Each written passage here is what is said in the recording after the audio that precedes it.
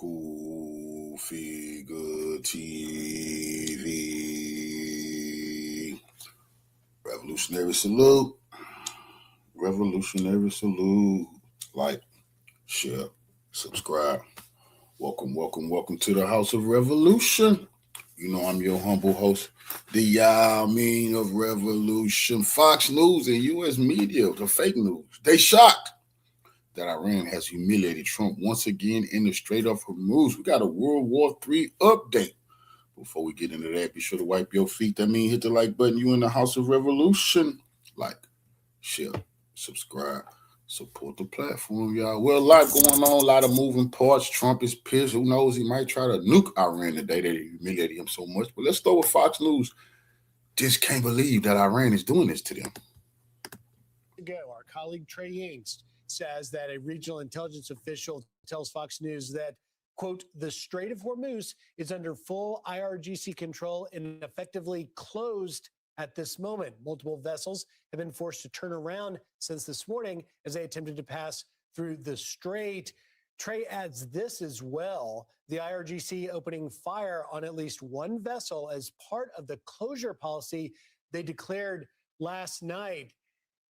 This is not at all the way President Trump suggested Iranian officials were cooperating with the Strait. Just listen to the realities. Trump just told the whole world yesterday, Strait Hormuz fully open, miracle warn. Iran will do everything we tell him to, or else, you understand me? Beating his chest. Everybody should have listened to me. Fox News bragged about that yesterday. Trump said that he was going to continue his blockade on Iran, but Iran need to open up the ports. Iran said, what? Bitch, everything is closed again. You don't run nothing. Humiliated him. Now just listen to these people. Strait. And we're going to talk in just a moment about how the markets, all the indices went up because of it. But the fact that Iran and the IRGC is effectively trying to step in and reassert control is not going to be met kindly with the president. No, it's definitely not as the president said it was going to be. And also, it's for those of us just watching on the sideline who don't understand, necessarily all the military, all the military components that are going on here. I'm actually surprised that they can take control of the Straits of Hormuz at this point. I thought that they had been more degraded militarily and not able to do that. I don't know about you, Charlie, but this is very shocking. This is very shocking. Yes, ma'am. And I have to leave my show with you saying that, because that's great. That's a great clip for us. They shocked, y'all. She just can't believe Trump lied to them. Trump told them Iran didn't have a Navy.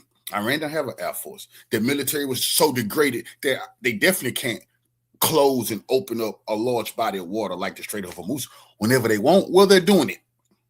Trump is a liar. He ain't degraded shit. Iran is stronger today than they was before the war started. That's a fact. And even Fox News got to say, can we even believe anything the president's saying? No. So that I just want to start off with that, y'all. I needed y'all to hear the shock that's going on in them circles right now, because they finally realized Trump is lying to continue to manipulate the markets.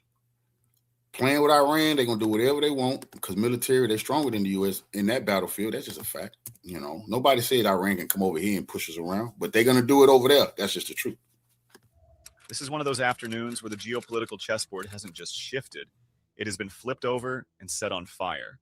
If you've been watching the theater unfolding across the Arabian Sea and the Mediterranean, you've probably felt that strange disconnect, the one where American flags are waving on television, but the actual map of power on the ground is telling a completely different, far more embarrassing story. A major challenge to U.S. power in the Gulf is now unfolding. A sanctioned Iranian supertanker has sailed straight through the Strait of Hormuz. No interception, no concealment. Let's update you on what is happening right now in the Strait of Hormuz with the latest ship tracking data that's been analyzed by BBC Verify, showing that 4 Iran-linked tankers have crossed the strait despite Washington's naval blockade. 4 vessels have transited the Strait of Hormuz, that 2 vessels have visited Iranian ports.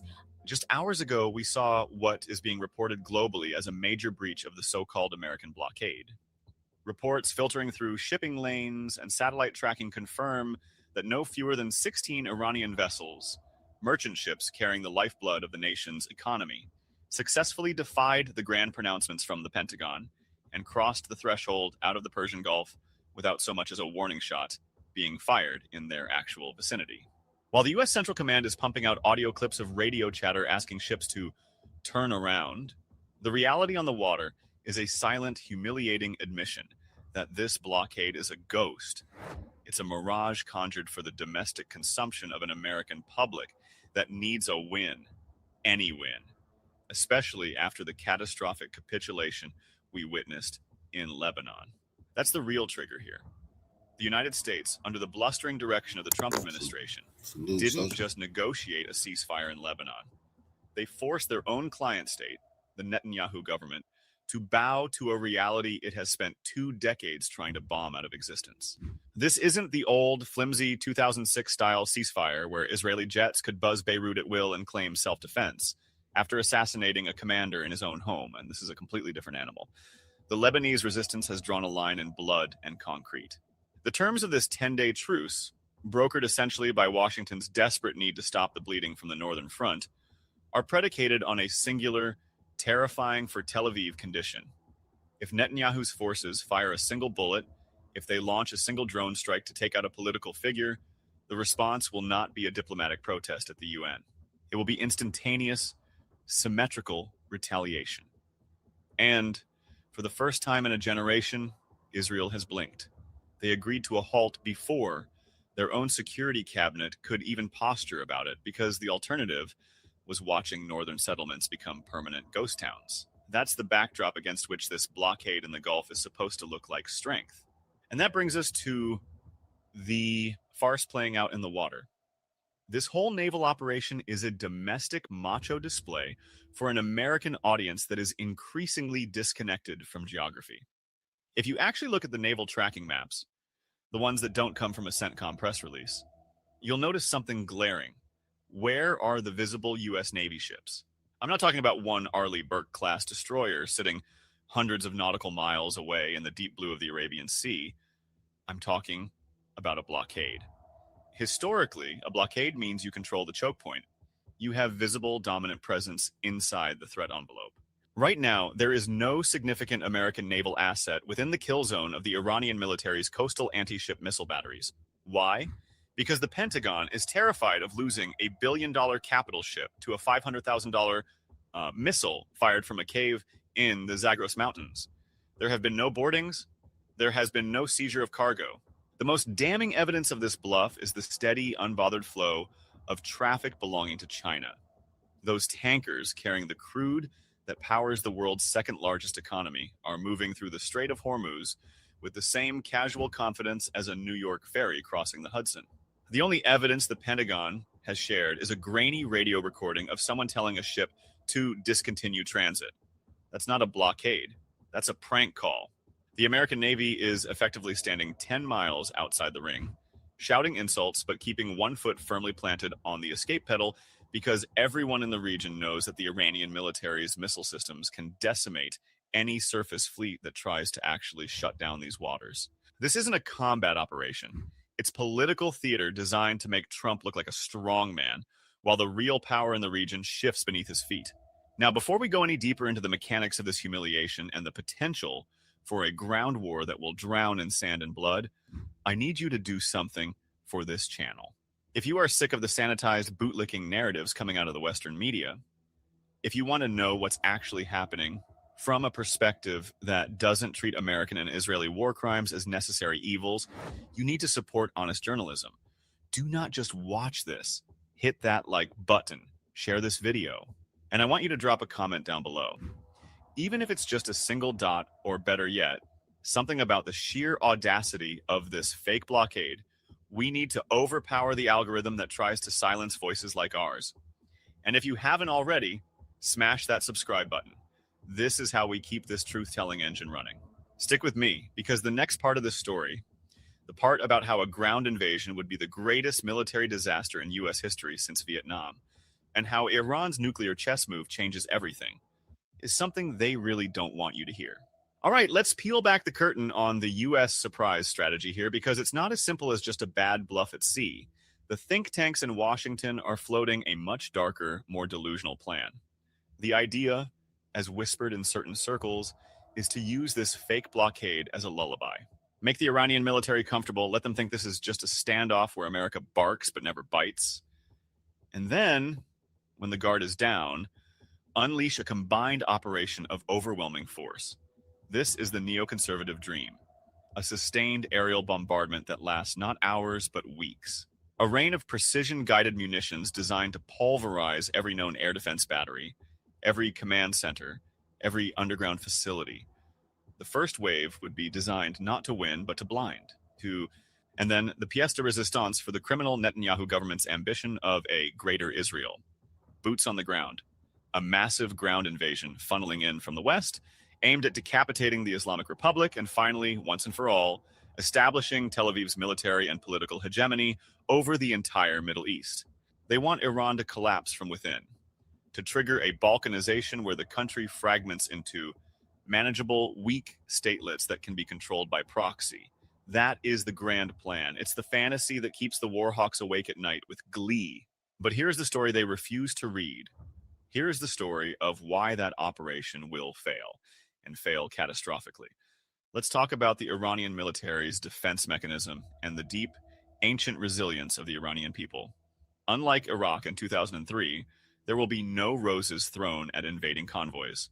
There will only be fire. The geography of Iran is the first and most brutal defense system. This is a nation of mountains and plateaus, a fortress of rock 3 times the size of France. An invading force wouldn't just be fighting soldiers, they'd be fighting the terrain itself. You cannot shock and awe the Alborz Mountains. You cannot blitzkrieg through the Dasht-e-Kavir desert. A ground invasion would require a logistical tail so long and so vulnerable that it would be like a snake crawling through a field of landmines. And let's talk about the asymmetrical warfare that the Iranian military has perfected. We aren't talking about a conventional army standing in a line waiting for Abrams tanks. We are talking about a vast network of well-trained, highly motivated forces deeply embedded in the civilian fabric and fortified underground cities. They have spent decades preparing for exactly this scenario, the final battle. It's a defense architecture built not on winning a tank duel, but on making the cost of occupation so astronomically high that the American public will drag their own government to the negotiating table in chains. The resistance will not be a single front, it will be everywhere. Every road becomes an ambush, every valley a kill box. And this leads us to the most seismic shift in global security since 1945. The Iranian military has learned the brutal, singular lesson of the 21st century. The only thing that stops a Western regime change operation is the atomic bomb. Look at the map. Look at North Korea. For decades, we were told Pyongyang was on the verge of collapse, that the South would be nuked, that Armageddon was imminent. And what happened? The moment they crossed the nuclear threshold, the talk of regime change evaporated. There is peace, or at least a stable frozen detente, because the calculus of invading a nuclear-armed state is insane. Iran is watching this. They see the savage, illegal bombing campaigns of the past month. They see the attempts to strangle their economy with a fake blockade. The voices in Tehran calling for withdrawal from the Nuclear Non-Proliferation Treaty are no longer a fringe. They are the mainstream of survival. The declaration is coming. Iran will step away from the NPT, not because they desire war, but because they demand peace, a peace backed by the ultimate insurance policy. When Iran declares itself a full-fledged nuclear power, the entire equation for the Middle East changes overnight. It kills the inordinate colonial ambition of the State of Israel to dominate and create that mythical greater Israel. You cannot colonize a nuclear power. You cannot bomb their scientists with impunity. A nuclear Iran is not a threat to global peace. It is the guarantor of regional stability. It puts a hard, immovable stop to the psychopathic dreams of Netanyahu and his war cabinet. It will force the West to finally treat the region as a place of sovereign equals, not a collection of client states to be bombed at will. That is the real story here. Not the fake ships turned around in the Arabian Sea, but the historical pivot that is happening beneath the surface. A pivot that will finally, perhaps, bring a just and permanent end to the era of American and Israeli impunity in the Middle East. And that is a development worth watching every single hour of every single day.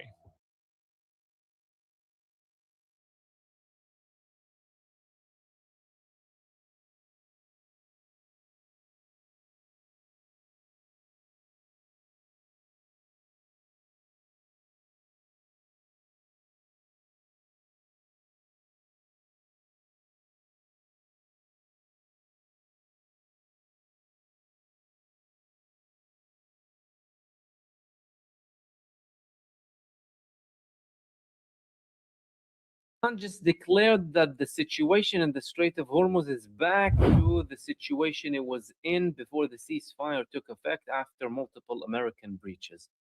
This came as an official statement coming from the Khatam al-Anbiya HQ in Iran, where they said the control over the Strait of Hormuz has returned to its previous state due to the American blockade. The spokesman of the Khatam al-Anbiya Central Headquarters, Lieutenant Colonel Ibrahim Zulfaqari, says that the Americans' repeated betrayal has returned the Strait of Hormuz to its previous state. Are we talking about a total collapse here and a return of the war, or is it just another stunt or move coming from the American side to impose a new reality against the agreement that they had with Iran? There were multiple things happening leading to this moment that we will get to in the later point of this video. But firstly, let's see exactly what Iran said and what is the situation like at the moment. So the Americans are practicing piracy under the guise of a blockade, according to Zulfaqari. He added that they are practicing piracy and maritime theft under the so-called blockade. Therefore, control of the Strait of Hormuz has returned to its previous state, and the strategic strait is under strict management and control by the armed forces. He stressed that the strait will remain in its previous state and under strict surveillance as long as the United States does not end the restrictions imposed on the freedom of movement of ships from Iran. He noted that Iran had agreed to allow a limited number of oil tankers and commercial vessels to pass through the strait in a managed manner based on previous agreements reached in negotiations and in good faith. So they had a situation, there was an agreement, the United States was fine with it. As a matter of fact, it was still going ahead based on that agreement, and we have evidence of that. For example, this was the movement in the past couple of days in the Strait of Hormuz. If we notice, many of the ships that are trying to go through the Strait of Hormuz are going back from this area, and any ships crossing, or at least the majority of them, are going through the Iranian side next to the Iranian islands to pass through the relevant checks, get the relevant authorization from the IRGC, and pay the tolls that are now being charged by Iran to pass the Strait of Hormuz. That was in accordance with the United States agreement that they had between Iran and the United States, brokered by Pakistan. The agreement that they had with the United States was clarified by Professor Muhammad Marandi, who was participating in the negotiation talks, and he said this: only commercial ships are allowed to pass. Military vessels or shipments from belligerent parties are not permitted to transit. The management and determination of which ships may pass lies with Iran. This transit occurs only via the route designated by Iran. And the United States was happy with that. They knew that this was the situation, despite multiple statements coming from Donald Trump that contradict this. And they were also translated as a threat coming from Donald Trump, by the way, who is trying to impose a certain reality that none of the parties agreed to. This led some ships to try and pass, and this happened with one of them after not getting the approval from Iran. Let's have a listen to this. Iranian Navy, this is Bhagyalakshmi. Go ahead, sir. I read you loud and clear. Good evening, sir. This is Iranian Support Navy. The Strait is blocked and passed from that is forbidden. And there is no any permission for you to use from the Strait. You are ordered to go back to your departure immediately. You are ordered to go back to your departure immediately. You get my message? Okay, copied your message. I will turn back and there is no permission to transit Hormuz. That's correct, sir? So Iran was in effect telling them, anyone who didn't get the permission to pass, to go back so that nothing happens to them, because Iran was targeting the ships that passed without their approval. And this was the map that was published in relation to the passing of the Hormuz Strait. You can see that they need to go through the Larak Island. This is considered a hazardous area by Iran. And we saw through the map that they need to go through this way and pay the tolls, get the approval that they need from Iran so that they can pass the strait. However, the United States now is going against this situation. This was clarified. The new reality was clarified in the Strait of Hormuz by the head of the Iranian parliament, Muhammad Baqir Khalibaf, who said the following on a post in X. The President of the United States made 7 claims in 1 hour. All of 7 were false. They did not win the war with these lies, and they will certainly not get anywhere in negotiations either. With the continuation of the blockade, the Strait of Hormuz will not remain open. Passage through the Strait of Hormuz will be conducted based on the designated route and with Iranian authorization. Whether the strait is open or closed and the regulations governing it will be determined by the field, not by social media. Media warfare and engineering public opinion are an important part of the war, and the Iranian nation is not affected by these tricks. Read the real and accurate news of the negotiations in the recent interview of the Foreign Ministry spokesman, who also reiterated similar statements in relation to the agreement. So we have a situation here where Donald Trump is trying to impose this new reality on the ground when all of the realities of the ceasefire agreement itself were completely different. So the civilian ships were allowed to pass, some of them if they're paying the toll, etc. The military ships, they were not allowed to go in and participate. Iran warned them from that. This happened before Iran took the recent move of closing the strait again. So what does that really tell us about the continuation of the negotiations between Iran and the United States in relation to these negotiations that are due to take place or were due to take place? The thing is that we haven't had a confirmation. This was clarified today by the deputy foreign minister of Iran, who said that no date has been set for the next round of negotiations with Washington. He said that the next round, Islamabad, wasn't confirmed, stressing that an agreement on a framework of understanding must first be reached. Speaking to reporters on the sidelines of a diplomatic forum in Antalya, southern Turkey, Khatibzadeh explained that Tehran is now focused on finalizing the framework for understanding between the two sides, adding, "We do not want to enter into any negotiations or meetings that are doomed to failure and could be a pretext for another round of escalation." He continued, "Unless we agree on the framework, we cannot set a date. We have already made significant progress, but the hardline approach of the other side in an attempt to make Iran an exception to international law has prevented us from reaching an agreement," referring to US demands regarding Iran's nuclear program.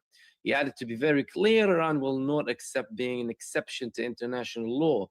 Anything we commit to will be within the framework of international regulations and international law." Now, that's something that has been confirmed. Iran had a delegation that included legal experts, and as a matter of fact, all of their responses, whether when it comes to the United States or Israel, were in line with international law.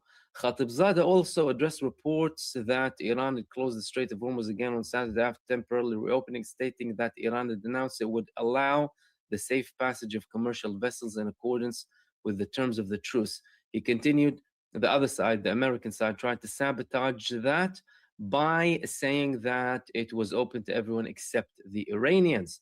So that is why we said you were going to violate the terms of the ceasefire, and if the Americans did not honor their promise, there would be consequences for them. And now we are seeing the consequences. This is despite, again, Trump saying that Face-to-face talks were likely this week, but some diplomats said that it was unlikely given the logistical challenges of holding this meeting in Islamabad, where the talks are expected to take place.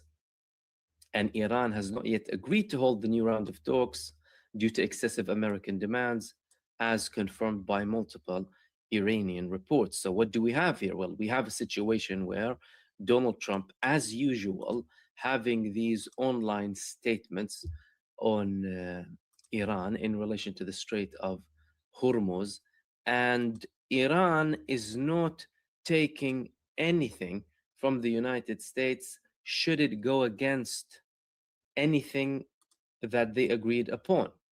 Now, the IRGC are also confirming that, saying that every violation by America will be met with an appropriate response as long as the passage of ships to and from Iran is threatened, and the status of the Strait of Hormuz will remain as it was before, God willing, as in the Strait will be closed as it was before, maybe with the exception of certain countries that Iran allows in the Strait, but not with the threats coming from the United States of America.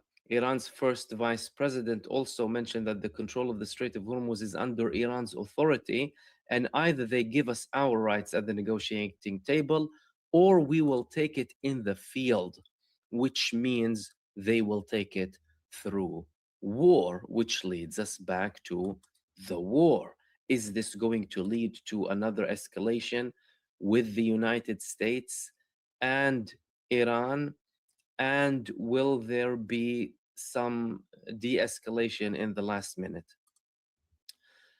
Now we're already seeing things happening.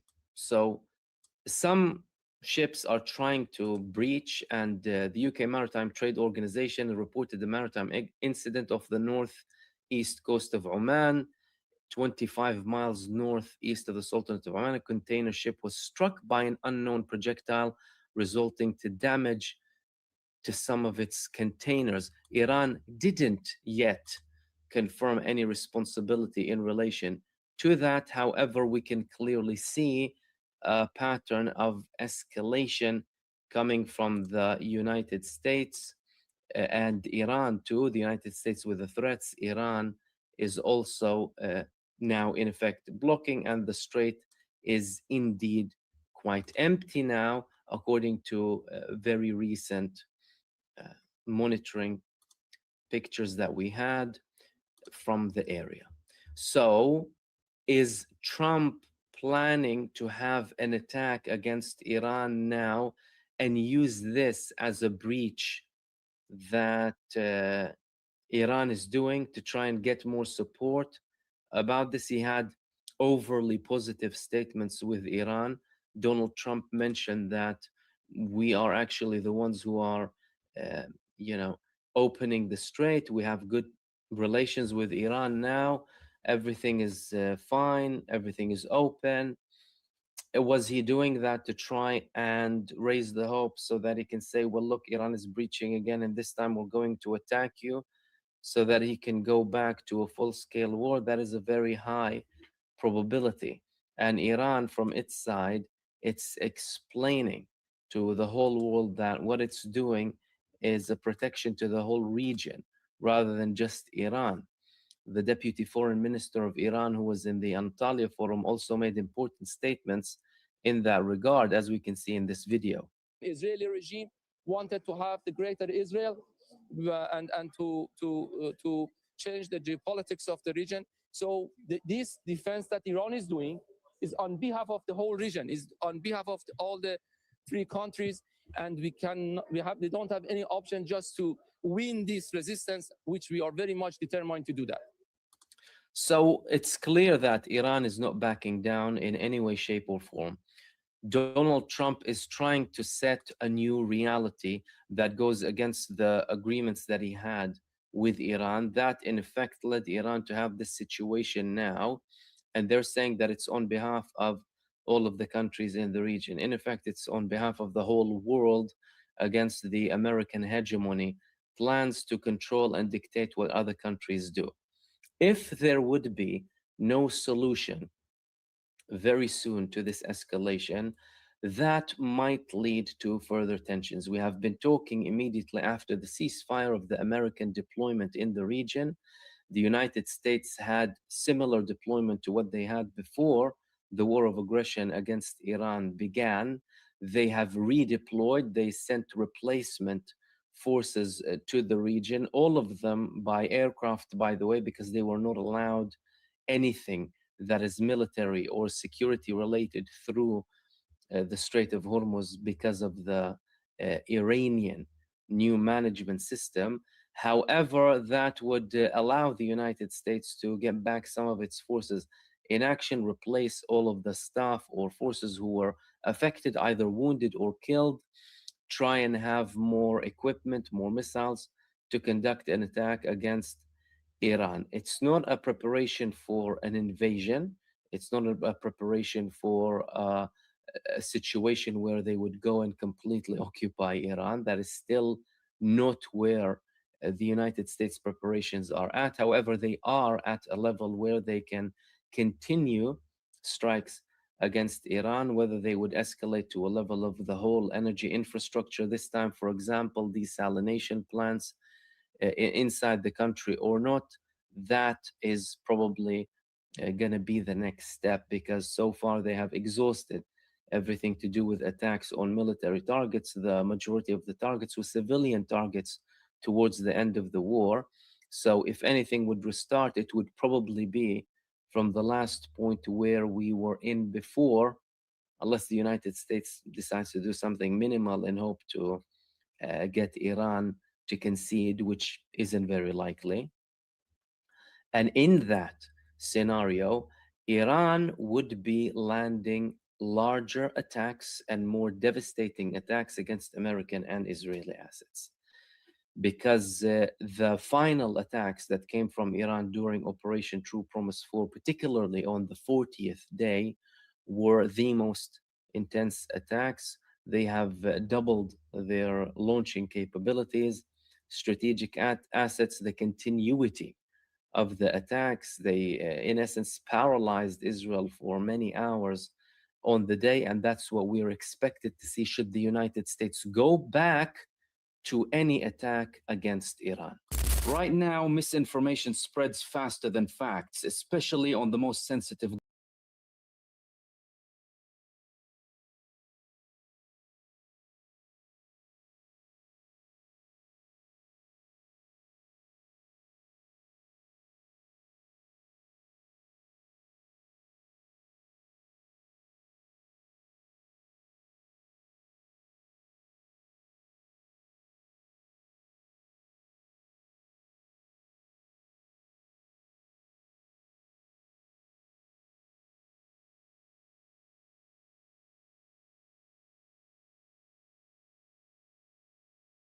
Professor Marandi is here with us. Welcome back, Professor Marandi. Hi, Nima. How are you doing? Hope all is well over there. Over here, I think we're moving closer to war. Yeah. And let's start with that, Professor Marandi. We've learned yesterday that suddenly the foreign minister of Iran announced that the Strait is open and commercial vessels can pass through the Strait of Hormuz, what he mentioned in that tweet.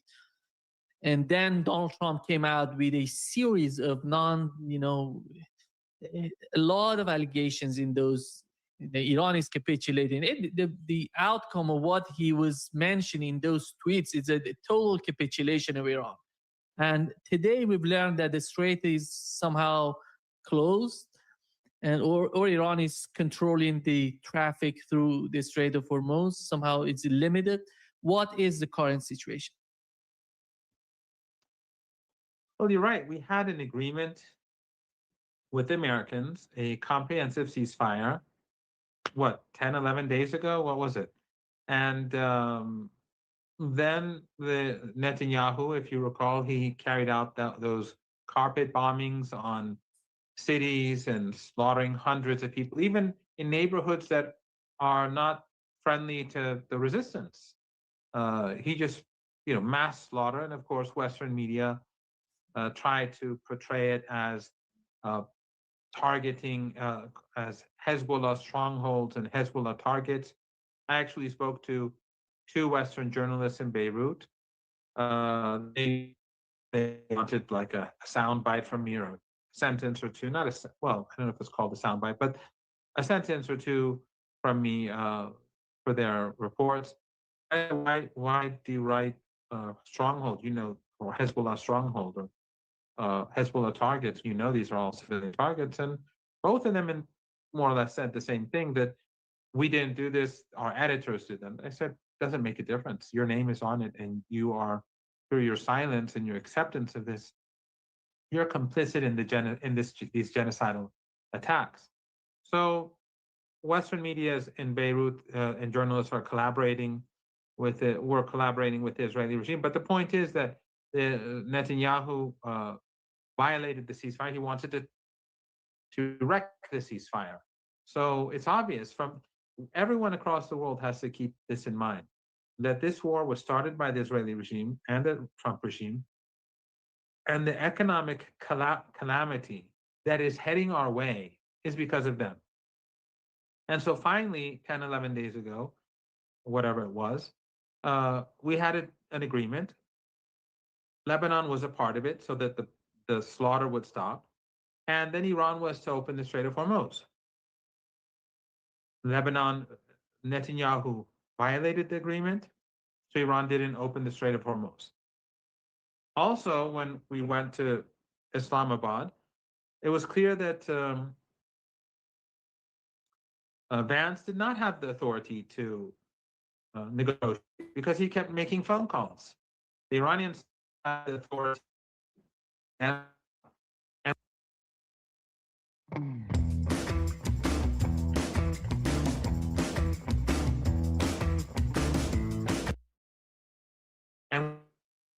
was Netanyahu who said Vance should the U.S. president reported to this tiny colony in Palestine, and he has said other American leaders report to him every day. So anyway, you think that would be a scandal, but so he didn't have the authority, and ultimately the United States didn't make any real progress with Iran at the negotiating table because the Israelis again didn't want this. So the continued crisis, the growing energy crisis that has continued over the last 10, 11 days is again because of Netanyahu. It is again because of the Zionists.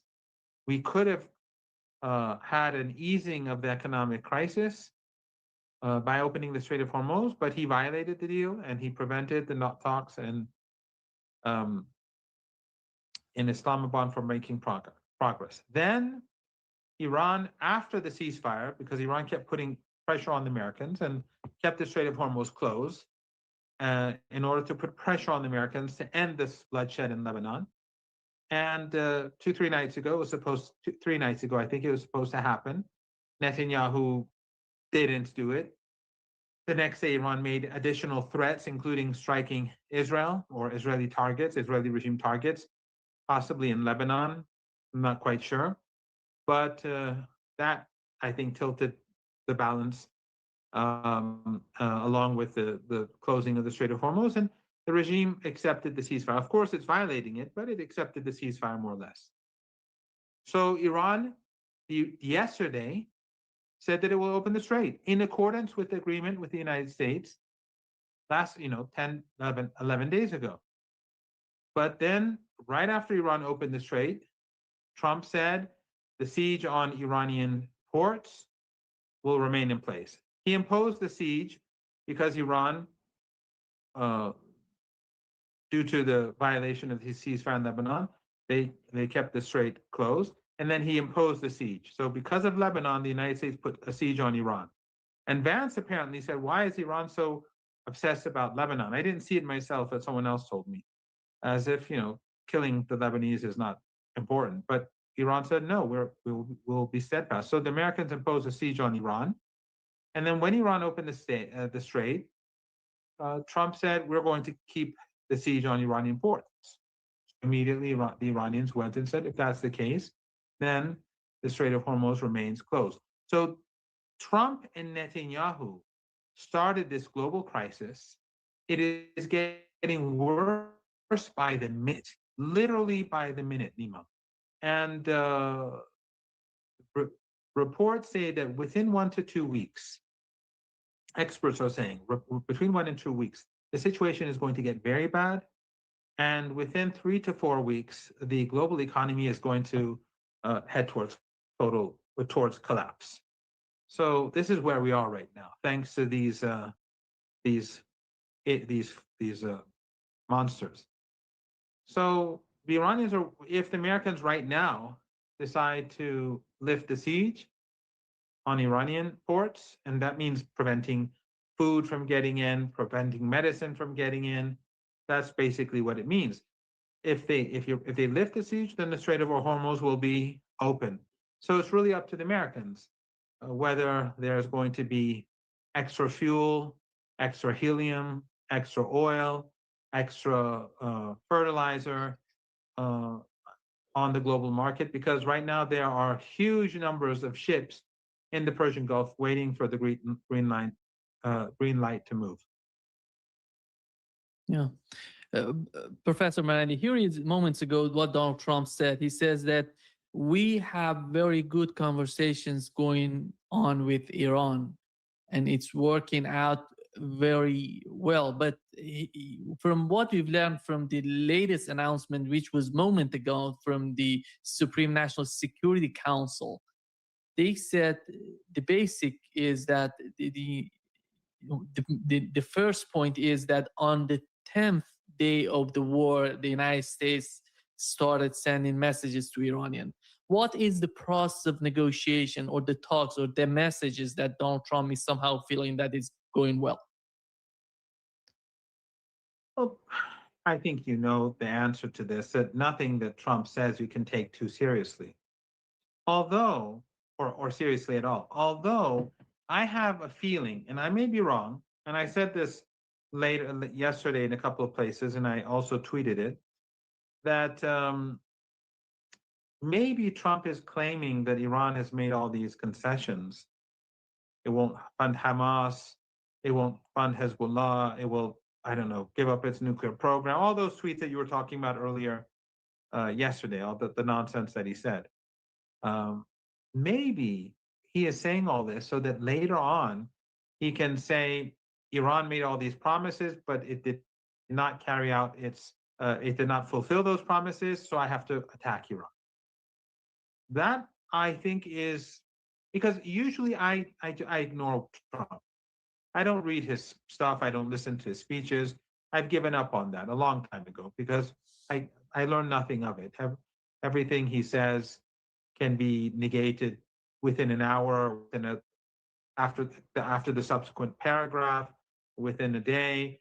He flip-flops, he changes, he lies a lot. So I usually ignore him. But yesterday, this sudden, these social media posts of his, one after another, I thought to myself that perhaps he's making these fake claims in order to be able to justify another attack later on, to say that, well, Iran agreed to all these things, but they didn't do it, so they were lying, and now I have to bomb them.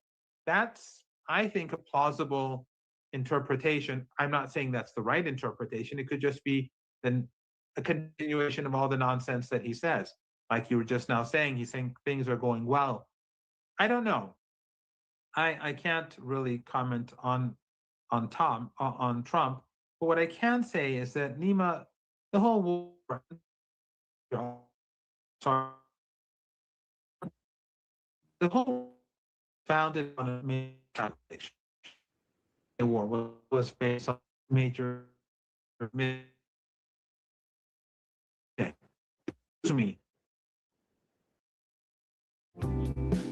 I plan your trip in Sweet Home, Alabama. Welcome to Canes. It's Luke Bryan. What can I get you? Today I'm raising funds with Raising Canes and my buddy Todd Graves for the Brett Boyer Foundation. I've lost your voice. Yeah. Is it okay now? You're back. Yeah. You said the whole world. What was that? And I said what? Sorry. Where was I cut off? yeah, the whole war. From the whole war. Yes, I think the whole war, not just this, the Ramadan war or the 40-day war, but also the 12-day war, both were based upon miscalculations. The Americans thought, maybe through the lies provided to Trump by Israeli intelligence or by their own foolishness, the Americans thought that Iran would collapse. I'm sure you recall at the beginning of the 12-day war, or near the beginning, Trump said unconditional surrender. And then at the beginning of this war too, it was all about unconditional surrender. And then after a couple of days, when they saw that despite the martyrdom of Ayatollah Khamenei and some of the senior commanders, the Iranian armed forces were functioning very well, and the people were on the streets, and there was no rush on banks or supermarkets or gas stations or anything like that. So for a few days, they kept saying Iran is running out of missiles. We've destroyed all their missile bases, their drone bases, and then they saw that no, this propaganda is not working. And after Iran continued to fire missiles and drones, and they gradually increased. So the Americans changed their position from unconditional surrender to providing this 15-point plan that Iran rejected. And then Iran gave its own 10-point plan, which Trump accepted. He accepted the 10-point plan to be the framework of the negotiations. That's why Iran accepted the ceasefire. And that was a huge victory. But of course, now Trump is, as the statement put out today by the Iranian Supreme National Security Council, Trump is trying not to is trying to impose other conditions that have nothing to do with the 10-point plan. So, but in any case, what I mean is that what I'm trying to say is that at the beginning of the war, the Americans said unconditional surrender. But after 10 days, it became clear to them that we're not going to lose this war. And even though they carried out more atrocities and they started targeting critical infrastructure, they failed. And so ultimately, they had to stop. And now we are where we are. But I think that we're heading for a war again. Now, I'm not sure. And some of my American friends say that Trump just wants out, perhaps. But I think that the chances for war are very high. And if there is war, it shouldn't take too long for it to start, because the Persian Gulf is going to get very warm. You live in the south of Iran. Your family's from the south. You know what I'm talking about better than I. During the Iran-Iraq War, I was in Khuzestan, the south, during summer, and it was very, very difficult, and during the day, almost impossible. So I think it's going to get warm. I think the Americans, if they want to launch an attack, they have to do it sooner rather than later. But the problem is that if the Americans launch an attack, they're going to target Iran's critical infrastructure again, like they did before. This time round, if Iran starts targeting, let's say, electricity in these regimes in the Persian Gulf, out of retaliation, because part of and they are guilty, in the heat in the summer, that will force everyone to leave. Millions of people will leave the Qatar and the Emirates and Kuwait and so on. Millions, literally overnight. They will not be able to stay because the heat will be intolerable, especially for these wealthy people who've been living off of oil and gas for decades. They won't be able to continue living there. So you'll see millions of people leaving literally overnight, and these regimes will collapse. So I think that to restart the war would be a catastrophic mistake for Trump, for the U.S. empire. I think it would probably bring an end to these regimes in the Persian Gulf, and it would definitely it would bring about that global economic collapse that we've been talking about, because we're heading in that direction. And the last 10, 11 days since the ceasefire, it's only been getting worse. Every day it's getting worse. And we're reaching closer and closer. We're getting closer and closer to the tipping point. As I said, 1 to 2 weeks, 3 to 4 weeks. This is how they are interpreting how the future of the global economy will move. So we'll have to see. Again, there are differing views, but I think that not my understanding. I know that the Iranian armed forces have been preparing themselves 24 hours a day, and that just like after the 12-day war, they began preparing themselves for a bigger war, and this time they are preparing themselves for the next round. From the announcement of this National Security Council, one of the points that is mentioned in the talks, it says new proposals have been raised by the Americans, which the Islamic Republic of Iran is considering and has not yet responded to. Professor Melendi, what was the fair, in order to talk with the American part, you have to understand, are they really prepared to talk, or they do want to somehow continue with this sort of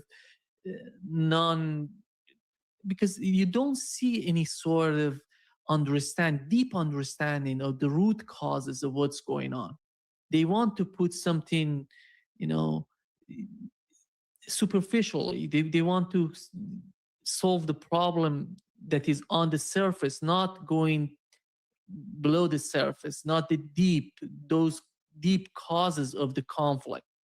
Do you see any sort of understanding in the American part to being willing to go in that direction? Well, I'm not privy to what is going on right now. I don't know what the new American proposals are. The Pakistani delegation that left, I think, last night, they were here for 2-3 days in order to see what can be done. So right now, I'm not in a position to give a definitive response to your question. But what I can say is that is the nature of empire. The empire, it's like Zionists. They consider themselves Zionists or worse, but the empire considers itself to be exceptional. And so it has exceptional rights, it has exceptional privileges, and therefore for anyone to demand justice, for them, that's all outrageous. The 10-point Iranian plan, which people should take a look at, there's nothing extraordinary in it. It's a very normal 10-point plan, but the Americans don't want to take it seriously because for them, Iran as an equal doesn't make sense. When we went to Pakistan, while we were there, the Washington Post put out a opinion piece, and the Washington Post is very close to the CIA, that they should kill the negotiators. And so when we were coming back, we thought that there was a good chance that they would shoot down our plane, the Americans or the Israelis. This is the sort of regime, this is the sort of mentality that we're dealing with, where the media competes with the regime in promoting crimes against humanity and war crimes. So to get justice from the United States is you have to be firm and steadfast. We've seen how the Americans have been bullying countries across the world over tariffs. And the only country that really stood up to the United States was China because of its power and strength. So I'm not very optimistic, but Nima, again, going back to the war, I think the Americans obviously have been preparing themselves for another round of war. I'm not saying it's going to happen, but I think there's a good possibility. The Americans and the Israelis have been preparing themselves. The Iranians are preparing themselves. So it could be that this period, they've been buying time. But this, I think, is a miscalculation, again, for maybe 4 reasons. One is that Iran is also preparing itself. It's not as if the Iranian armed forces and the government are on vacation. So they are swiftly preparing themselves for the next phase. The second issue is that this ceasefire period, because of their own actions, because of refraining from carrying out the ceasefire in Lebanon, and now imposing a blockade on Iranian ports, they have caused the Strait of Hormuz to remain more or less closed. So the global economic crisis is intensifying. It's now it's even worse. This is the pay, because now even Iranian ships are not going through. I've heard different stories about how many Iranian ships are getting through or not. It's not clear to me what exactly is happening, if some ships are getting through or not. I've heard different stories. I don't know what's true. I'll try to figure that out later on. But in any case, it is getting worse than before. The pace, the movement towards the catastrophe, the global economic catastrophe, is speeding up. So this buying time is pushing the world and the United States, of course, towards a major crisis. I can't afford therapy. You can afford that matcha smoothie. Therapy is for rich people. No, it's like $15 a session. Girl, you gotta get therapy. With Rula, getting help is easier than talking yourself out of it. And then the other issue is that the third issue is that, as I said earlier, we're heading towards the warmer season. It's going to get very hot in the south in a month, and then it will just become intolerable. So even if the Americans, and I think the Iranians will probably allow them to take some territory and then deal with them in the counterstrikes. So they'll let them, let's say, occupy some areas or maybe islands, and then they'll start hitting them with missiles and drones and harassing them day and night and taking casualties as the weather gets warm and hot and intolerable, which will be terrible for their morale. So I think that these 3 reasons, and then a fourth is that the world is getting sick and tired of the United States and the Israeli regime. And starting another war is going to cause greater anger, especially as we are getting very close to the economic crisis exploding. So I don't think what the United States is doing is smart at all. I think it is an act of desperation. But again, some people believe that the United States is not going to do this. But in the Supreme National Security Council statement that you alluded to, that just came out right before the show, it also says that Iran is going to take fees from the ships. So, and that they will remain in control of the Strait of Hormuz. This, I think, is a key turning point. This was the catastrophic mistake of the United States in this war and the Zionist regime, because Iran had no ambition to take the Strait of Hormuz. We know that. And it was business as usual, even during sanctions. But now, under these circumstances, the Iranians have decided to take the Strait, and they're not going to give it back. And this changes the balance of power in this region permanently and in the world. So regardless of what the Americans do, the Iranians are not going to give up the Strait of Hormuz, ever. And these dictatorships in the Persian Gulf, these family dictatorships, are going to have to deal with a new reality. And so I think that it's fair to say that the forces of empire across the region will be weakened, and the axis of resistance across the board, as a result, will be strengthened. And even if there's another war, I think that will not change anything. It will probably make it worse for the United States, because when they are defeated, and I'm sure if and when they start the war, that they will say, the Western media, even those who are opposed to Trump, will talk about their victories and how they've taken the islands and how heroic the US soldiers are.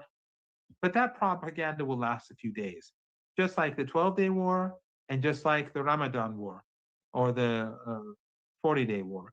After a few days, it becomes clear that this is not going to go well. This is not going to end well for the United States and many in Iran, and we discussed this from the beginning of the war together. Many in Iran want this war to continue, not because they like war. No one likes war, but they're saying that we have to engage in combat with the Americans, with the Trump troops, in order that the United States in future never again thinks about attacking Iran. Yeah. And actually, we had the vice president of Iran talking about this, that if we cannot achieve it with the negotiations, we're going to definitely achieve it on the battlefield. This is what really happening. And Professor Marandi, we know that. And just one thing, Nima, the vice president of Iran, he was the vice president. He was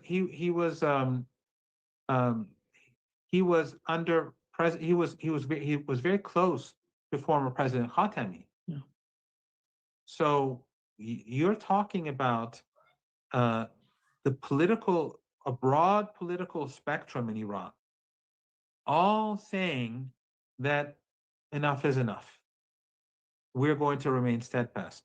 So for Trump or anyone in the West to hope that he can divide the president or that there's some sort of division between, and you see that online too, unfortunately, that there's like this division between the foreign ministry or the president and the armed forces. That's nonsense. Everyone knows that everyone knows that the only way forward right now is for Iran to be steadfast, and everyone knows that Trump is dishonest, and that the United States does not abide by commitments. So the first vice president, when he says that, he sounds exactly like a military commander, and I think this is something that people should take note of. You mentioned the Strait of Hormuz, which is one of the, whoever follows the Persian media, the Iranian media, domestic media, understand what is the tone. And as we've mentioned, Professor Marandi just mentioned, and they say that it's going to remain under the control of Iranian government. But when it comes to the nuclear program of Iran, we had Donald Trump yesterday arguing that Iran is going to give up enriched uranium. They're going to sending that to us. And what was that? Who knows? What Trump was saying yesterday, Dr. Ghalibaf said that Trump said 7 things, all of them were false. And so again, the only way that I can interpret what he said yesterday to make sense is that he's making all these outrageous claims, these ridiculous claims, so that later on he can say the Iranians promised all these things, but they didn't fulfill their promises, which would be a lie. I mean, the Iranians obviously have not promised anything.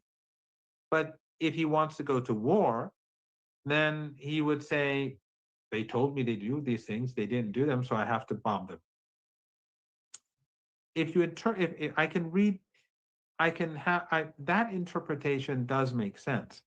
But then again, Trump has said so much nonsense over the years and over the past few months, and especially with regards to Iran, that this is just one interpretation. The second interpretation would be that's the normal, abnormal Donald Trump. What is the communications, Professor Marandi? We had the phone call between Iranian foreign minister and his counterpart in Saudi Arabia. And is there any sort of other connections or talks between Iran and GCC countries, warning them? Because as you mentioned, the war is coming somehow. Many people are expecting that in Iran, at least. Basically, Persian media is talking about the war is coming and everybody is getting prepared in Iran. But what is the level of communication between Iran and GCC countries, which they would be part of the war if the war reopens again? Well, obviously, Oman has taken one approach, And Qatar, after Iran retaliated and hit them very hard, their gas installations, they shifted and became more, let's say, they took a more reasonable stance. Or cautious.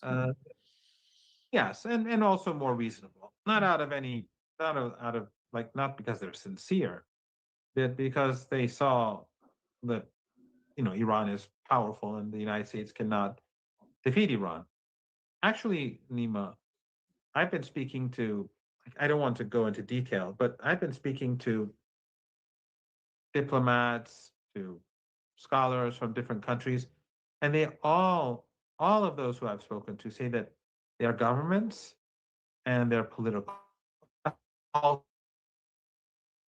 Contact Roberts Air for all your heating and cooling needs.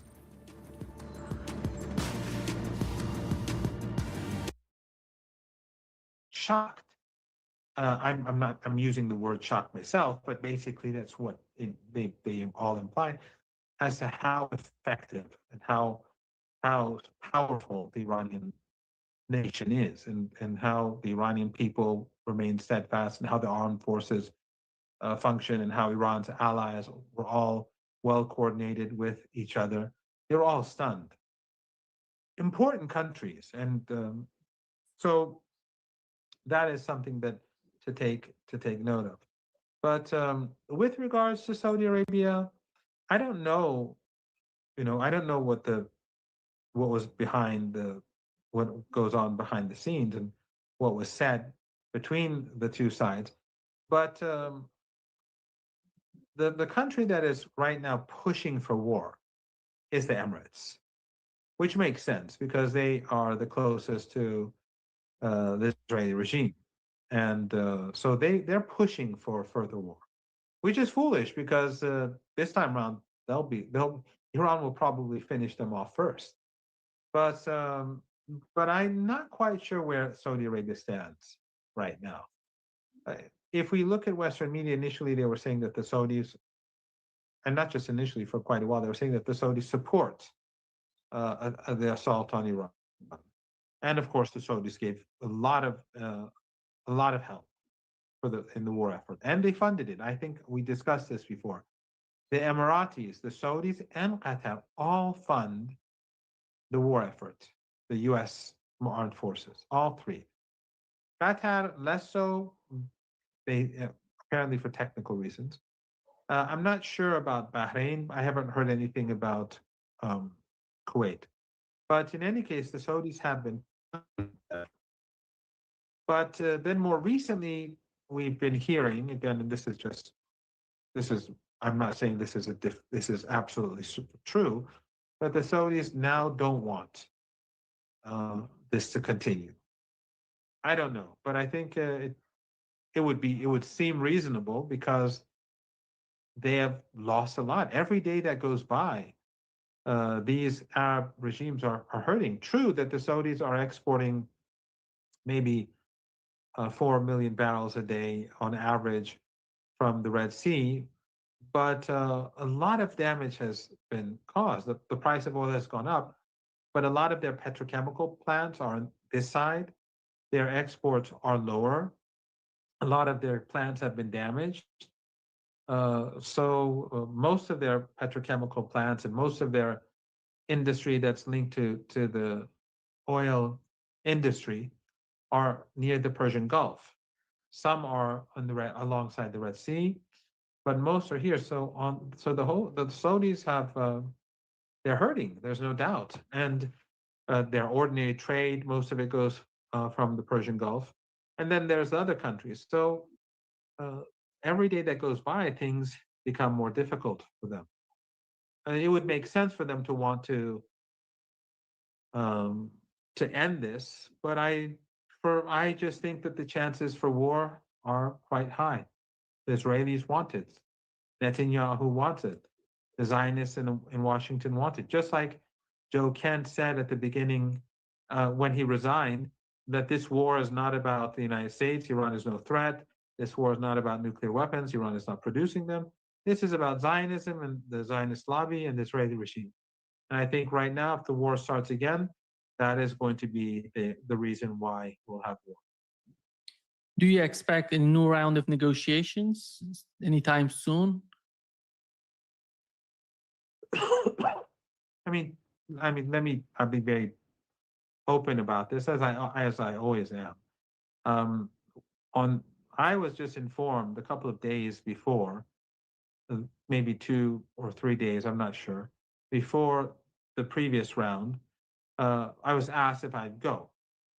And I said I prefer not to, because I think I'll be hours on going to Pakistan, and it'll take hours to come back. And during that time, I can do work online, because I've basically given up my students are probably, they probably are going to hate me because I've become a horrible professor. But I'm just focusing on war and all that. I'm horrible. I apologize to all of them. I've become terrible.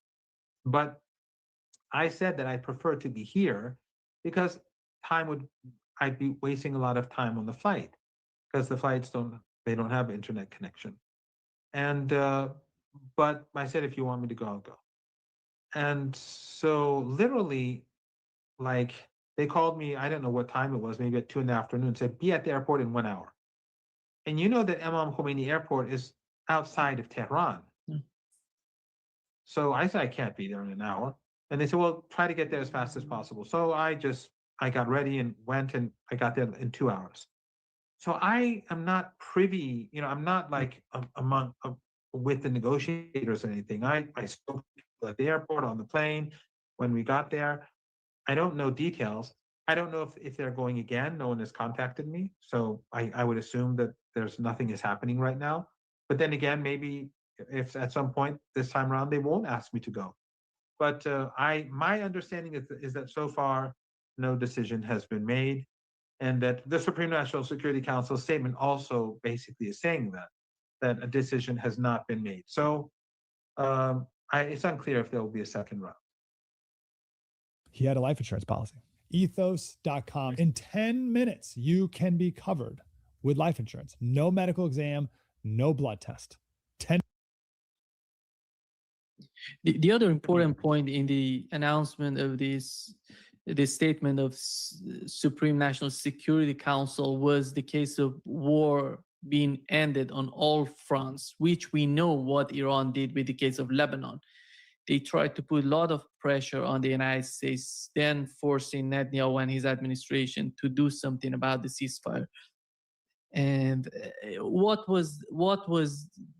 when you look at the statement of the Prime Minister of Lebanon, he's not mentioning Iran. He's thanking Saudi Arabia. I don't know other countries about what has happened, but the ceasefire was because of the pressure, Iranian pressure on the United States. Wasn't that the case?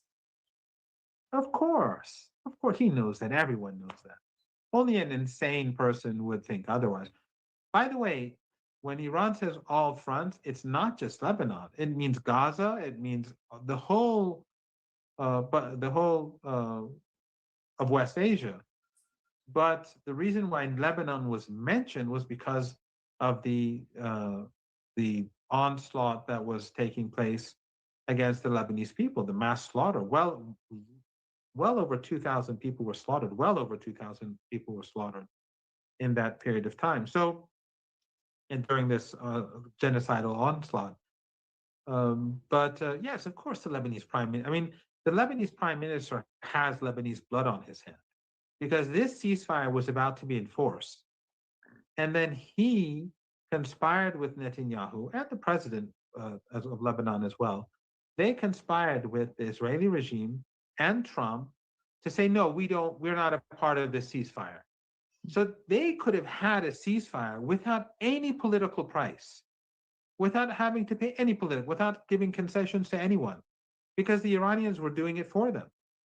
They could have just sat back and waited and then received this and then had the ceasefire, and then they could have done whatever it is they want to do. But they had to help Netanyahu and Trump wreck the ceasefire and say, no, we're a part of a different track. So they wanted the Israelis to bomb Lebanon. They wanted the Israelis to bomb people in the south and elsewhere, so as to weaken the resistance and the supporters of the resistance. So they wanted women and children to be slaughtered. And history will remember this. This is a very, very dark moment in Lebanese history. And when time goes by, the children of people from across Lebanon, when the emotions are disappear, go away, and people look at back objectively, except for those who are agents of the West and who are on the payroll, which are quite a few in number in Lebanon. But except for them, everyone will remember this dark, dark moment in Lebanese history, and the prime minister and the president will be remembered for that. But yes, the only reason why Netanyahu stopped was because he was forced to stop. And the reason why he was forced to stop, true, I think that the Iranian threat to strike the Israelis tipped the balance. But the real reason, in my opinion, was the fact that the Strait of Hormuz continued to be blocked. And this is, I think, the Iranian strategy, to push the United States so hard economically that they reach a point where instead of being Israeli firsters, the White House and the political elites start thinking like ordinary Americans. We have to have our interests first. And whenever they're forced to impose their interests first, that is the beginning of the solution in our region. So I think that Trump forced Netanyahu to accept the ceasefire. Netanyahu resisted. Iran added an extra threat, but in reality, but the major reason was the resistance, of course, and the steadfastness of the supporters of the resistance in Lebanon. They're the number one reason for the regime being forced to accept the ceasefire. That is the number one reason. Their heroism. They're shining stars of humanity. And we have to remember they've made all these sacrifices because they were drawing off the Zionist army from the genocide in Gaza. They're sacrificing their own people to spare the people, to help save another people. But that first and foremost. After that, it was the pressure, the economic pressure that's, as we speak, continues to build. And here is where I think that Zionism is in trouble. Because not only is Zionism now despised across the world as a master, people see it for what it is, as a master race, a chosen people that slaughters day and night, that snipes kids. Even now, they snipe little girls just in Gaza. And they bomb families in Lebanon. They just, during the last few seconds before the ceasefire, they bombed an apartment block, slaughtering everyone inside. They bombed medics. They killed large numbers of medics. I mean, the stories coming out of Lebanon just show what monsters these Zionists are. But the world has turned against them. The American people are turning against them.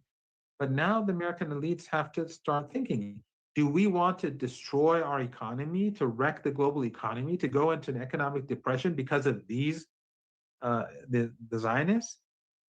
This is where I think, and I may be wrong, but this is what I think caused Trump to force Netanyahu, or the United States, maybe not Trump personally, but the political elites in the United States forced Netanyahu to accept the ceasefire, because the American elites in Washington are finally saying, this is getting dangerous for us now. The fuel shortages, the fertilizer shortages, the helium shortages, these are now going to put a lot of pressure on our economy at a time when, and our so-called allies, proxies, or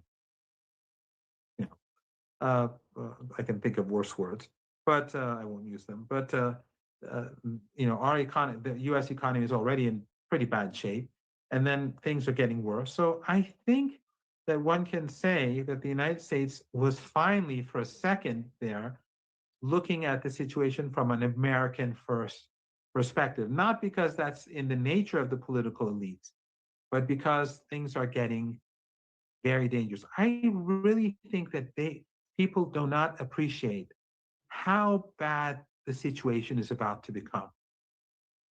the global economic situation is on the verge of catastrophe. And as I said, in 1 to 2 weeks, it's going to get significantly worse. In 3 to 4 weeks, they say it's going to get really bad. So I think at least some people recognize this, even though ordinary Americans are not being told this, and they're getting worried. I see many concerns in Iranian people and in Lebanese people because they say somehow that the United States and Israel they're trying to do what they couldn't achieve on the battlefield, because Israel was trying to, as they have in their mind, that they're trying to disarm Hezbollah. That's the main agenda on their part, to defeat Hezbollah. But they couldn't do it on the battlefield.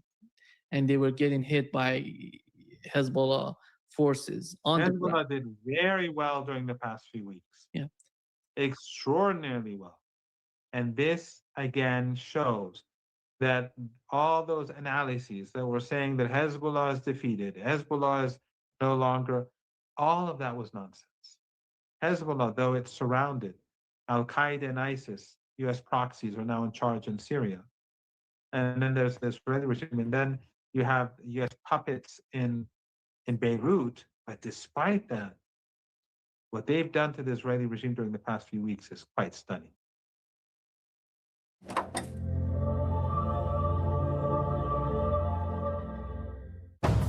How are you?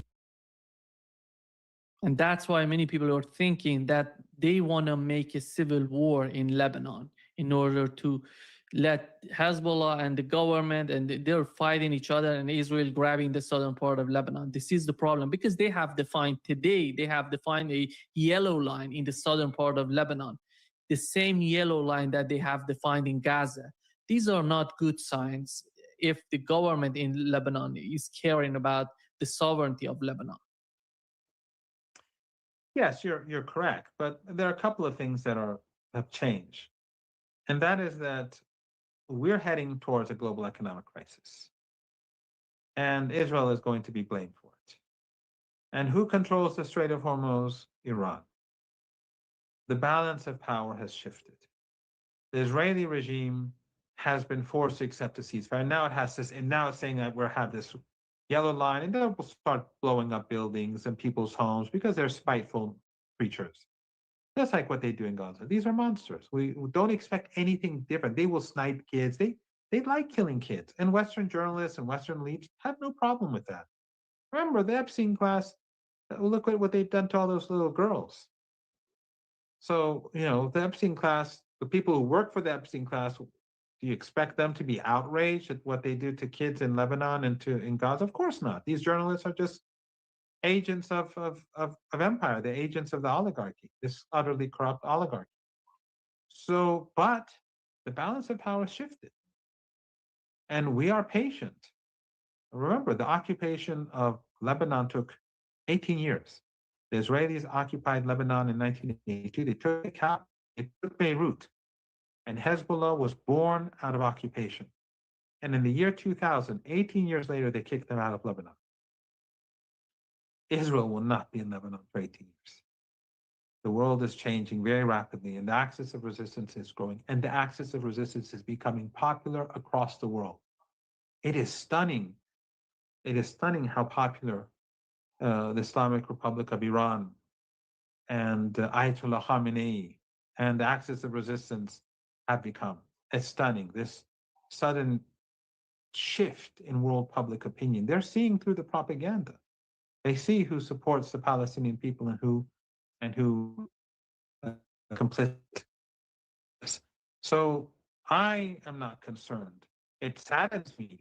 Every death bothers me. Over the last 2.5 years, I've been very active on, and so have you, so many other people.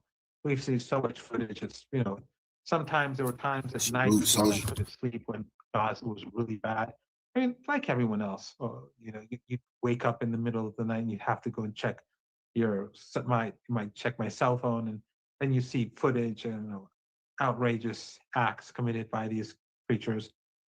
But the tide is turning, and I don't see a scenario where the United States wins. I've never seen seriously, Nima, I've never seen such a self-confident people as the Iranian people. And when there's talk of war right now, they say, yeah, okay. Again, this they're, I keep reminding people that of what General Soleimani said. He said, we're the nation of martyrdom, and we're the nation of Imam Hussein. And truly, you can see this in the Iranian people. And that is basically what has brought about this turning point in the region. So it's not going to be over tomorrow. These creatures will continue to slaughter women and children. But I see this as the era of the demise of Zionism. It'll take a while, but it will happen. Do you think that it's going to take too much time for have a constructive communication between Iran and GCC countries to have something substantial in the region? They're going to have to accept the new reality that, first of all, they figured out that the United States doesn't care about them. The United States only cares about Israel. It doesn't care about them at all. It milks them. Iran doesn't want to milk them. Iran is just saying, don't help others bomb our country. It's not any great expectation. I mean, it's not something extraordinary. These regimes, Qatar, the Saudis, the Emiratis, they allowed the Bahrainis and the others, they allowed their territory to be used against Iraq. They allowed their territory to be used against Syria. They allowed their territory to be used against Yemen and against Iran. That's not going to happen anymore. It's up to them. If they accept this new reality, if not, I don't think they'll last. I think you'll have new regimes in power, and that would be a good thing if you have actual people in charge of Qatar, the people of Qatar, the people who live there, ordinary people, making the decisions in the Emirates and Bahrain and Kuwait. I think we'd be living in a much more prosperous region and a much more integrated region. Thank you so much, Professor Marandi, for being with us today. Great pleasure, as always. Thank you very much.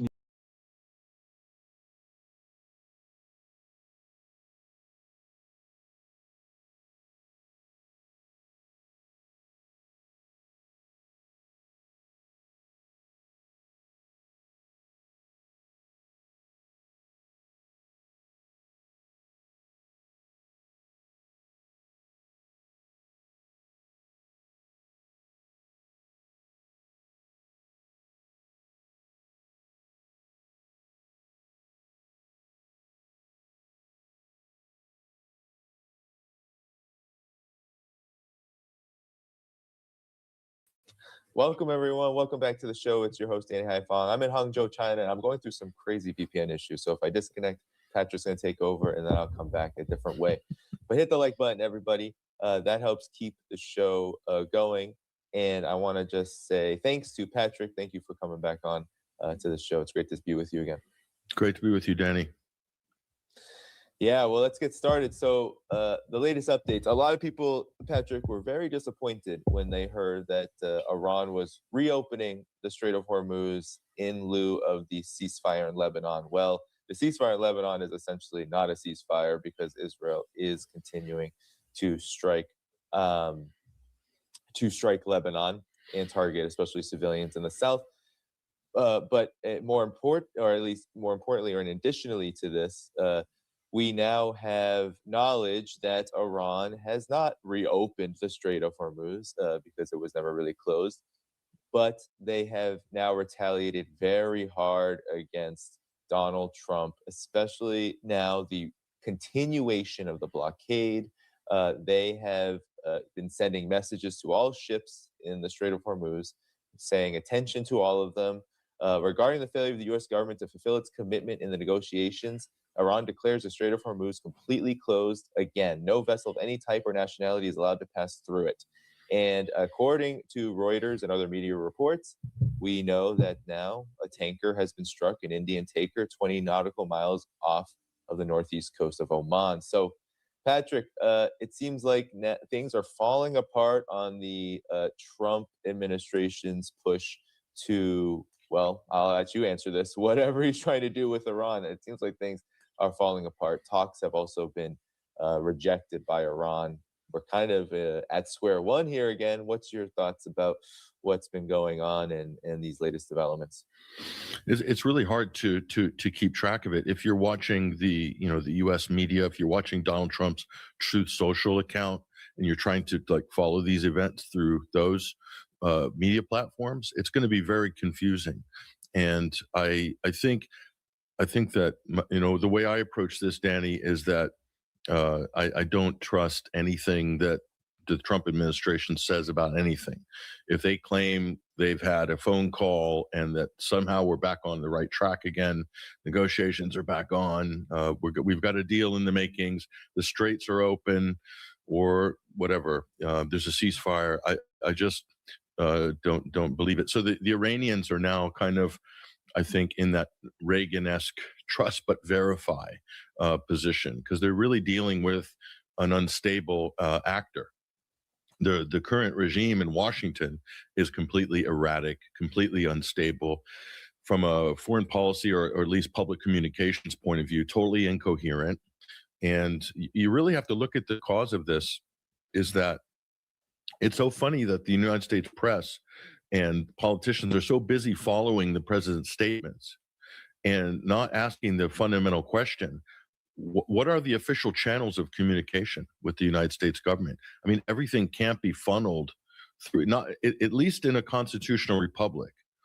Far be it from me to point that out. The United States is not a dictatorship. It's not a monarchy. So it's a constitutional republic. So we have checks and balances. We have due process. We have sort of established lines of communication from which the government can communicate to its own people, as well as the world, to the business community, to the media. So what are the official communication channels? Is it the State Department? Is it Marco Rubio, the Secretary of State? Is it the White House's press secretary? Is it Donald Trump's Truth Social social media platform, a website owned by Trump? What is it? And that's the basis of the problem. And so Iran, I believe, has already priced this in. And Iran is basically where Russia was probably 2 years ago, realizing, or at least a year and a half ago when Trump came into office, realizing that there's going to be no serious negotiations with the United States because they're not even sending their top diplomats. So they priced that in. They're making preparations. I probably think Iran's under no illusions that the United States, is not going to attack them suddenly or not use this impasse as a sort of cover for a sneak attack or the next wave of violence and aggression. I think the Iranians are well aware of this, and so they've priced this in. They're still kind of going through the motions, but even though if they want to play ball with the United States, how do you play ball with the United States? Donald Trump's made some fundamental claims about what Iran has promised, like Iran's going to give up all enriched uranium. Where did that come from? No, it certainly didn't come from the Iranians. That Israel has stopped bombing Lebanon because I told them to. This is what Trump put out on his Twitter account. Of course, that wasn't true. Israel broke this so-called ceasefire immediately. And now what Israel's done as a bypass is Israel's detonated, they're rigging infrastructure in Lebanon with explosives and buildings and then just detonating them en masse. And they're saying, well, that's not a violation of the ceasefire according to Israel because they're not firing artillery. Okay, I swear, this is where we're at. So there's that, or the straits are now open thanks to our great, gravitas of the United States, make America great again. That's not true either. So none of these things are true. So this is the problem. So I think from this point of view, it looks like Trump is doing what this is a standard Israeli negotiation tactic. And they've done this through time immemorial, through Oslo, through all of the different negotiations, through Gaza, etc., and also with the Iran deal. What Israel would always do is basically make claims publicly or obfuscate the conversation publicly or try to insert caveats even if they weren't there. And so they could turn around and then blame the other side for rejecting a perfectly good deal, and then resume hostilities. That's what Israel's really good at. They have many decades of experience perfecting this technique. And I think, like so many things, it's hard to distinguish. And I've said this now. I noticed this about a month ago, that the United States is adopting Israeli maxims, Israeli tactics in terms of their communication, in terms of how they conduct their military affairs and policies. And Donald Trump has adopted this Israeli fake negotiation tactic, which is you're not really negotiating. You're just creating a type of a show. And then you do straw man arguments. Like, for instance, Iran can't be allowed to have a nuclear weapon. That's a straw man argument. It's based on a fabricated premise.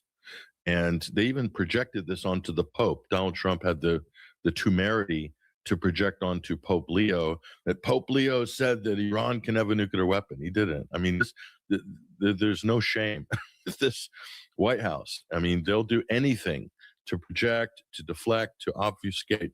And that's what you're seeing now. So I think they're trying to set Iran up for this type of an Israeli-style rug pull, where they'll accuse Iran of somehow wrecking the ceasefire or wrecking the deal. They tried this during the Islamabad negotiations. They tried to run the Straits of Hormuz with 2 U.S. destroyers with their transponders off, and then claim, and then trying to, I believe they're probably trying to draw fire from Iranian boats.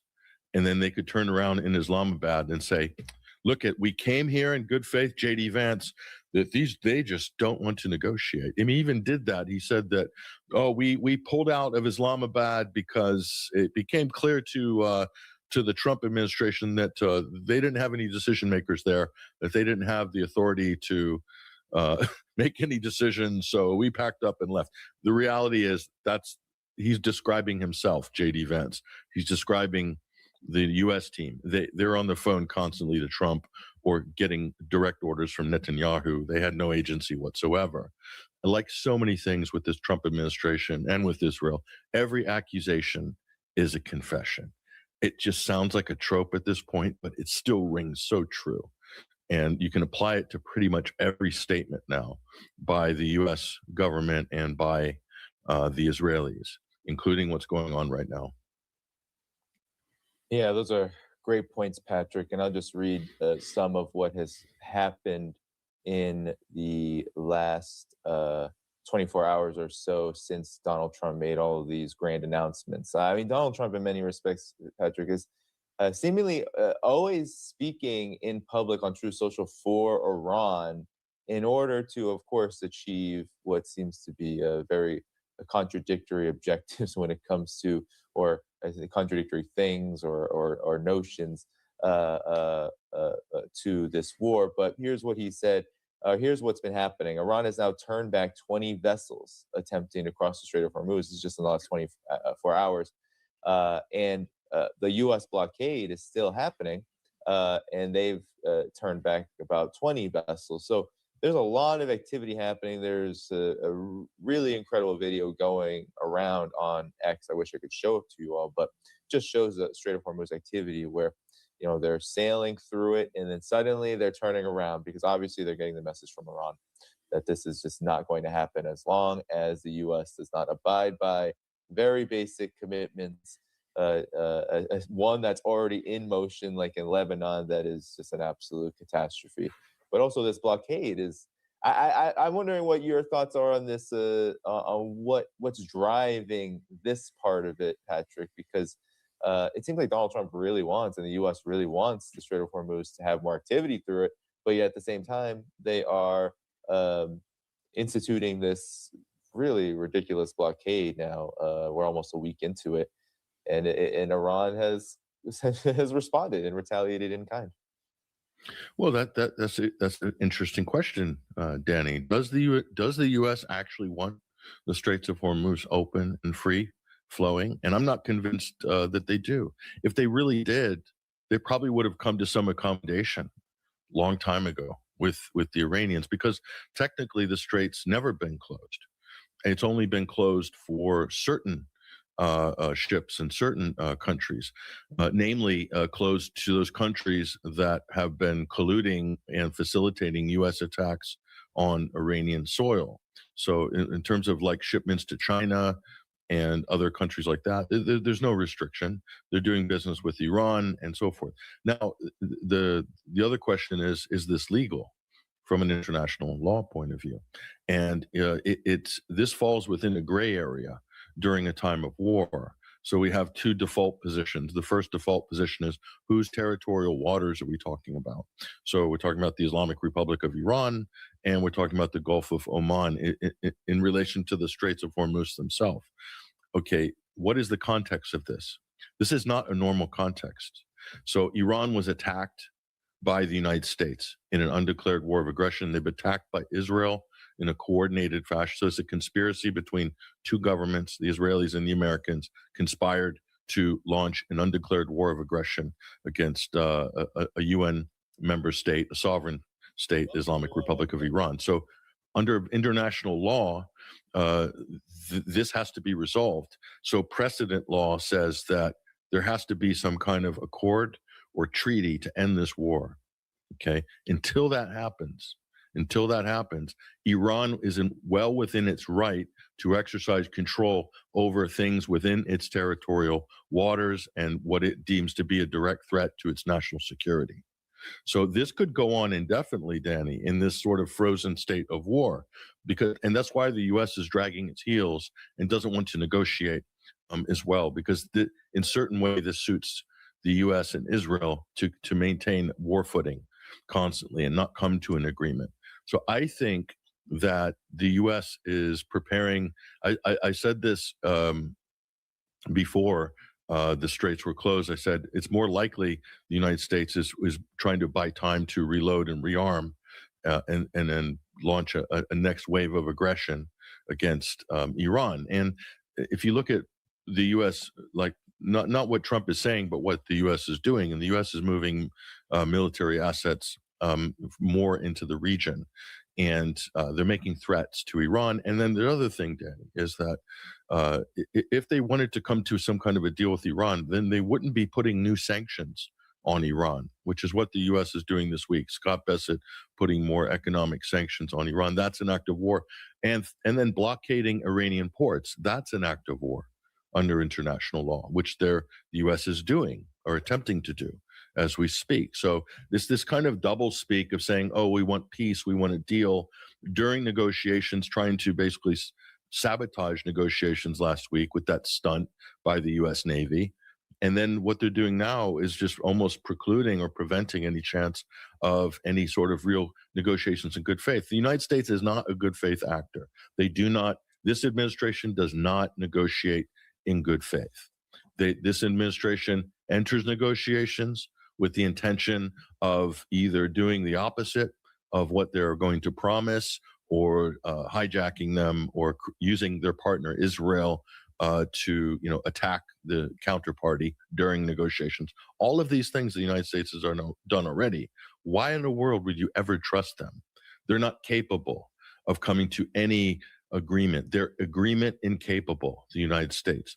That's the number one problem. Second problem is they're not ever going to be able to restrain Israel. And they don't want to restrain Israel. There's nobody in the White House that's interested in ever restraining Israel. So far as they get a ceasefire with Lebanon, that's not even a real ceasefire, because the party that you should be negotiating with is Hezbollah, not the Lebanese government and the Lebanese army, who are not even involved, don't even engage with the invading, occupying Israeli forces at all. The only people defending Lebanon are Hezbollah in the south, because the Lebanese army, because the Lebanese president and the prime minister, Ayoun and Nawaf Salam, are under the direct control of Washington and Tel Aviv. Okay, they are effectively U.S.-Israeli puppets. They're acting on behalf of the United States and Israel. And then they're going to Washington against Lebanese law and doing direct negotiations with the country that's slaughtering their own citizens during a war, and this is worse than a war. This is the worst Israeli atrocities that they have inflicted on Lebanon ever. And the reaction of this puppet government in Beirut, shamefully, is to go and then go along with this charade stage managed by the Trump administration. And meanwhile, Trump's special envoy, Tom Barak, has been working hell for leather to foment a civil war in Lebanon by trying to get the Lebanese government to disarm Hezbollah forcefully. That will lead to a civil war. That's exactly what the U.S. and Israel want. So that's what's going on with Lebanon. Okay, that's a front Israel is prosecuting aggressively right now, and I'm telling you, Danny, it probably within the next 6 months you'll see a case filed at the ICJ, a second genocide case against Israel for the attempted genocide and ethnic cleansing in South Lebanon. So that's 2 genocide cases. So the United States is propping up and defending a regime in Israel that is undergoing and undertaking 2 simultaneous genocides. And then we're supposed to say, what, Hezbollah are terrorists? Seriously? Or Hamas is a terrorist threat? Are we serious here? I mean, I think the world is coming to see what a farce all of these labels actually are, and how these fake, phony labels, basically anybody that fights back against Israeli occupation is labeled a terrorist, including the IRGC, and then they're seeing how ridiculous this is. That's undergirding all of our policies. All of our policies, all the flimsy justifications for all of these wars and all the things, war crimes that the U.S. and Israel are committing are undergirded by these phony terrorism labels that are imposed by Israel, the U.S., Brussels, the U.K., France, and Germany. That's it. That's the long and the short of it. The rest of the world doesn't look at it that way. And by the way, under international law, South Lebanon, the people in South Lebanon have a right to an armed liberation struggle, or have a right under international law to oppose an illegal occupier. And that's exactly what they're doing in South Lebanon. The same with the Palestinians. So, and the same with the Iranians for that matter. So, this is just an incredible bevy of lies that's been constructed in the West. And the last thing I'll say, one of the accusations that the President of the United States was flinging at Pope Leo was that Pope Leo won't do anything about the 45,000 protesters that were slaughtered by the mullahs. It's a total fabrication. 120% a lie, completely made up. Those numbers come from US-based fake Iranian human rights NGOs that are funded by the State Department and probably are cutouts of the CIA, one of them based near Langley, Virginia. So, I mean, at some point, the media don't do any of their due diligence on any of these claims. The president repeats it. Sean Hannity repeats it. Half the U.S. people in America, just like half Americans, believe that the Russians installed Donald Trump as president in 2016. Yeah. Half Americans believe that this fake claim that Iran has slaughtered 30,000 or 20,000 or 50 or 45, whatever the number is, that these are completely fabricated, fake, 100% fake claims. And I was on the ground after those protests in Tehran, and I saw firsthand a lot of the available evidence, and I can say categorically, those claims are completely made up and used as justification for the war that the United States and Israel, in order to buy public opinion to support an illegal war of aggression. That's the only reason that propaganda campaign, it was an attempted regime change. Those, the United States, Israeli intelligence, Donald Trump himself admitted flooding the activists with weapons in Iran. He publicly, accidentally was bragging about it, but he himself has undermined his own fake, narrative. And admissions by, I don't know how many Israeli and U.S. intelligence officials that they had agents and agent provocateurs on the ground directing hostilities during these so-called democratic protests in January. It's just unbelievable that people are still running with this. But that propaganda, that's actually the whole basis of the kind of moral legitimacy, the thin veil of moral legitimacy that the U.S. and Israel are trying to use to justify somehow attacking the Iranians. And they just add the nuclear nuclear straw man argument that Iran is developing a nuclear weapon or can't be allowed to have a nuclear weapon, which they're not developing a nuclear weapon. So it's all lies, you know, one after another. You can just, it's so easy to knock down all these lies. It's easy for me to do it, for you to do it, for half of you, all your guests who you host on these podcasts, Danny.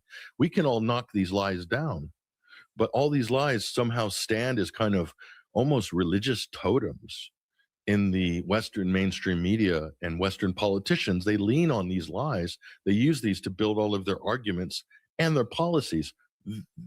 There's costs attached to these lies, and that's one thing. That's the one thing that people, I mean, I'm just going to keep pressing that home until we, you know, obliterate these all these various pillars of their illegal war.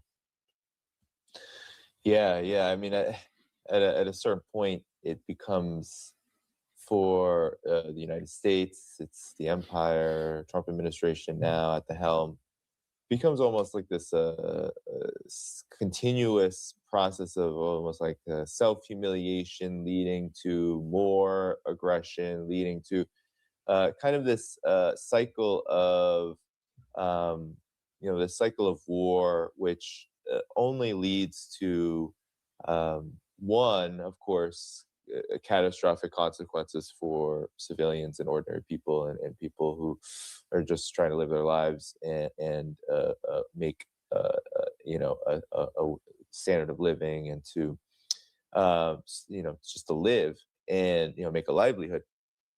But then for the empire, though, it seems to, especially now, everything that the U.S. empire is doing seems to just come back manyfold in more and more disasters. Like we have Trump, for example, was on the Air Force One, and he said, well, it seems like these talks are probably not going to go anywhere and we'll have to start bombing again. But it was the U.S. bombing Iran, which led to Iran's response, which led to what's going on now in the Strait of Hormuz, which has caused massive irreparable damage to the global economy, to the energy markets, to and of course to U.S. hegemony and influence and prestige, and we can go on and on and on. But there are consequences, as you said, to this, Patrick. Maybe you can get into exactly what you see as these consequences, and how do comments like Trump saying, well, we're just going to restart bombing again nonchalantly, how do you react to those comments, given that they are direct, if made real, these comments and the actions behind them have consequences? So your thoughts? I think it's just becoming more of a shambles, really, and we've been conditioned to accept that there's a certain level of shambles with everything that the Trump administration does, that Donald Trump himself does or says, that it's mostly going to be a shambles in a certain way. But I think there's even limits to this, and the level of BS that has just been pushed over and over, and where so many fails here. And one of the other big fails is the fact that they had one of the most disastrous special forces raids in U.S. history, presided over by our, great Secretary of War, this sort of unhinged Pete Hegseth, this self-styled Secretary of War. It was his Jimmy Carter moment. That was Donald Trump's Jimmy Carter moment. And this is what led to Trump's outburst about annihilating Iranian civilization. It was a direct result of the fact that this was the worst botched U.S. special forces op, and probably in history. And the media completely glossed it over. And in the interest of national security, the media collectively decided not to report on it. They reported on the briefing, but not the actual failed operation. So that's just one example. The other thing is did you notice there's a new term that suddenly got coined, and I pay attention to the details on this. It's called nuclear dust. Nobody ever heard of this term before, and suddenly the president says it, and then almost as if by magic, you start hearing J.D. Vance repeat the term, and even says, as the president says, nuclear dust. And then the media starts saying nuclear dust, and then U.S. officials are saying nuclear dust. Why on earth would they adopt a term like this that didn't exist before Donald Trump said it 3 weeks ago? Okay, on I believe a Fox News segment. Nuclear dust. What on earth is he talking about? And you go back and listen to the clip, Danny, the original clip, when Trump invented this term. The context in which he invented it is damning. It's damning. He's basically bragging about a U.S. B-2 bombers attacks on Iran civilian nuclear power plants, creating nuclear dust. And they quickly went into emergency management mode to try to give the impression that he's talking about enriched uranium. I'm sorry, but it's not the case. And he said the nuclear dust. So Trump's doubled down on it, saying the nuclear dust that our great B-2, our beautiful B-2 bombers created. That's what he said just recently. So he's having to run with this term to cover up what looks like a kind of gloating about nuclear terrorism by the United States, almost bragging about spreading contaminated radioactive dust. That's the way I read it when he originally made the statement. And I just find it very suspicious that somehow this term got adopted. So they didn't bury it. They had to basically co-opt the term and then sort of, ease the term out and start using it to legitimize it. So I pay attention to these things because I study propaganda. So that really was a big red flag. And that shows you the level of corruption we have in Washington and institutional corruption. The media is also part of this corrupt ecosystem because they're also covering for the president instead of one conscientious journalist among all of those major media outlets going after the president and saying, what exactly do you mean B-2 bombers creating nuclear dust? Did our B-2 bombers create enriched uranium? Or what is he actually talking about? This is the president of the United States. It's not just some guy on the corner. It's not Lindsey Graham. It's the president of the United States. So there should be some clarification as to what he's talking about here. Of course, I think he's alluding to a huge crime against humanity. The United States is guilty of nuclear terrorism, as are the Israelis. And so that's reason enough to shut this down. Shut this war down, shut this government down, shut Donald Trump down. I mean, that if we had a system that was actually worth its weight in a real republic, we would be shutting this down now. Trump would be getting shut down now. This has gone way, way beyond now the point of, general risk. Now we're into a really dangerous period where you have somebody who is just all over the place. Is attacking everybody, attacking his allies, threatening the Pope, threatening everybody. And who knows what comes next. If we can't depend on our own government to make a truthful statement through official channels, then, what, and we're Americans. What are the Russians thinking? What are the Chinese thinking? No, nobody's going to regard anything that this president says. And they're just basically going to let the wheels spin. The United States is just going to go deeper and deeper into the mud on this. So, I mean, I'm looking at all these things and adding them up and seeing Pete Hegseth almost threatening the Iranians yesterday or 2 days ago, saying, this is not a fair fight. We're going to crush you. We're just waiting to get the green light, basically. And so that's how you're going to run negotiations. Yeah, I don't know. He's also attacked all of his former supporters. He just called Joe Kent a loser and a sleazebag on Truth Social. Like, this is a decorated special forces veteran who served honorably in his own administration. And then just because this person resigns for good reason as a whistleblower, he then gets attacked.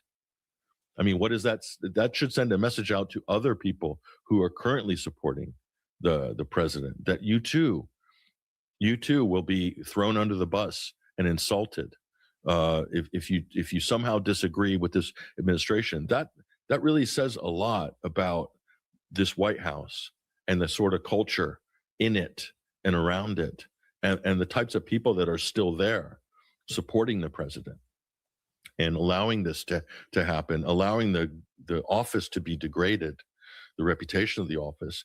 And then, some of us who are critics of the president, Danny, his supporters will say that we're not respecting the president by calling him an idiot or whatever. I mean, what do you call Donald Trump at this point? I mean, he's not showing any respect to the American public. He's disrespected the office of presidency. He has insulted and slandered and libeled just about everybody within his blast radius. So what are we supposed to then say? Yes, yes, Mr. President. Yes, Your Honor. Yes, Your Honor. Sucking and bowing at that point is ridiculous. If you act like an idiot and like a total buffoon, then don't be surprised if people are going to address you as such. Because if you don't give out the respect as president to your own people or to your own government or even people within your own administration, how do you expect people to give you respect? And I think world leaders are looking at this thinking, the United States is in real trouble here politically. The U.S. is in real trouble. We can't, the U.S. is a risky investment going forward, at least for now, with this administration. I can't imagine what they're thinking in Moscow or China, just watching this meltdown take place, or a host of other countries. So yeah. Well, I'm here in China now, and the mood is very similar to what it's been like for many years now into Biden and Trump before that. Is that come what may, there's been, of course, for China in particular, ongoing continuation of U.S. policy. It hasn't really changed at all, but the focus is different. The focus is now on Iran. The U.S. is totally entangled and is actually trying to make what's going on, what they're doing to Iran, the aggression, the blockade, all that about China.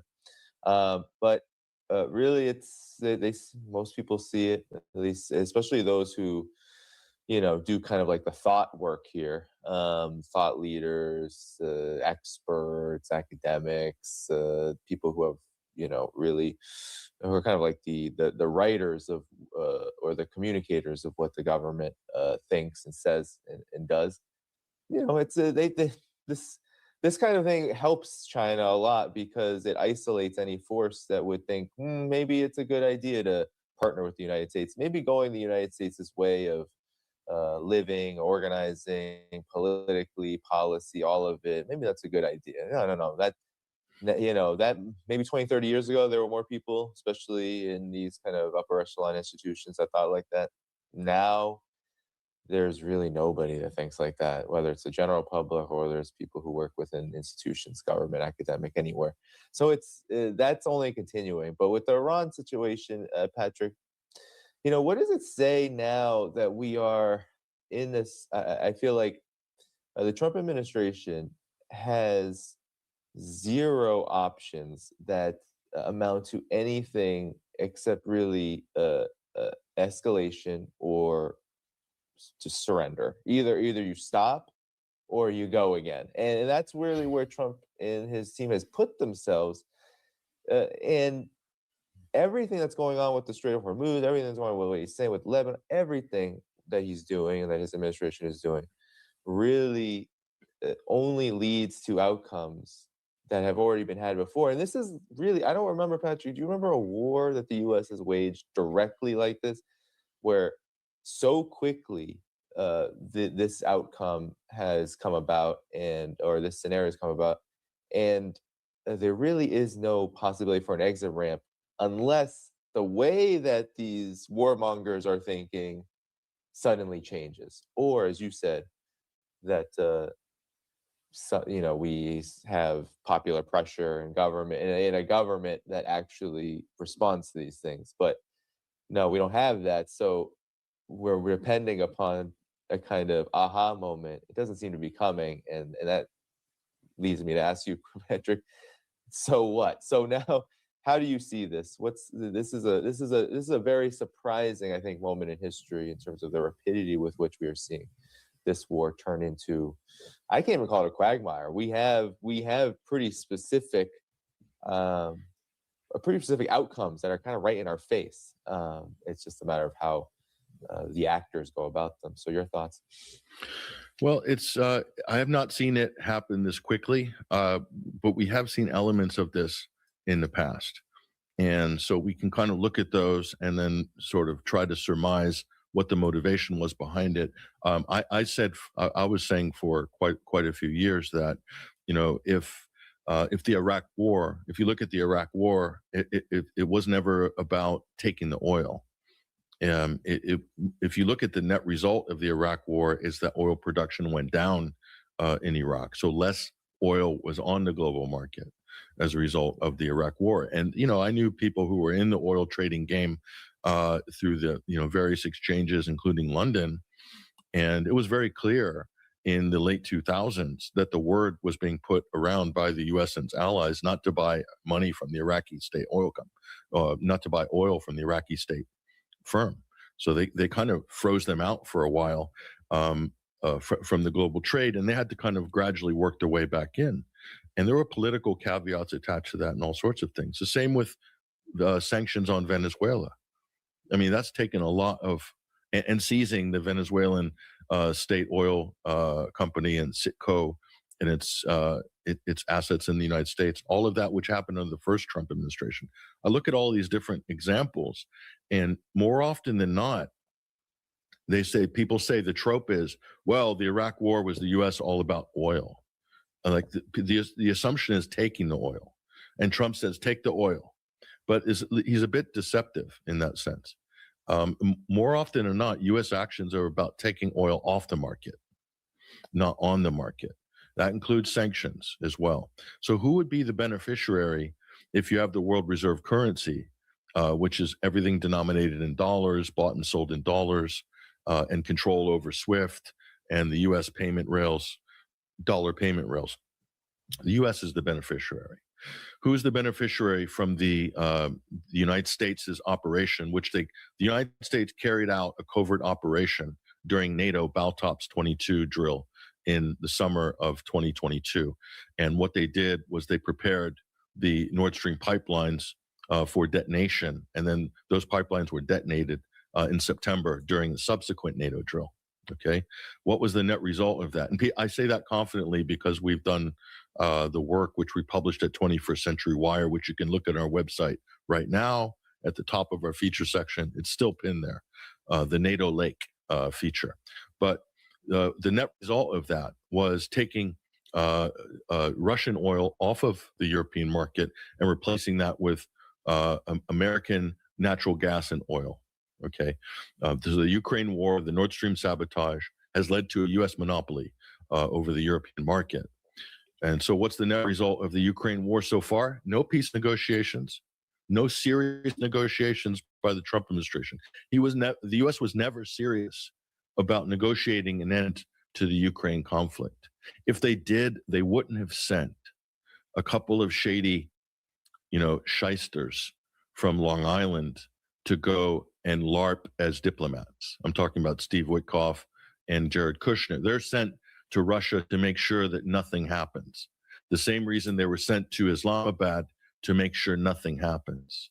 Meanwhile, the United States and Israel have very conveniently engineered situations in the Middle East, but the U.S. more so in Ukraine and in Venezuela, where the United States is somehow directing or creating a type of a global monopoly, or at least the balance of force in the global energy markets is being steered by the United States. And they will profit off the spike in prices. Their competition's taken off the market. Do they really care about the Gulf? The United States, I believe, has made a value judgment that they can withstand the sort of drop in Gulf oil denominated in U.S. dollars or bought and sold in U.S. dollars that make artificial demand for the dollar, which is the petrodollar system.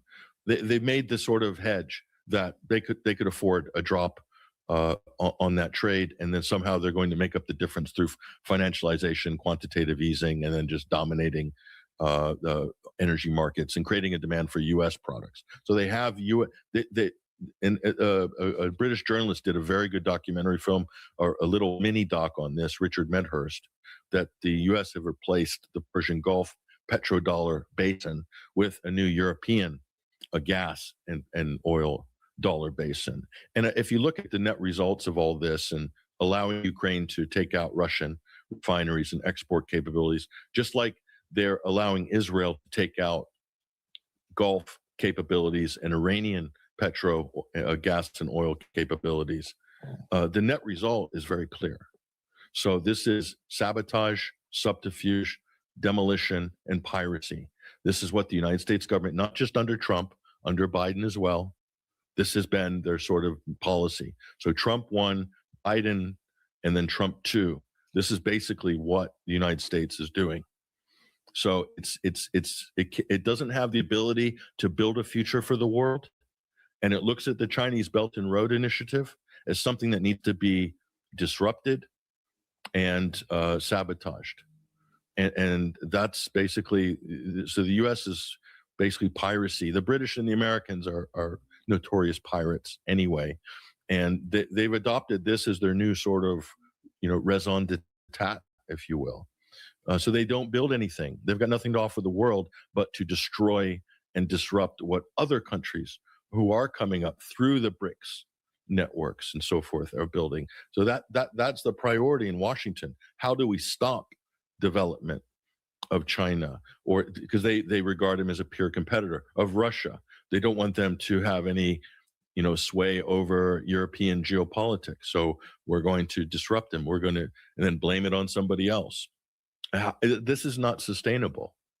It's not sustainable. The U.S. can do this, and in doing so, I would predict that they could delay their demise of the U.S. empire, maybe by like 10 or 20 years, but it's still going down for the simple reason that the whole premise of it is based on a world that only existed in the 19th century, where there was no China, there was no India, there was no Brazil, there was no Russian Federation.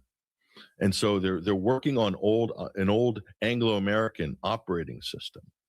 That's like the equivalent of MS-DOS, geopolitically speaking.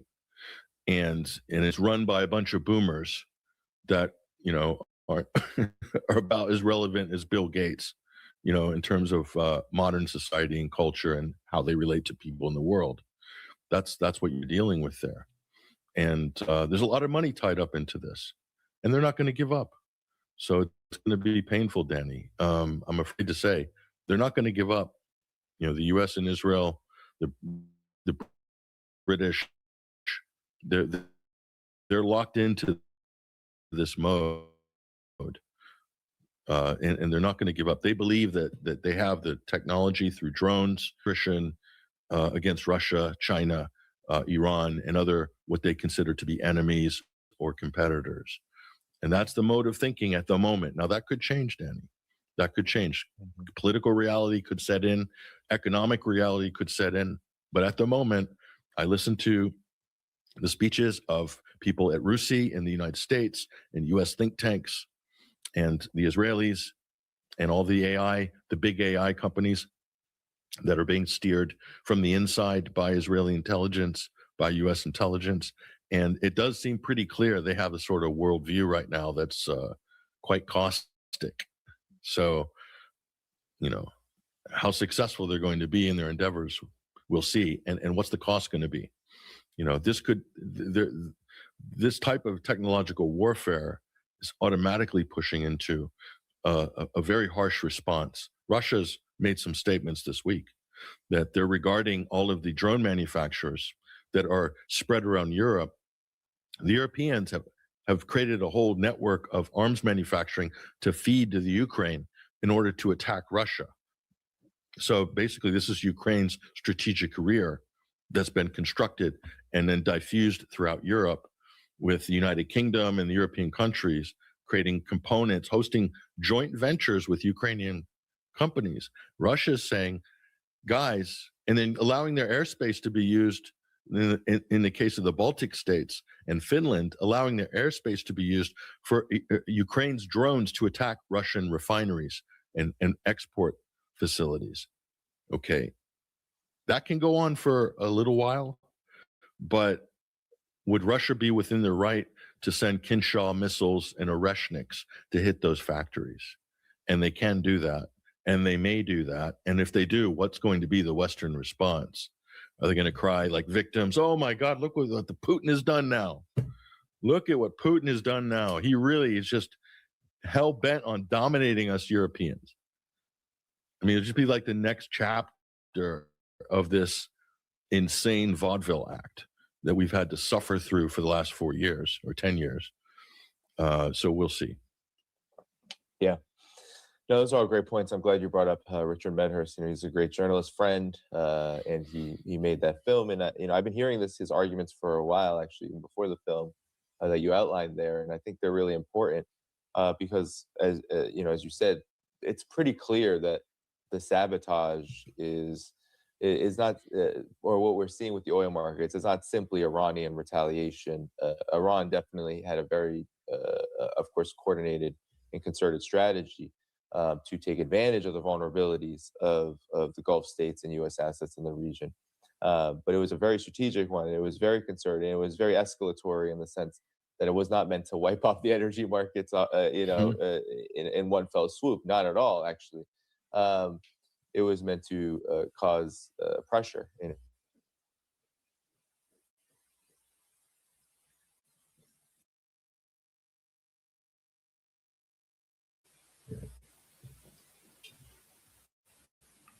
I think we're back. Yep. They try to blame Iran, right? The Gulf states, whether it's UAE or Saudi Arabia, they blame Iran for attacks that have no real known origin, likely Israeli drones. And so, the question is why do this? But it seems obvious why. You outlined it there. But then there's the other side of it of like, okay, is this effective? It's effective making money. It's effective of manipulating energy markets, and even hell, maybe if we call it seizing control of them for a time being. But I think your point on the outmodedness of this, and as well as the consequences, the world consequences, the fact that what makes one appear stronger actually could make one weaker in the medium term, in long term, hell, even maybe the short term, because of how quickly things are changing. So I think all these are great points, Patrick. We're heading to the last 10 or so minutes here. Your thoughts about where things are going, as well as you can elaborate on the point of how trying to seize and manipulate energy markets in this way, through this particular war, how it could go wrong. I think it might be important for people to hear in detail. Yeah. I mean, the first thing is there's just some fundamentals about history and empires that you need to observe and take on board. I put a video up on my Substack last night kind of explaining this, and that if you study late stage empire, one of the key characteristics of late stage empire is that a country will start expanding the qualification of what constitutes an enemy of the empire. And then a lot of former allies will become enemies or frenemies or just all out adversaries. And that's a characteristic of late stage empire. So not just attacking your enemies or pure competitors, but also attacking your allies. And the United States has done this just really comprehensively under Trump, through the tariff wars, especially threats, undermining NATO, pulling out of NATO. So it's ticking all the boxes historically for a bona fide collapse of an empire. This is what happens. And it doesn't necessarily need to be Trump, but Trump has accelerated it. He's the guy that's going to deliver the collapse of the U.S. empire for the globalists that he campaigned, that he was supposedly opposing. And the other thing is the Israeli question, is that a lot of this is accelerated because Israel has operational control over a lot of U.S. foreign policy. That's why the flashpoint is going to be the Persian Gulf at the moment, and it has to do with the shared destiny of the shared fate, I would say, of the Israeli project in the region. So those are two fundamentals, I think, that are kind of irrefutable, really, if you look at history. So that's exactly where things are actually headed. So this can go wrong. This obviously the piracy, sabotage, foreign policy, wrecking things. It has a short lifespan, and the biggest risk in the United States, of course, is the internal political situation and the internal economic situation. And they can do a lot of things to stave that off, to delay that. Quantitative easing, stimulus checks, trying to buy off the population with like sort of paltry, little, Band-Aid checks that you receive in the post. Oh my God, Trump sent me $1,500 or $1,776, whatever. These sort of gimmicks, like they did during COVID and so forth, they might seem like it's going to be a short-term win, but all it does is kick the can down the road, and it creates a cycle of hyperinflation. I think inflating is the only thing that the U.S. really has left at the moment.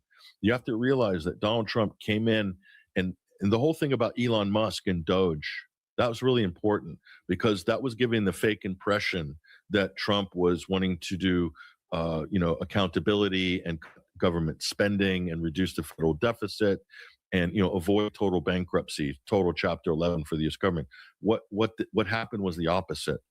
And the government is now going to overspend in terms of deficit spending, record levels under Trump's first year. It's probably going to come out to circa $2.5 trillion over budget, which means that real money in terms of receipts from the government is going to runs out in May, and everything else is borrowed and added to the deficit at that point. So who is going to be the beneficiary of that deficit? Well, one of the main beneficiaries for the increase in deficit spending is the military industrial complex. And who's going to be the beneficiary of that? It's going to be Elon Musk.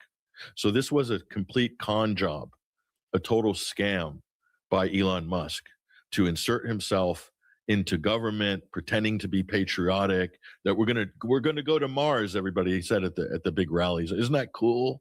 It's sort of like Bill Gates dancing on stage with Jeff Ballmer and at the Windows 97 launch or whatever it was. It's just ridiculous tech IPO energy that Musk injected, and so him, Alex Karp, Palmer Luckey, all of these tech bros that have now moved into the defense industry and merging AI with the military, they're looking at this like a bonanza. This is what's driving the next bubble, driving the next market. But it's all based on an AI bubble and a defense bubble, or a war bubble, we'll call it, that really just requires the United States be constantly at war with everybody for the foreseeable future. And that's where all of our money is going. And that's where all of our debt is going. And we're going to pay for that in inflation. If you're the first recipient of that money, if you're in the defense contractor business, you're going to profit off it. Everybody else downstream is going to pay for that in the hidden tax of inflation. So if Americans, if they haven't realized this by now, that's how the system works, and many people have warned about it, Ron Paul included, many times many times over the years, then what can we say at this point? It's really hard to get the message across. So I mean, that's if the message does get across, and there's a Democratic leader that somehow can infuse fiscal responsibility and fundamentals into the conversation, or a Thomas Massey could be successful politically and somehow change thinking in America about its place in the world and its place in the future world, if there's going to be a future world to have a place in. If those things happen, then yeah, there's a chance that America could avert total disaster and sort of gracefully wind down its empire. But currently, that's not what's driving government and policy and spending at the moment, and politics. The political economy is geared in the direction of the things I just mentioned. So I don't think that it's not going to be a happy ending. It's going to be a happy ending for the people in the war business, but even then, they might trigger a thermonuclear war at some point, and they can't build enough bunkers fast enough for all these billionaires. So I don't know. Yeah. No, yeah, those are all great points, Patrick. I think what we are definitely witnessing is it's a historic moment, and I think one big problem politically that this presents, especially for the United States, is that when there are precedents set like the ones that the Trump administration is setting now, we haven't seen a track record of U.S. administrations that follow these precedents reverse them. So that I hope people can digest a bit who are watching this program, is that with every move that has been made against Iran, with these kind of headwinds that have exploded, whether it's the energy markets, whether it's Strait of Hormuz, whether it's the the way this war is fought, the direction of how the war was fought, how the United States and Israel are engaging with the world and engaging with the region in the way that they are. This notion that the Democratic Party, as it is currently constituted, could materially make a difference when they come in, not only gets harder, it's hard to believe given how they are politically, but also if once the precedents are set, they become new standards for the empire. We've seen this over and over and over again, from the surveillance state to the war on terror to Libya, Syria. We go on down all the lists, and then Ukraine.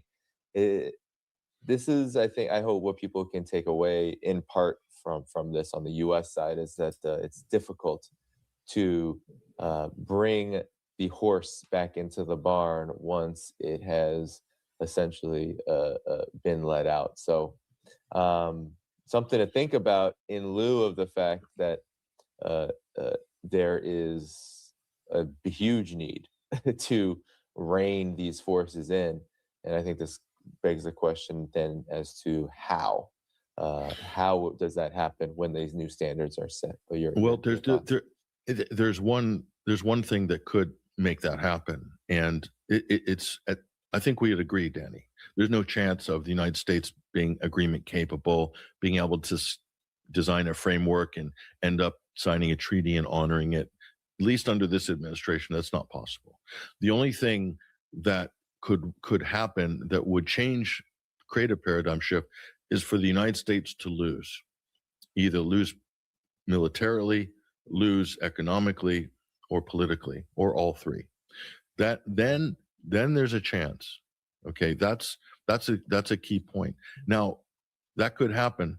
It could happen. It would probably take Iran to shoot down a US B-2 bomber during one of these scorched earth annihilation attacks by Pete Hegseth and the US Pentagon, or that could happen in Cuba with Trump's invasion of Cuba, which he is planning right now as we speak. Yeah. So that could be the moment where it all, this house of cards comes down of US legitimacy, and perhaps even a military defeat, an embarrassing military defeat.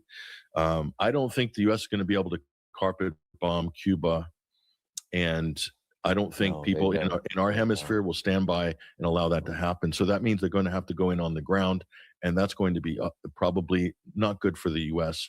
That could result in a defeat. Even a partial victory by Cuba would be seen as a rounding defeat against the US. So it would re-energize Cuba too, re-energize them in a big way. It would not, Daniel, it would re-energize the global South, and it would re-energize probably left-wing governments right across the world, and give them a whole new lease on life that didn't exist before Trump. So that could also be a paradigm shift.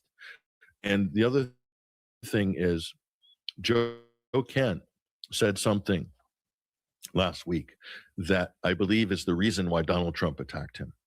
And Joe Kent publicly said, he's a whistleblower, former counterterrorism chief, left the Trump administration because of Israel's undue influence over U.S. policy and dragging us into this war. He was correct on all fronts. Okay, he said the reason Trump is trashing NATO is because the U.S. is looking for an excuse to move out of NATO, albeit temporarily, in order to open the door for Israel to attack Turkey, so that there's no Article 5 obligation for the U.S. to defend Turkey under Article 5, and Israel can then be open to attack Turkey.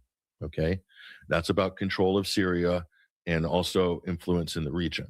Okay, I think Joe Kent was correct. I think this is an Israeli plan, and former Israeli Prime Minister Naftali Bennett has publicly been stating that Turkey is the, quote, Turkey is the new Iran. Turkey is the new Iran. So I think, so there's, besides the global oil and gas play that the U.S. is trying to engineer in order to hurt the Chinese economy and punish its perceived rivals and so forth, this is a big one. And that would also be, I think, a huge misstep if that happens, because then that will either lead to World War III, because that's going to force Russia to be pulled into the conflict. It would force them to be pulled in, and it would force the Europeans in to this, to whatever this conflict is, whatever shape it takes. And that could accelerate things, and we could get a conclusion.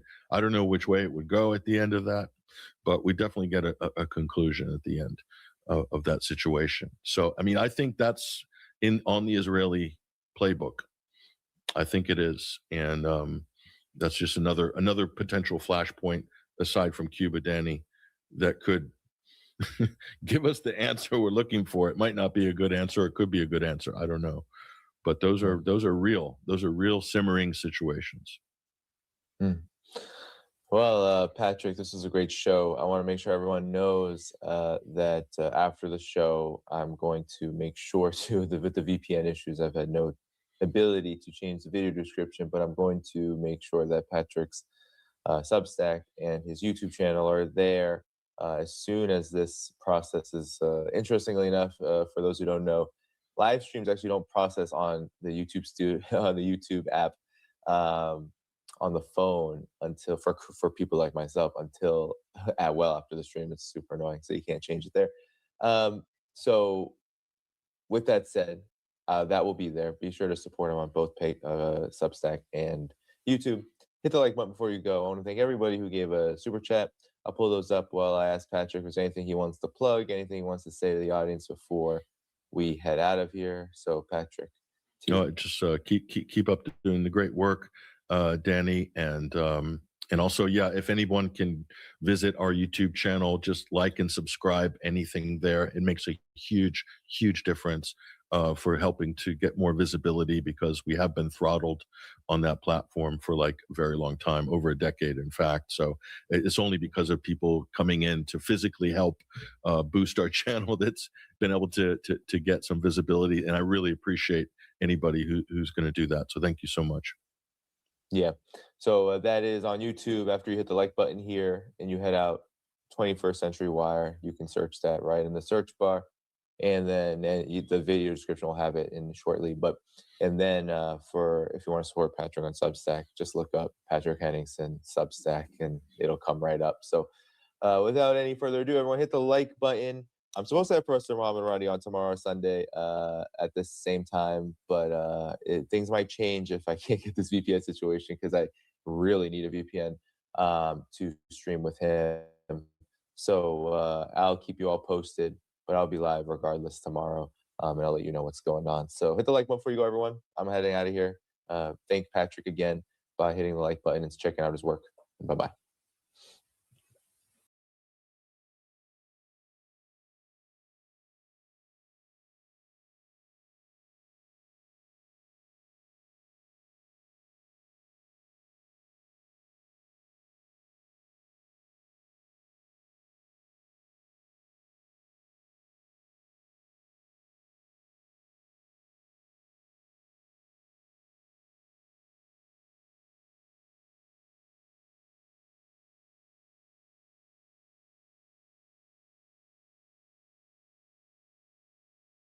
What's going on? It's working out very well. They got a little cute, as they have been doing for 47 years. Nobody ever took them on. We took them on. They have no Navy. They have no Air Force. They have no leaders. They have no nothing. Actually, their leaders it is regime change. You call that enforced regime change, but we're talking to them. They wanted to close up the Strait again, as they've been doing for years, and they can't blackmail us. Well, and we'll see, but we'll have some information by the end of the day. We're talking to them.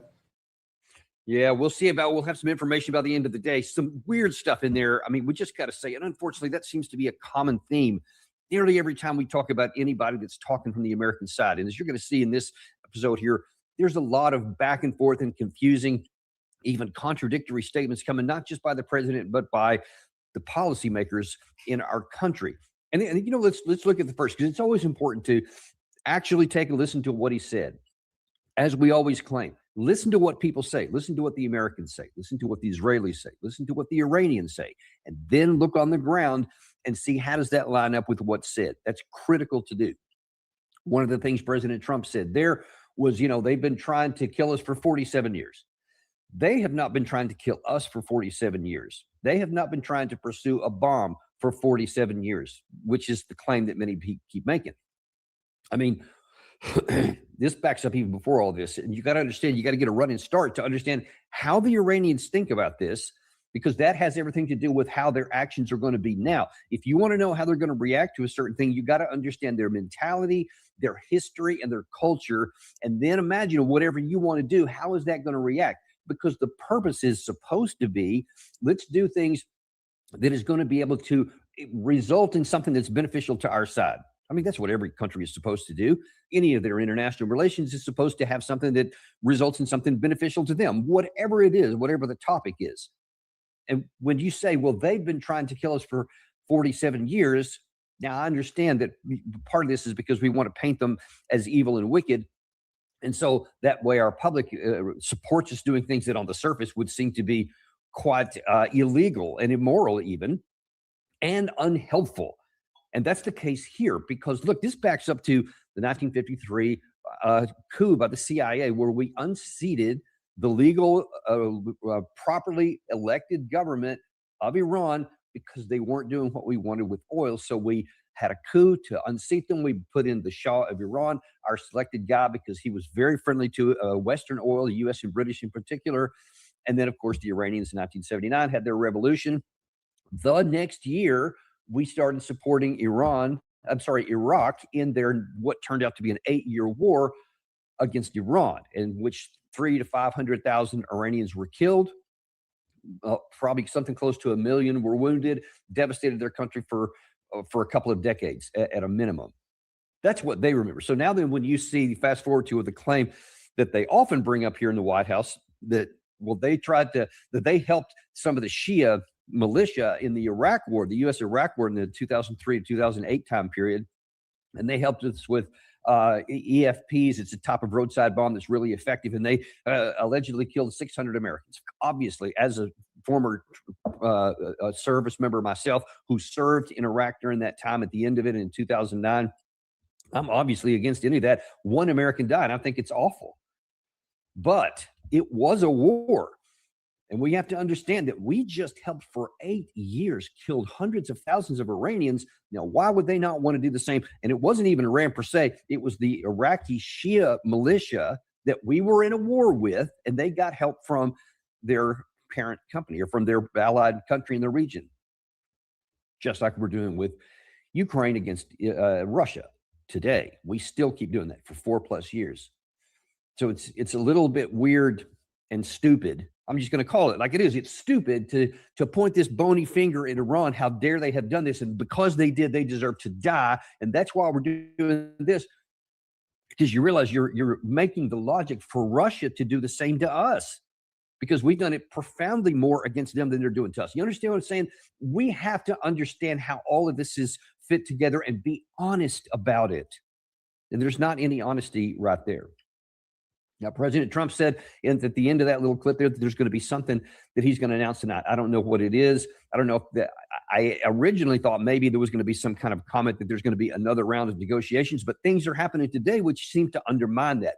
Around the same time that he was talking, in fact, there's news popping out that Iranian gunboats have fired on tankers in the Strait of Hormuz. And then now they're saying that it's closed again. They released some information on their media state. They said Iran agreed to allow a limited number of ships to pass through the Strait of Hormuz according to agreements. And that's what we showed you from Foreign Minister Abbas Araghchi yesterday. He said, yes, we're going to open the straits according to the ceasefire terms that we agreed to with. And then the media continues on and says, but the U.S. did not fulfill their obligations. So the Strait of Hormuz is now closed again, and passage requires Iranian approval. So you see, that was the whole issue, even that Abbas Araghchi said. And then I showed you later in the day to where the IRGC spokesman clarified that, said there are 3 conditions. And one of the first ones, the absolute first one he listed on there was, this is an all or nothing deal. Either the American blockade comes down and our blockade comes down, or neither one of them come down. And now then, President Trump boasted on Truth Social around that same time yesterday that only the Iranian side would come down and ours didn't. So, I mean, that already just sabotaged anything right there. I mean, upon what logic would anyone say we want to get the flow of oil open to the Strait of Hormuz? We want things to start happening in a good way. And so we're going to ask the Iranian side unilaterally to stop blocking the Strait of Hormuz while I'm going to keep mine in place so they'll be harmed. I mean, who would do that? I mean, you can't ask a major give from another side in a negotiation when they have some control and leverage without giving them something in return. And the obvious and the easiest thing in the world for President Trump to have done was just say, sure, our blockade is now open too. But for some reason, he didn't do it. Now, I mean, one can speculate, was this an intention to try and make the Iranian side look bad? It's nothing to make it look bad in American eyes, because there's not many American, I've been looking on major mainstream media today, not many people are saying President Trump asked Iran to open the strait while he himself kept it closed. And then they said, well, we're not going to do that. There wasn't any comment. That only the headline that Iran, first of all, says they're going to open Strait. Now all of a sudden they're not going to. Now they shut it down, and now apparently they have attacked some ships in the region. We'll see how that continues to work out. Sean Bell from Sky News this morning was talking about that issue, and then he also mentioned something else that additionally the Iran leader Mojtaba Khamenei also said today. The supreme leader, who we haven't heard very much from, now posting on Telegram that Iran's navy is going to be inflicting bitter defeats on its enemies. What's militarily, how does this feel to you? Does this feel like a significant escalation? Well, the short answer is no. And the danger of saying that when there's gunfire and everything may mislead people. But by context, I mean, the Strait of Hormuz was closed by the Iranians, then America's trying to open it, then Iran's opened it, and America is sort of still closing it, because the Iranians have said the blockade that America has in place really isn't part of the deal. And therefore, when it was open, we were seeing a flow of traffic around the Strait of Hormuz, this live tracker, which we've regularly been following. But of course, when, as you say, the Iranians said it was going to be closed, you're now the Iranians. You've actually seen now quite a lot of this traffic moving around. The green is cargo, the red is oil tankers. And therefore, you want to stop that traffic.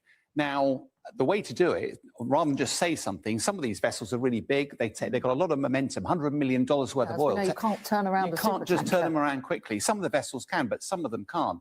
And therefore, you've got to make sure that you believe there's a credible action. Now, there's lots of different reports coming out, but the common ground at the moment is that one vessel has reported that 2 IRGC gunboats opened fire and potentially hit the ship. Now, that in itself, if they were genuinely serious about taking down shipping, you'd have anti-ship missiles and all sorts of other things. This feels much more like a very overt threat that we are serious, so that vessels that are on their way through just get out the way. Any other vessels turn around, and we're already seeing evidence of that happening.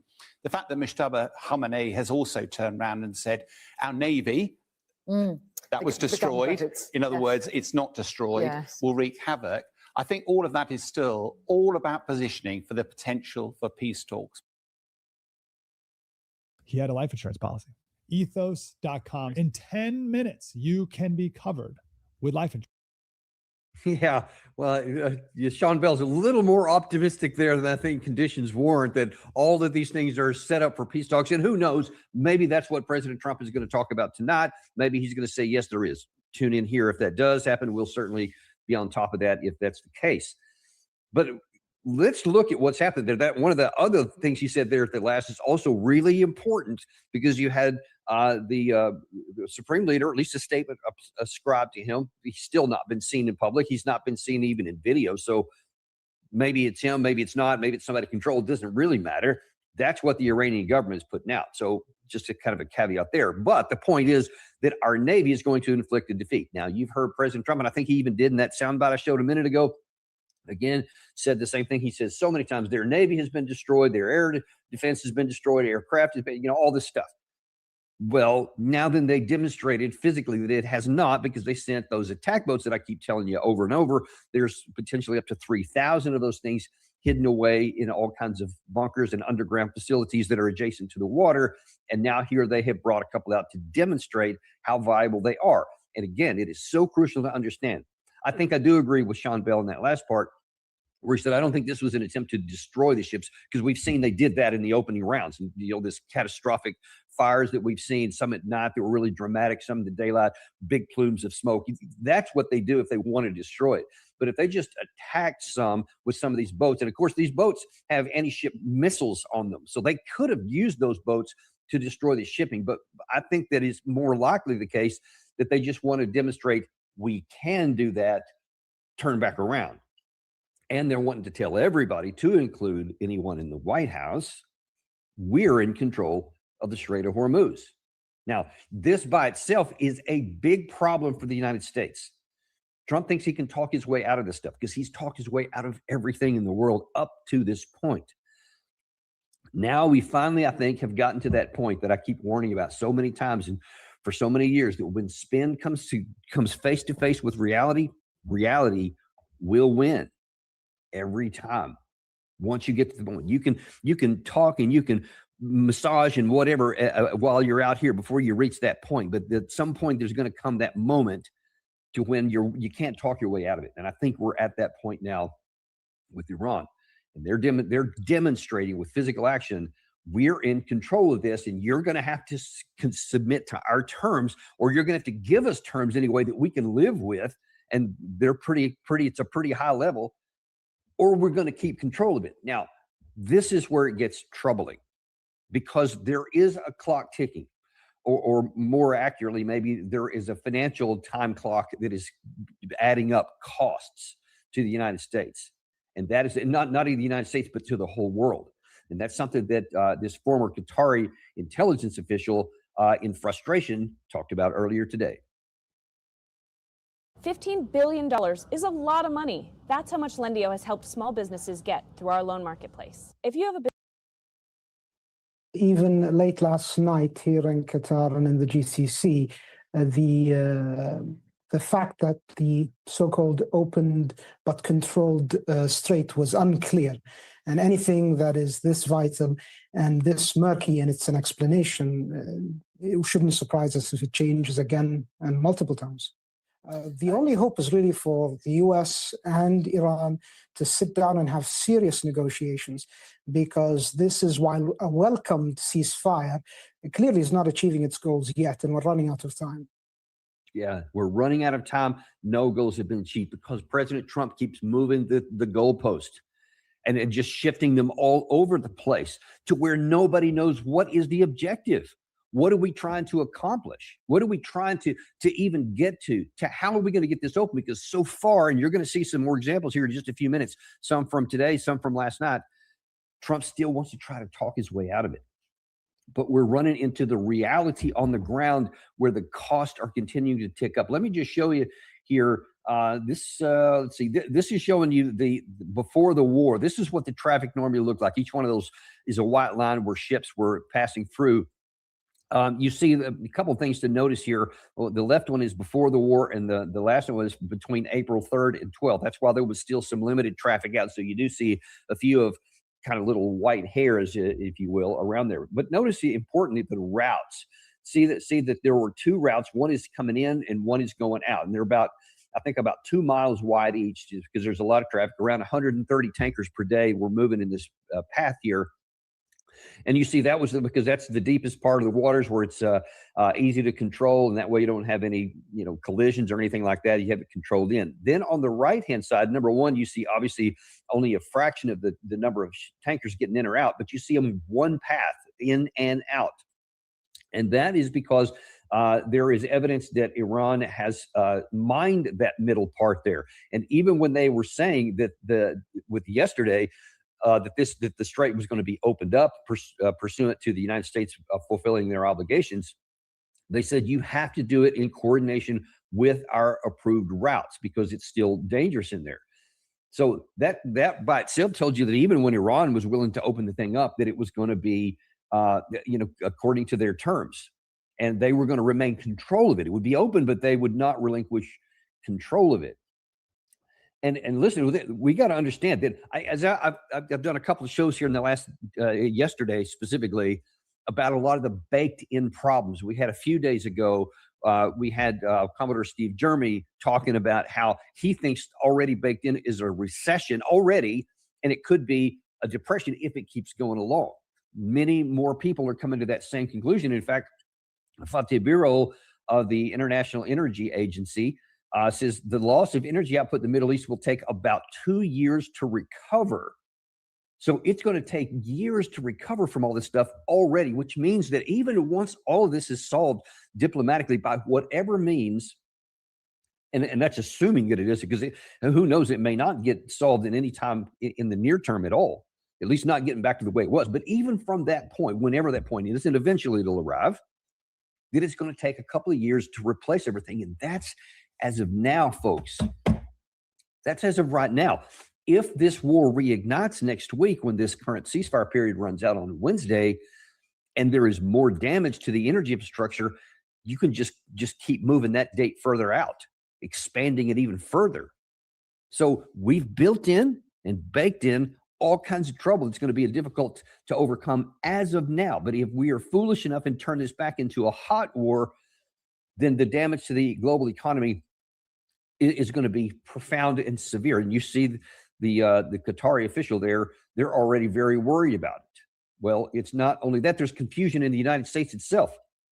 The upper left-hand headline there is on the 15th of April, I believe it was the 15th. So about 3 days ago, Secretary Treasurer Scott Bessent says U.S. will not be renewing waivers for Iranian and Russian oil. Darn it, we're just not going to do it. So forget, oh, wait a minute. 2 days later, U.S. lifts sanctions on Russian oil despite earlier assurances. And you see that OSINT technical there. The U.S. dropped a Friday night late notice lifting sanctions on Russian oil for another month. It comes just 2 days after Treasury Secretary Bessent said the U.S. would not return the waiver. So seriously, just what are we doing? I have mentioned already that on the one hand, we relieved sanctions on the Russian oil. We relieved sanctions on the Iranian oil in the beginning of this. Scott Bessent himself, that same guy, talks about how we're jujitsuing the Iranians. Ha ha ha. We're showing them by relieving sanctions on them and increasing the amount of oil that they can produce and increasing the amount of money they can get. That's out jujitsuing them. That by itself was weird. Now here we stay weird. What are we doing at the national level? Believe me, our adversaries and our allies alike are viewing this and they're scratching their head and they're going, seriously, WTF, man, what is going on here? How can anyone have any confidence that we're moving in a direction that's going to get this taken care of? Meanwhile, the cost is really starting to pile up. Now, that's what you need to understand. While all of this nonsense is going on and all of this contradictory information, the cost doesn't stop accruing. It still keeps going up. And here, this is Qasim Al-Ali, who covers global energy markets for the Middle East for MSC Finance. He put some data together and he's shown, listen, the last time crude oil inventories were this low, and he's talking about global inventories, Brent hit 147. Right now, we're at 85, and I'll explain that in a minute. But he's talking about the physical inventories. He said in the 2020 at the peak, there were 3,200 million barrels, million barrels of oil in the COVID glut. And then in 2022, when the economics from around the world after COVID started opening back up, then it went down to about 2,400. Then in 2024, it was about 2,300. And then 2026 current pass, we're now at 2,065. That's a 1,100 million barrel drain in just 6 years. And then he says, now add the Strait of Hormuz is closed, 9 million barrels a day is shut in production, meaning that what I told you yesterday, that because the storage facilities in 5 of the 6 GCC countries is full, they have to stop producing. The strategic reserves have already been depleted in various countries around the world at their post-2022. That buffer is gone, and $147 wasn't a ceiling last time.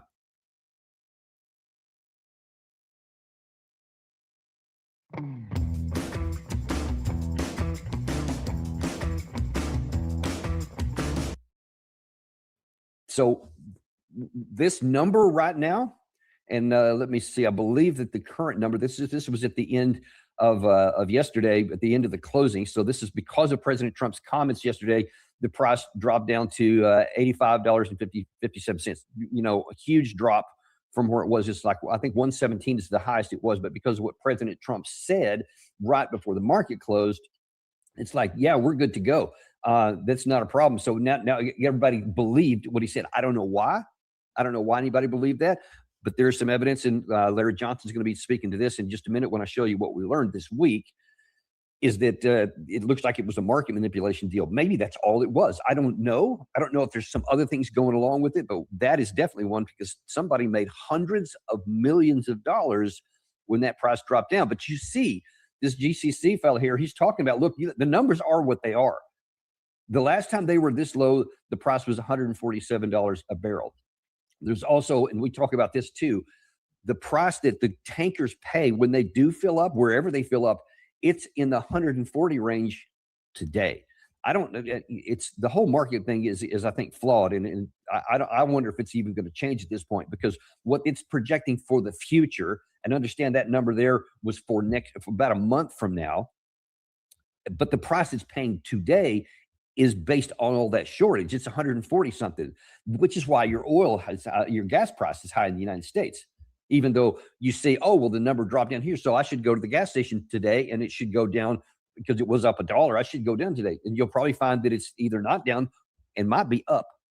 And that's because the price that it actually cost, the physical cost today of a barrel of oil is around 147. I'm sorry, 140, 144, somewhere around there.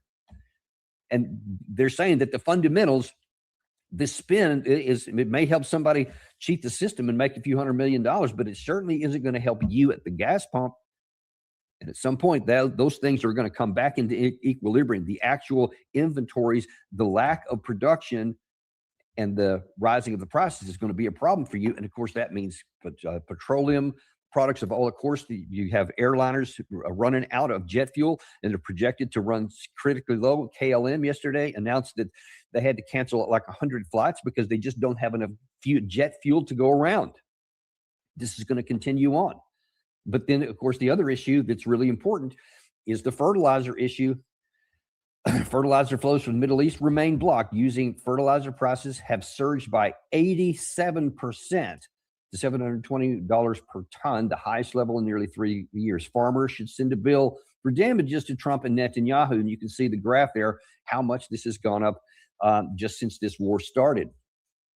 And of course, that has profound implications for where the war is going and the cost to it. And that's why I keep saying over and over, the costs are accruing. No matter what words you hear coming out of the White House, no matter what they claim on the ground, those costs keep going up because Iran shows they have physical control of the Strait of Hormuz.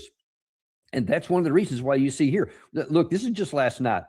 So the upper left-hand corner, that's from Ibrahim al-Fakar, who is the spokesperson for the IRGC.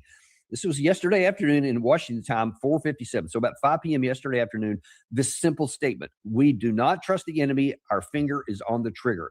And then we have today, we have this, this morning, Iranian gunboats fire on a tanker in the Strait and it's back closed again.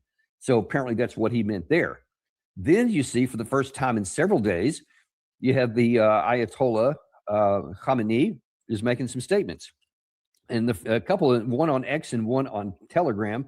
The one on X on the left, if you can't read those words there, it says, the upward trajectory and the increase of the diverse capabilities of the Army, which safeguards the country from east to the west and from north to south, must be continued, and the necessary directives for the realization of this will be issued in the near future. One wonders if he's also looking to the end of the ceasefire period. But then he says on the Telegram side, he said the Islamic Army is now courageously defending the land, water, and flag that belongs to it, just as it did in the previous two imposed wars.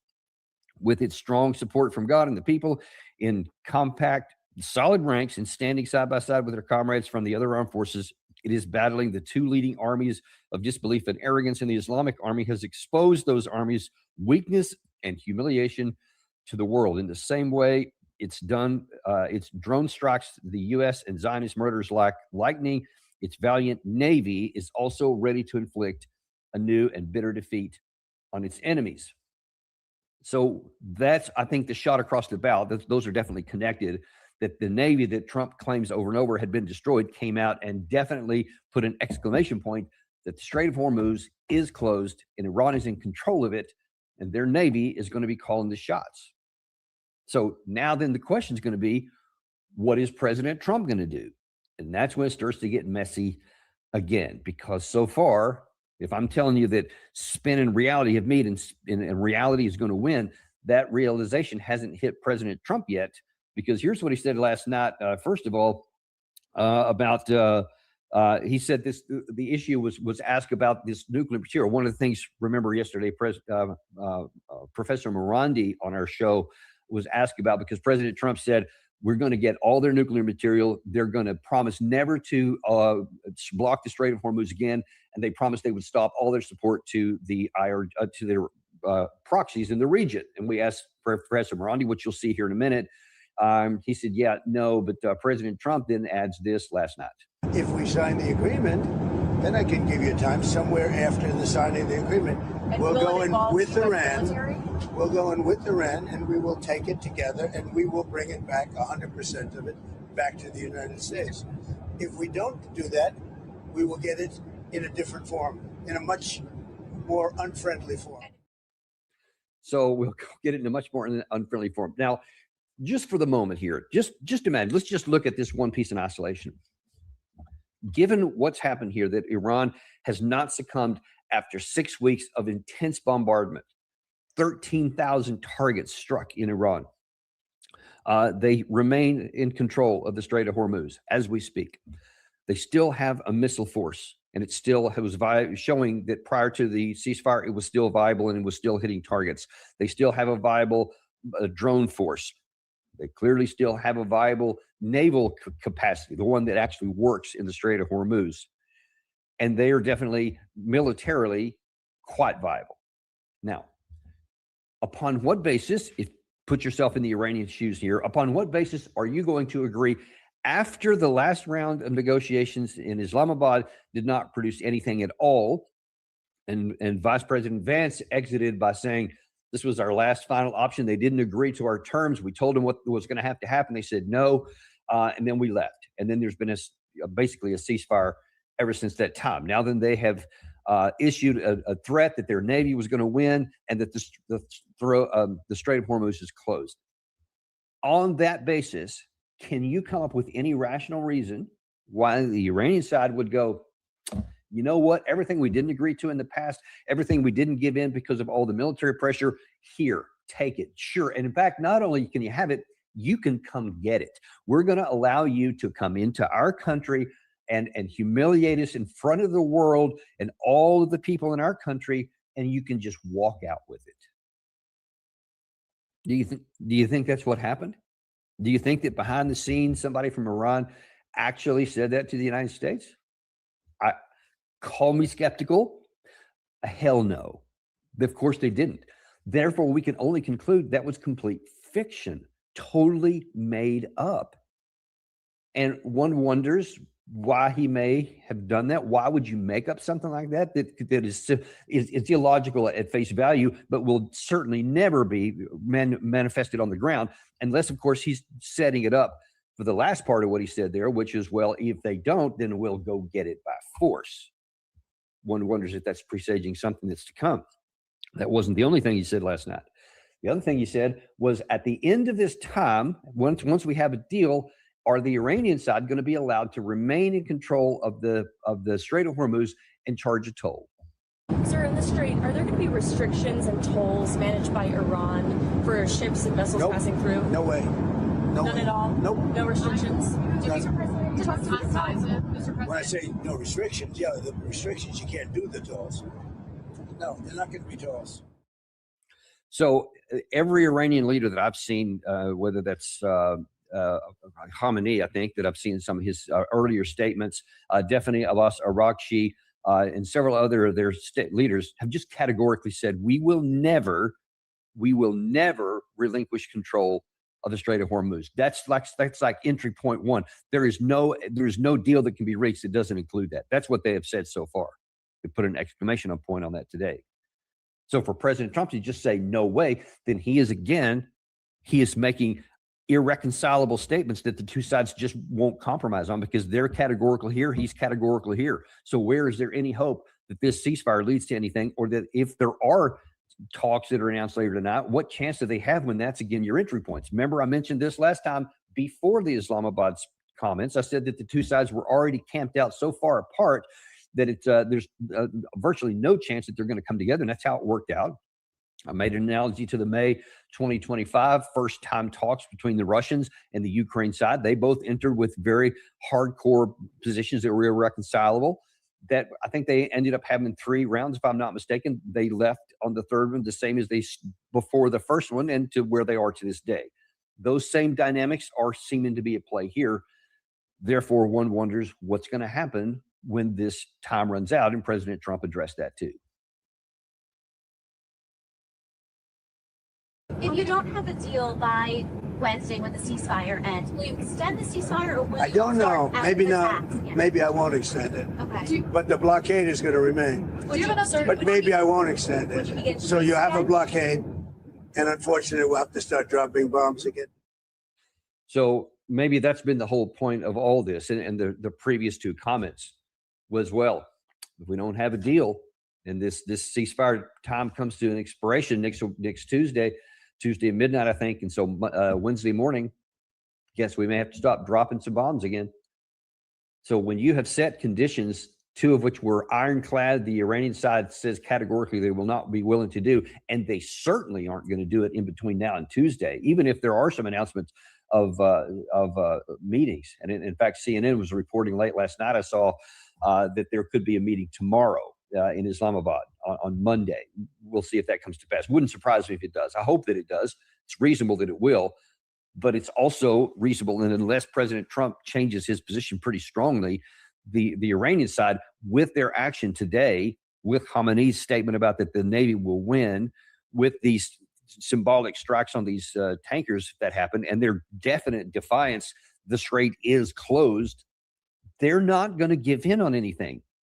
They're talking. They know that there's the likelihood or the possibility of talks tomorrow are coming in, but they're clearly saying we're over here. And Trump then just staked out last night and again today at the Oval Office that he still is acting like he's in the driver's seat and that he has all the cards, which he said before.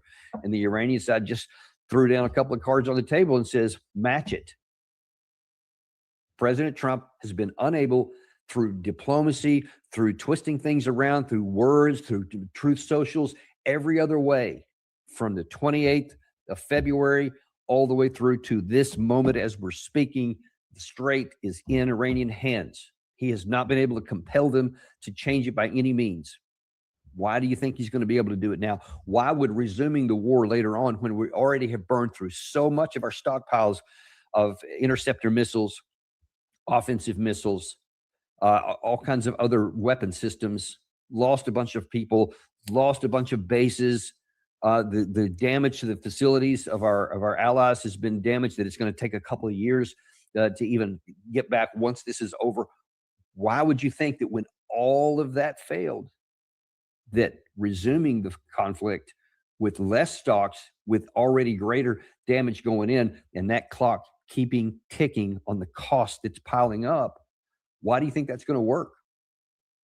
I hope that he doesn't. I hope that he recognizes that at some point and we move on to getting a chance to get this solved. It's just, man, he's going to, somebody, the Iranians or President Trump, is to get this over with and to have the war not resume next week, or at the end, maybe they'll extend it. I hope that happens too every day. Gives us a chance and a little bit of oxygen to keep alive the hopes that somebody finally acknowledges reality and gives in. And of course, that's almost certainly going to be the United States, because we started this war. Therefore, the Iranian side would be foolish to give into it and believe something that we said given the history.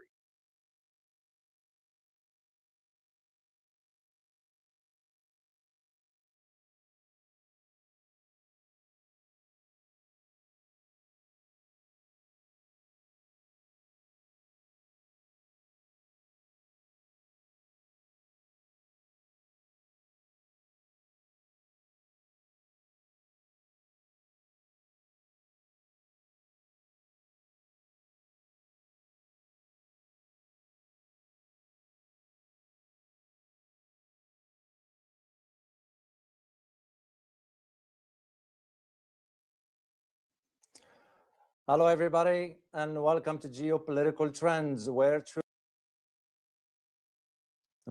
And he brought the so-called superpower to its knees. That's exactly what the Iran war is doing. So the U.S.-Israel war on Iran, the illegal and unjust war on Iran, didn't just shake the Middle East or West Asia for that matter. On the other hand, it handed China the key to a new world order. And I am going to share a clip with you by a statement by the Chinese President Xi Jinping. And this, where he talks about the new world order. Because what happened to America is it fractured, literally, and I use the term carefully, it fractured the sort of the US oldest alliances, if you will. Because nobody wants to join America in a fight that is not theirs. But also what he proved that the most challenger, in this case, Iran, even though some in Washington called them enemies and all that stuff, beside the point. The challenge wasn't about just missiles, firing this and that, but about the US own impulsiveness. That is where the demise of the United States is. So in this live stream, I'm going to be providing you, this will be more about an analysis more so than anything else. I'm going to keep it brief for you, and I'm going to share some clips towards the end, and I'll share one excerpt from my first book that I wrote about 11 years ago, and I addressed this particular point. I'll let you be the judge of that once you listen to it. So, and that's exactly what I intend to address in this live stream here. So, because the war that Trump embarked on has really weakened the United States. And as I said earlier, 6 weeks, just 6 weeks, were enough to lay bare the truth that most Americans still do not even come to understand. Because here is where it started, as you all know, and I've been covering this from day one. It started as a war that is sort of with some sort of excessive confidence on our part, but it's ended now. It's still, the war is on, but it's ended almost so far with some weighing questions. This war didn't strengthen America, or rather it weakened it.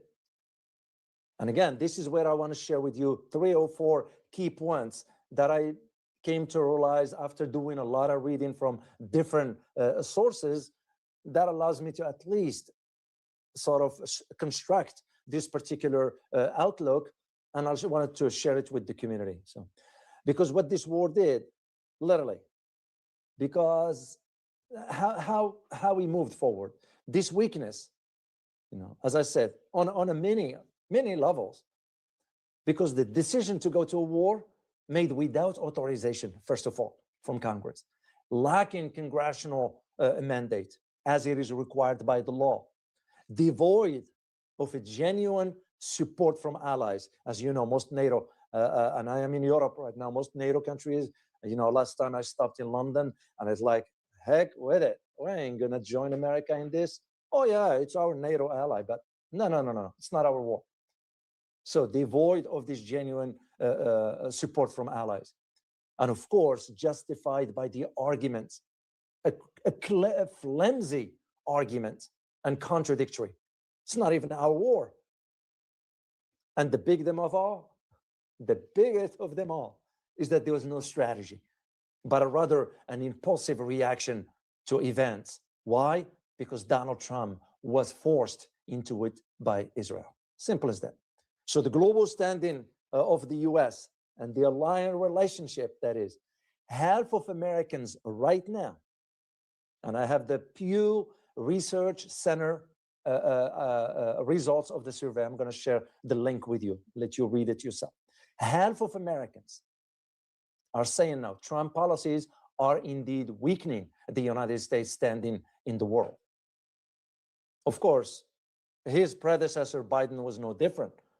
And Biden's predecessor was no different. The degradation of the US has been rolling on.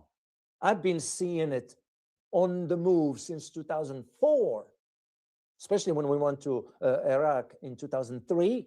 And I said, this is the beginning of the end. And this is where you have this hyper-nationalistic approach to foreign policy, which, by the way, we don't even have a foreign policy. It has fundamentally, in my opinion, weakened the US role on the global stage from an international relations perspective. And all this comes at a time when partnership and alliances are seen as critical for the United States to meet the global challenges.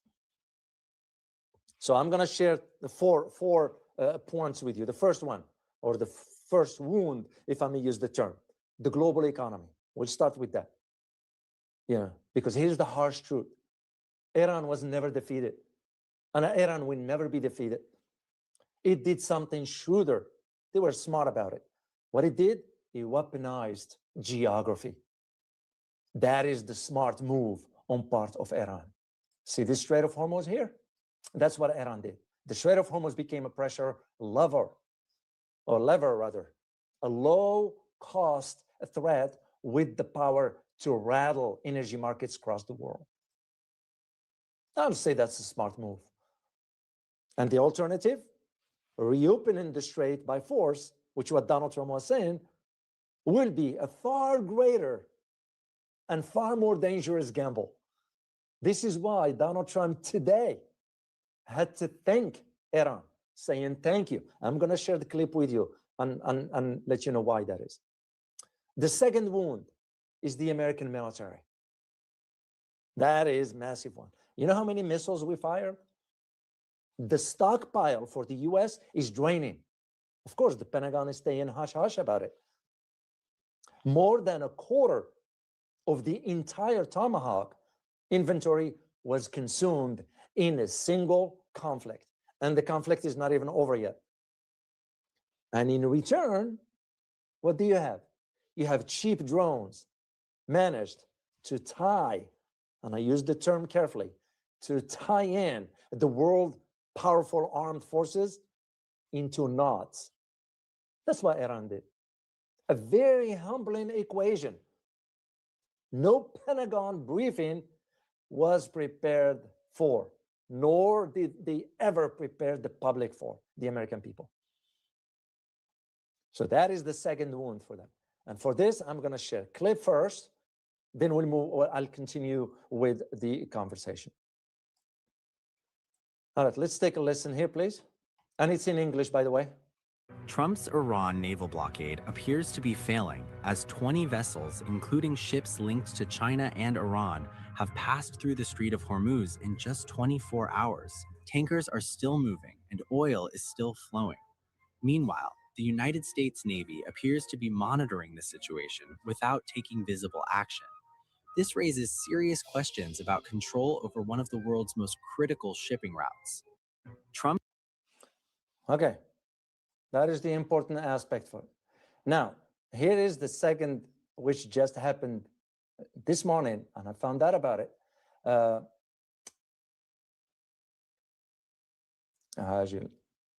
Okay, Let me share it with you here. And it's very short. There is no, I'm just going to read it to you, or translate rather in English, since it is written in Arabic. So what it says right there, let me just make this bigger for you so you can see. Oh, I can do that. Right there. Here is the thing. It says, Mufaja'a Trump. A surprise from Trump is that he is saying thank you to Iran for opening the Strait of Hormuz. This is an unexpected event, and it was unexpected that have ended the conflict.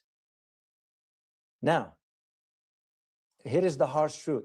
That is not the entire truth. Donald Trump has misplayed with the words. Iran opened the Strait of Hormuz. That's for sure, to all ships. But here is the condition for it. The condition is that as long as the ceasefire holds. So for Donald Trump to say, oh, we thank Iran for this, that's now the conflict is over, it is not.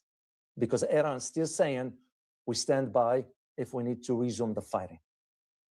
That is the important thing that I need you. And I wanted just to share that with you. So the third point, or the third wound, if I may use the term, the allies. You're looking at Japan, you're looking at South Korea, and of course, Europe. What are they doing? They are watching from the margins, from the sidelines. Not because they were unable to act. No. But because they no longer felt that they could trust the United States. The so-called indispensable partner now is becoming to look like their eyes like, oh, this is the unpredictable ally. We can't trust the Americans anymore. The fourth wound, or the fourth point, is the deepest, is the key, in my opinion. Because here's the thing. When a nation, in our case, is the United States, openly threatened to erase a civilization, it doesn't just lost the battle. It lost itself, because that's what we did. Global leadership has never rested on a firepower alone. Go back in history. Go back to the 14th, 15th, 16th, 17th, 18th, 19th century. Ask the Brits, ask the Portuguese, ask the Dutch, ask the Spaniards, ask the French. It's because whatever it is, it rests on legitimacy. And that is something Donald Trump doesn't understand. It rests also on principle, which we don't have anymore. It rests also on belief, which we don't have. But that belief is also held by others. That is one thing we missed. So the bottom line to this one here is that weeks after a ceasefire that fell short of every stated goal, that's what I'm saying, the war is not over, and from which Iran emerged with some sort of an influence beyond what we could even imagine. It had never, even Iran itself, not that they never imagined it, but it never crossed their mind that there will come a time where when they're gonna emerge this powerful. As a matter of fact, now, major military analysts are saying now, Iran is considered the fourth major power in the world. And I'm going to share a clip with you towards the end. So just make sure you stay with me till the end, please. So the lesson from all this is stark. Really, stark is as clear as daylight. The unilateral path leads to isolation. That's where we are at. And in this case, for the US, yes, we still can use the term, even though I don't believe it anymore, a superpower. What superpower? No.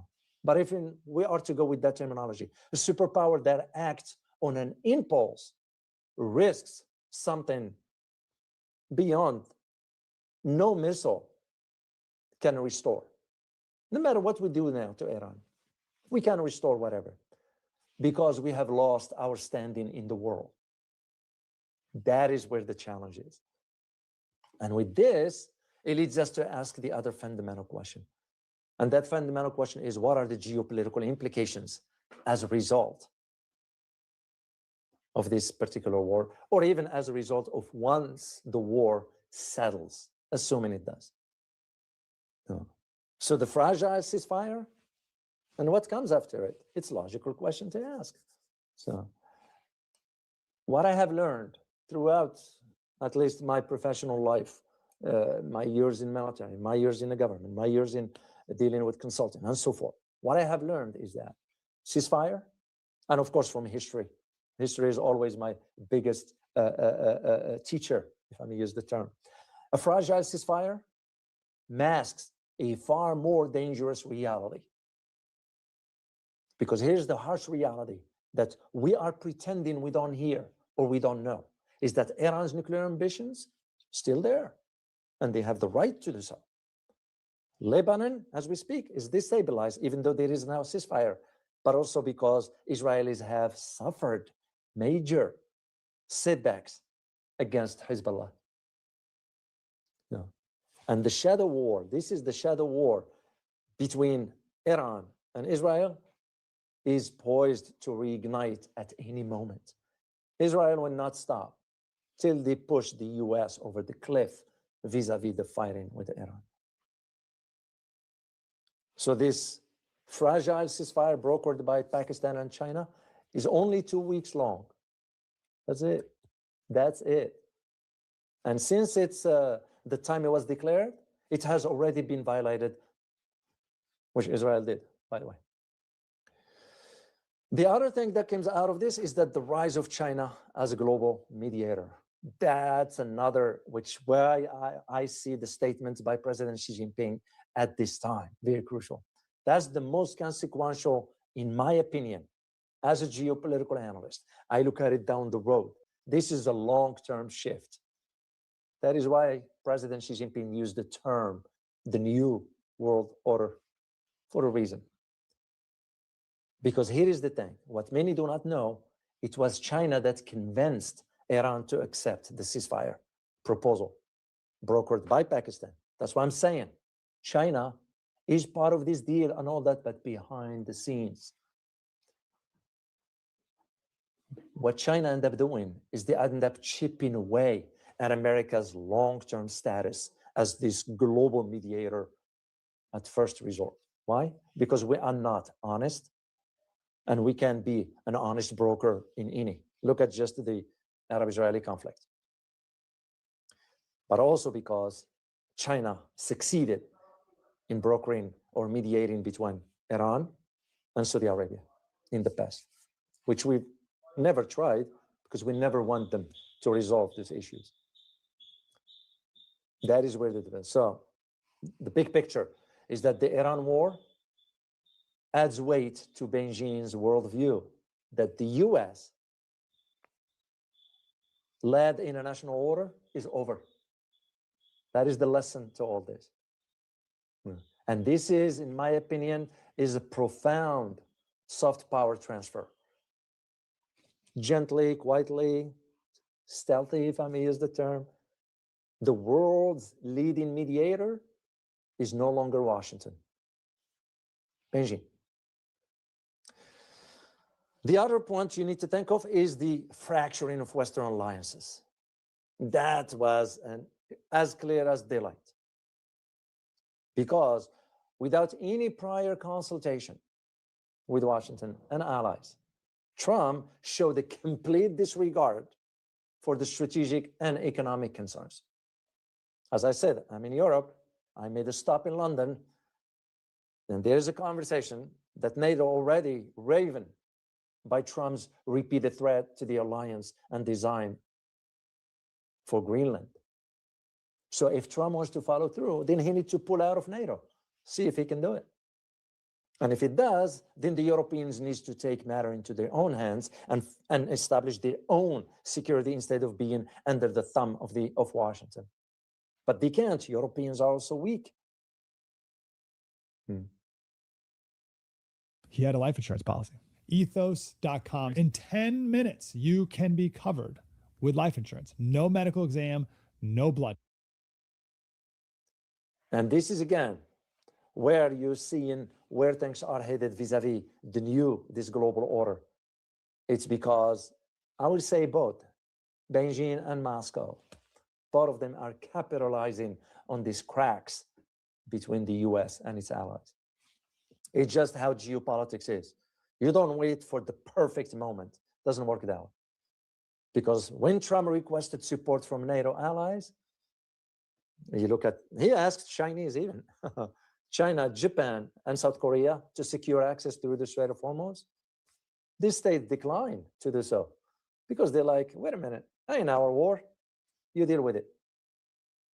You deal with it. So there are some analysts in Washington, they're saying, oh, with all this happening, there is some sort of Iran's internal future.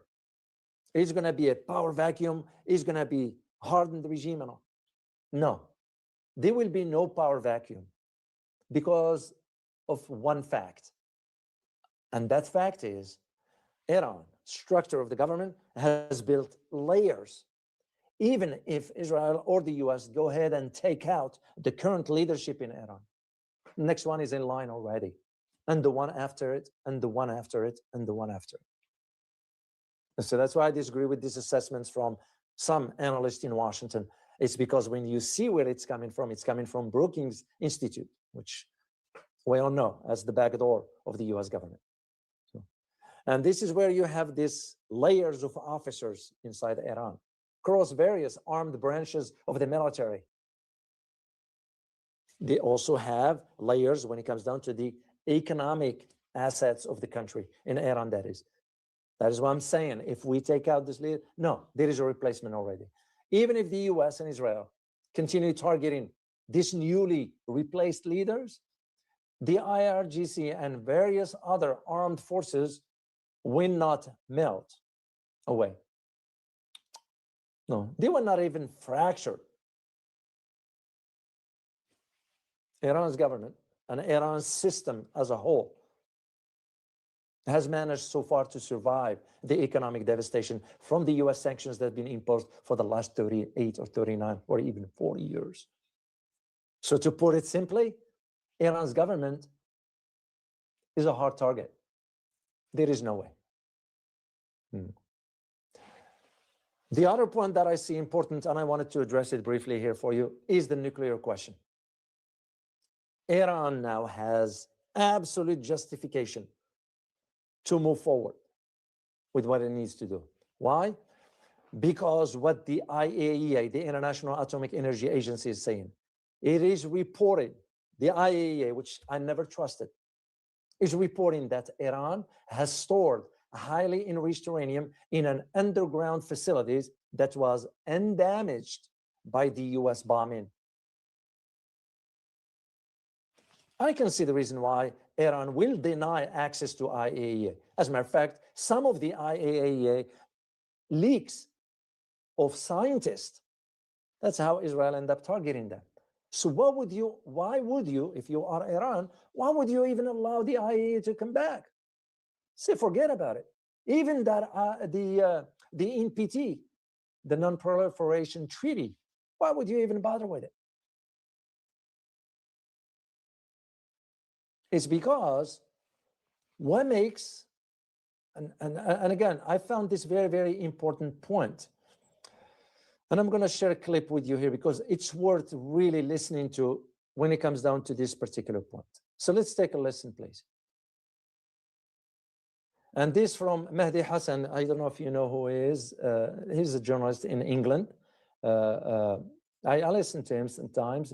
He's spot on, logical arguments. So let's take a listen here. And you decide for yourself. In the Middle East has nuclear weapons. It's not which country in the Middle East has nuclear weapons. It's not Iran, it's Israel. Which country in the Middle East has not signed the NPT, the Non-Proliferation Treaty? It's not Iran, it's Israel. Which country in the Middle East is defying a UN Security Council resolution calling for that country to open up its nuclear facilities to IAEA inspectors? It's not Iran, it's Israel. Which country in the Middle East attacked 6 countries in the Middle East last year? 6. It wasn't Iran, it was Israel. So the only country in the Middle East right now that can put its finger on a button and fire a nuke is Israel. the only country threatening to fire the nuke it has. Ben-Gvir smiled and nodded the other day when an Israeli journalist suggested nuking Iran is Israel. Why is your country, Doron, you're a spokesman for the military, in violation of UN Resolution 487, which was unanimously passed, including by the Reagan administration in 1981, calling for Israel to open up its nuclear facilities to the IAEA? Why wouldn't you allow IAEA inspectors to look at your illicit secret nuclear weapons program?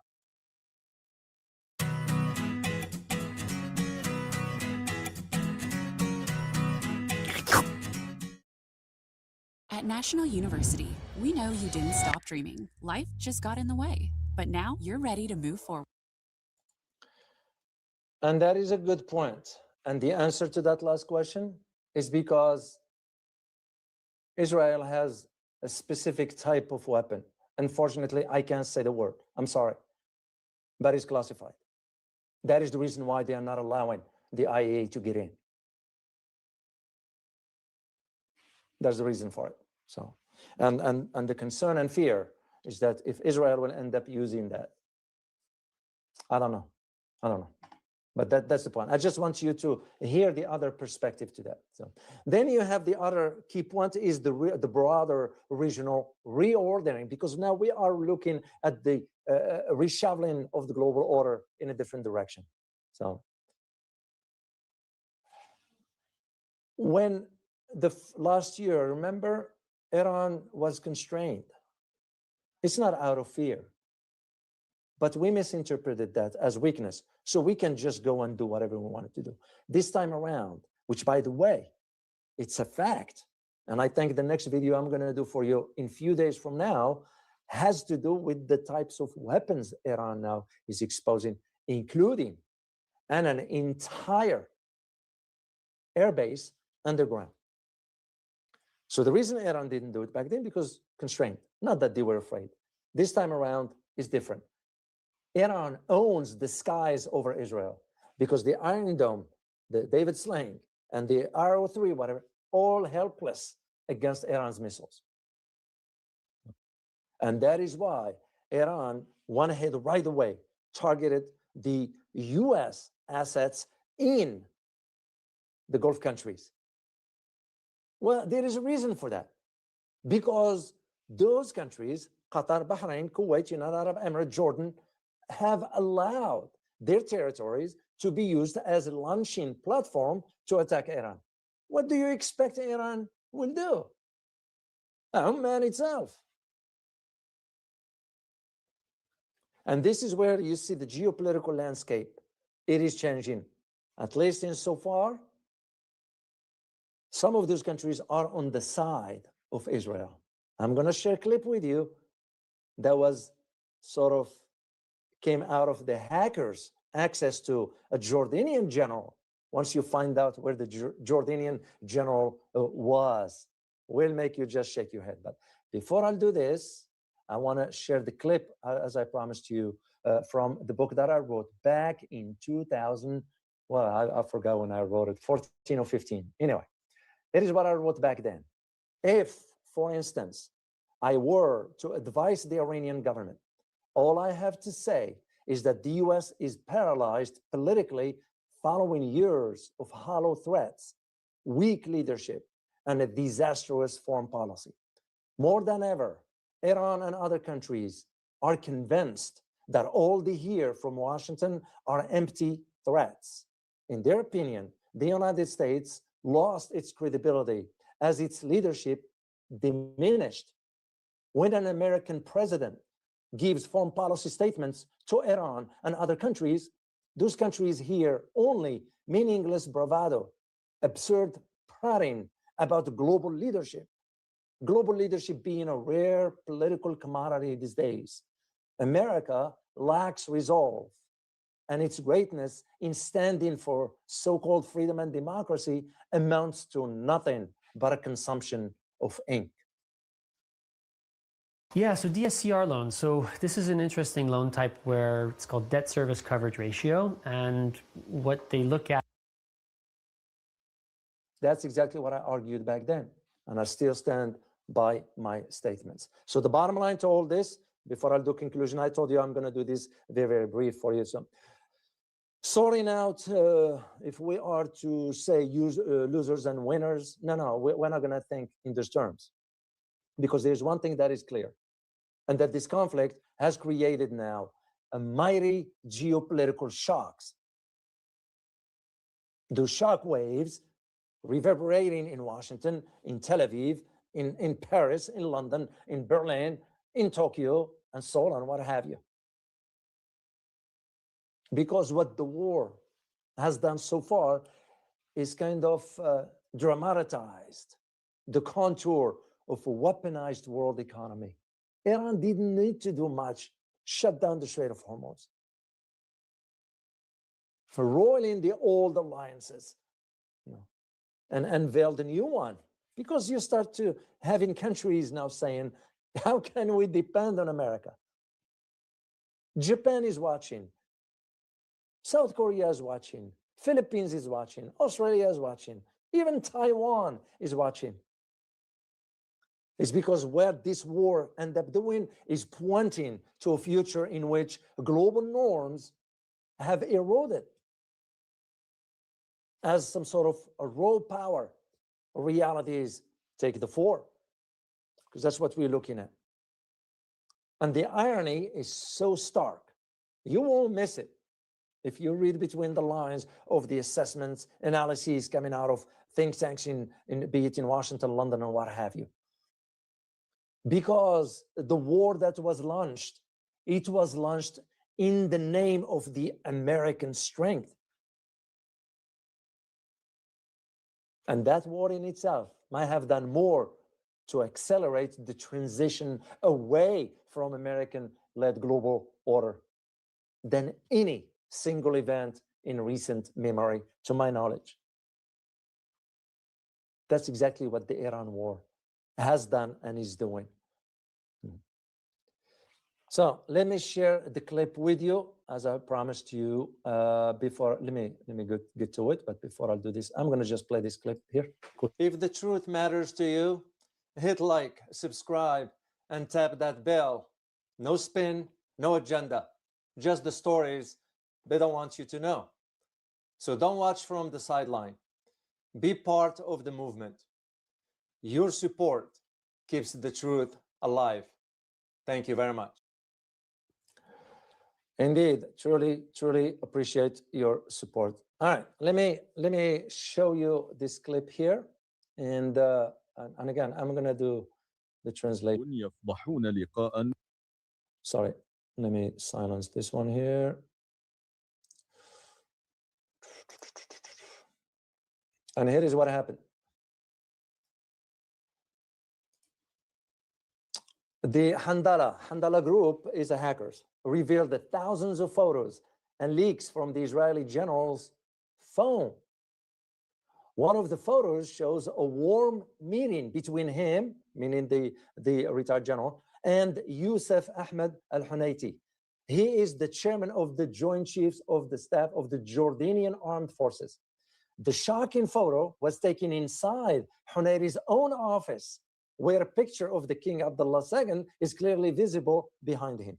The two men stand side by side, smiling, and in their hands are commemorative gifts they exchange. According to leaks, the former chief of staff of the Israeli armed presented Hunayti with a dagger belonging to a Jordanian soldier who was martyred into the Six-Day War of 1967. The dagger had been kept by the Israeli army for nearly 6 decades before being returned as a gift of a friendship in a secret meeting. The photo also revealed another gift from the Jordanian army to the former commander of the Israeli forces or Israeli army. Here is what it says: "We will remain by your side with all our capability." This is what the Jordanian individual said. The Handala hacker group has become a nightmare for Israel's security agencies. It has intensified its attacks on Israel since the war in Gaza, carrying out dozens of cyber operations. It has succeeded in hacking the phones of generals, officials, and Mossad commanders, the latest being Herzi Halvi, who led the Gaza offensive until his resignation last year. This is the interesting app.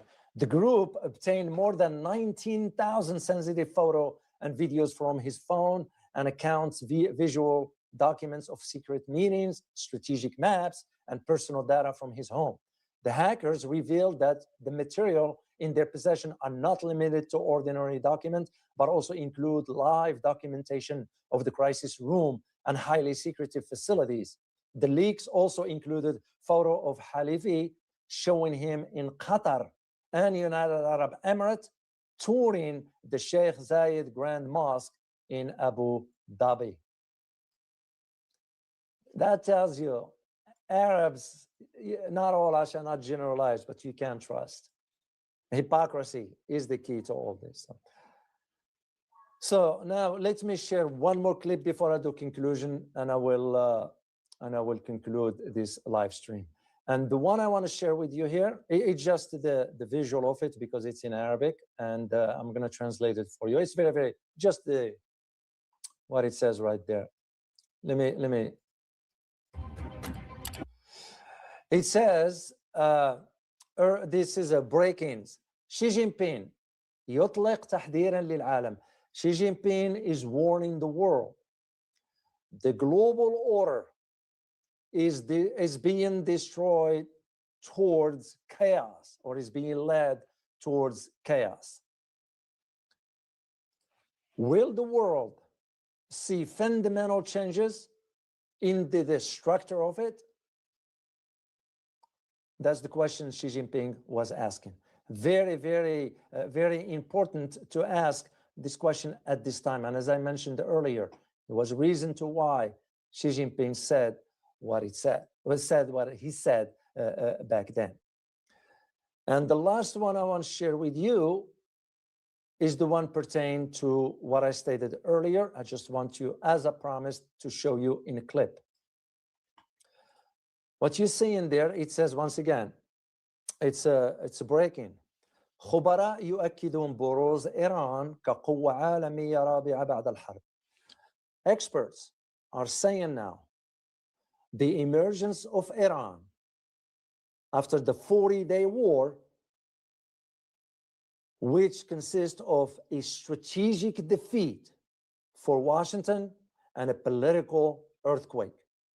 And Iran, as it says at the top right there, قوة عالمية رابعة إلى جانب أمريكا الصين وروسيا. It's the fourth power in addition or beside the United States, China, and Russia. It's really, like I said earlier, this war, the end of the dominance of US and Israel in the Middle East is going to be at the hand of Iran. Because this is it. That's all Iran needed to do. And remember, yesterday when I talked to you about these specific types of ballistic underwater, it's called al-Hut. Al-Hut, it's a Persian for the whale, but it's also an Arabic term for fish. So, and that is exactly where the changes is going to be. So here we are, just to conclude this for you. Weeks after the ceasefire, that now it's almost satisfying no one. And in a world that it looks very, very different from only a month and a half ago, or 2 months, or what have you. A war that was launched by the US was illegal and justified, and not even our war, it's on behalf of Israel, but also because we sort of, in the name of our military strength, has left now fractured alliances, depleted arsenal, skyrocketing energy prices, and global order quietly shifting beneath our feet. And all this happening while China didn't fire a single missile. Can you imagine if China would have provided Iran with really long-range missiles and so forth? Yet, it may have sort of emerged as the conflict now biggest winner. That's how I see it. Of course, Iran lost its supreme leader, the late Ali Khamenei, but at the same time, its government is still standing today. Then you may ask, what about America? Well, if even we are to go with that assumption that the US has won every battle in the air, yet finds itself more isolated than ever, more questioned about its air capabilities, and more challenged than at any point in recent memory. I mean, just think about it. Yeah, it's my country, whatever, but at the same time, truth matters. 20 years ago, no country will sort of consider challenging that, even though it happened in Afghanistan, happened in Iraq, happened in Yemen. So the lesson of this conflict isn't written in some sort of the massive amount of destruction, the rubble of Tehran, because we destroyed so much, or the silence of the Strait of Hormuz, even with that. No, no, no, no. It is written in the faces of allies. How? Because allies said no to Washington. It is also written in the boardrooms in Beijing or what have you, where new trade routes are being drawn as we speak. And of course, in the quiet calculations of nations that once, at some point, 2 decades ago or so, looked to Washington and now are looking eastward towards China. So history doesn't always announce it's some sort of a turning point with trumpets. No, no, no, no, no. It doesn't do that. Sometimes they arrive sort of disguised. This guy. If you're a dad watching this and you don't have life insurance, we need to have an honest conversation here real quick. I get it. Disguised as victories. That's how it happens. So I'm going to leave you with this question. Will greatly. And by the way, before I forget, I want to open up the survey that I did 2 days ago, and because I always check the surveys because it's very, very important for me. It gives me an idea about how you think. You know, you might think I just do surveys for the sake of it. No, no, no. That's how I learn about your intellectual capabilities, your critical thinking. Is through simple questions, because that tells me about the depth of your thinking, how far you see. For the question that I asked you about if the US warship intercepts and board the Chinese owned tankers in the Strait of Hormuz, does China finally go to war? And if they do, who will win? 86% of you said China. 3% said the US. And 11% said, don't know. Which I truly appreciate those who said, I don't know, because it is not an easy task. We had about 2,000 participants in this. And at the same time, those who said the 86%, you understand the depth of really what a conflict like that between the US and China will do. Those who answer with 3% that the US will win, you understand this is not about the US. It's about the magnitude of the conflict in itself. That's what you give only 3% probability to the US. So I just want you to know that those surveys, it's my window into your intellectual level. So I appreciate you for that. So here is what I want to leave you with. If the most, we can use the term most, we just say if the US with a powerful military can win every battle and still lose the bigger war. What does that tell us about the kind of the leadership the world actually needs in the 21st century? Now you know why I am writing a book about China. You will be the first. I'll share an excerpt from the book before it's published, and I'll share it with you in due time. And here is the harder question that I would like you to just think about. Is America still capable of providing it, meaning this global leadership? To me, the answer is clear. So that's why I would like you to drop your thoughts in the comment section. I'd like to read your feedback. It's because the way I look at it, this conversation is too important to just leave it to politicians and so-called experts and pundits alone. You, me, us, community, we have a say into this because we can think. And I would greatly appreciate your insight into this. All right, let me say thank you to Noel as an avid supporter of the channel. Thank you so much, Noel, for your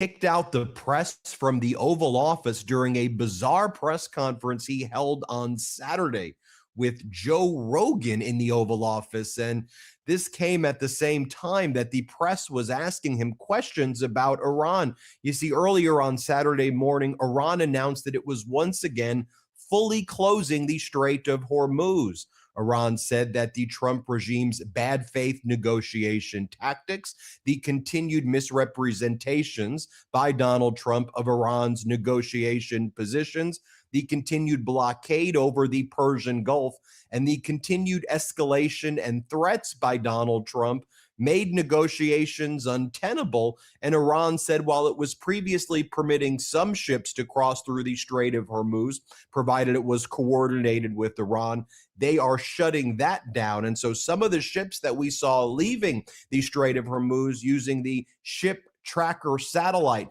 they suddenly turned back. And we also learned that Iran was actually shooting at some of those ships that at first were refusing to listen to Iran's orders to head back. Iran ultimately got all of the ships that were leaving to go back to where they started, and the Strait of Hormuz is once again fully closed. Also, Iran's leadership is saying it has no current intentions to meet up with the United States before the ceasefire deadline expires on Wednesday, and Iran says it is fully prepared to go back to war with the United States if that's what Donald Trump wants to do by not agreeing to negotiate within Iran's 10-point negotiating framework that Donald Trump previously agreed to. I want to share with you the moment first where Donald Trump kicked out members of the press from the Oval Office as they were asking him questions about Iran. They were asking him questions about his claim that Iran was agreeing to all of these things and that the American military was going to join forces with the Iranian military to go and get the nuclear material and bring it back to the United States, and that Iran was no longer going to fund proxy groups like Hezbollah and the Houthis and the Shiite militias in Iraq, which Iran said 100% false, or Donald Trump's representations that the Strait of Hormuz would be fully open without the control of Iran, which Iran denied. So the press wanted to ask him those types of questions, right, after they regurgitated and spewed like stenographers what he was feeding to them on Friday. And then Donald Trump just said, out, get out. Let me show you the moment that went down. Let's play it. Thank you very much, everybody. Thank you, guys. Would you go to the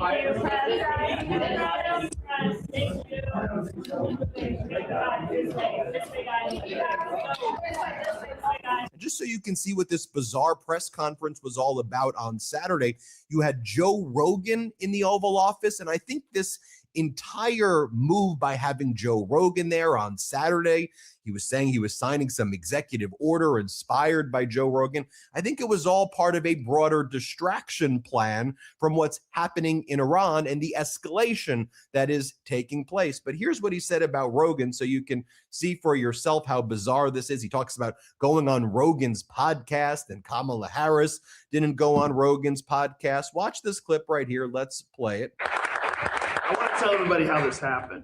I sent President Trump some information. We have a gigantic opiate problem in this country, obviously. In 2024, more than 80,000 people died of overdoses. It's a horrible number. And there's more than 5 million people that are addicted to opiates right now in this country. With one dose of Ibogaine, more than 80% of people are free of that addiction. With 2 doses, it's more than 90%. I sent him that information. The text message came back, sounds great. Do you want FDA approval? Let's do it. It was literally that quick. These drugs are illegal not because they're harmful. They're illegal because of the 1970 Controlled Substances Act that was passed by the Richard Nixon administration. They did it to target the civil rights movement and the anti-war movement. It's not because these drugs harm people. And for 56 years, we've lived under those terrible conditions. We're free of that now. We're free of that now. Thanks to all these people that we see next to me, and thanks to President Trump. I want to thank you. Let's talk about what was going down this morning, what Donald Trump wants to distract us from, which we will not be distracted from. So commercial vessels began reporting multiple attacks in the Strait of Hormuz earlier this morning as Iran attempted to close the strait once again. At least one ship, we believe that was an Indian flag ship, was hit by potentially unknown projectiles when Iran was shooting at it, when it refused to turn around at first. And we were able to hear the radio traffic. They were saying, safe by Navy, safe by Navy. You gave us permission. And Iran said, no, turn back right now. We are shutting this down right now. And then all of the ships returned. Iran confirmed that the Strait of Hormuz was fully closed.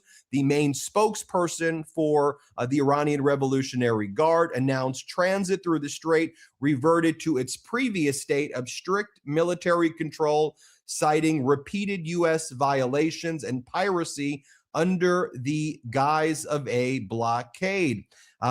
Goes on to say, one of the top Iranian leaders says, we warned you, Donald, we warned you, United States, but you ignored it. Now enjoy the Strait of Hormuz returning to its status quo. Then Iran put out on its Fars news agency the following message. A spokesperson for Iran's Revolutionary Guard says the Islamic Republic of Iran, following previous agreements, has consented with good intentions in the negotiations conducted to allow a limited number of oil tankers and commercial ships to pass through the Strait of Hormuz in a managed manner. But unfortunately, the Americans, with their repeated breaches of trust that are part of their track record, continue to engage in piracy and maritime theft under the so-called title of blockade. For this reason, control of the Strait of Hormuz has returned to its previous state, and this strategic strait is under the strict management and control of the armed forces. It announces that until the United States puts an end to the complete freedom of movement for vessels from Iranian origin to destinations and from destinations to Iranian origin, the status of the Strait of Hormuz will remain under strict control and in its previous state right there. As our editor-in-chief, Ron Filipkowski, writes, you always have to pay attention to what is actually happening, not what Donald Trump says is happening, because Trump lies about everything. Too often, the media serves as Trump's daily stenographer, passing along his propaganda verbatim. Phil Stewart over at Reuters writes, Reuters is reporting that Iran is broadcasting this VHF message. Attention all ships, regarding the failure of the U.S. government to fulfill its commitments in the negotiation, Iran declares the Strait of Hormuz completely closed again. No vessel of any type or nationality is allowed to pass through the Strait of Hormuz. Then Iranian social media accounts posted this. Dear world, the Strait of Hormuz is under new management. Passage, fees apply, security and environmental upkeep. Blockade, ceasefire broken. Hostility, no passage, not even a sliver. Thank you for your understanding. Iran's Supreme National Security Council. Then the Trump White House posted a photo this morning of Donald Trump saying, let him cook, is what the White House posted, to which the Iranian social media account said, the most cooked president ever. The Iranian social media accounts also posted. So there are reports of some people making $760 million by betting on falling oil prices just minutes before recent announcements regarding the Strait of Hormuz. Sound familiar? Laugh face emoji.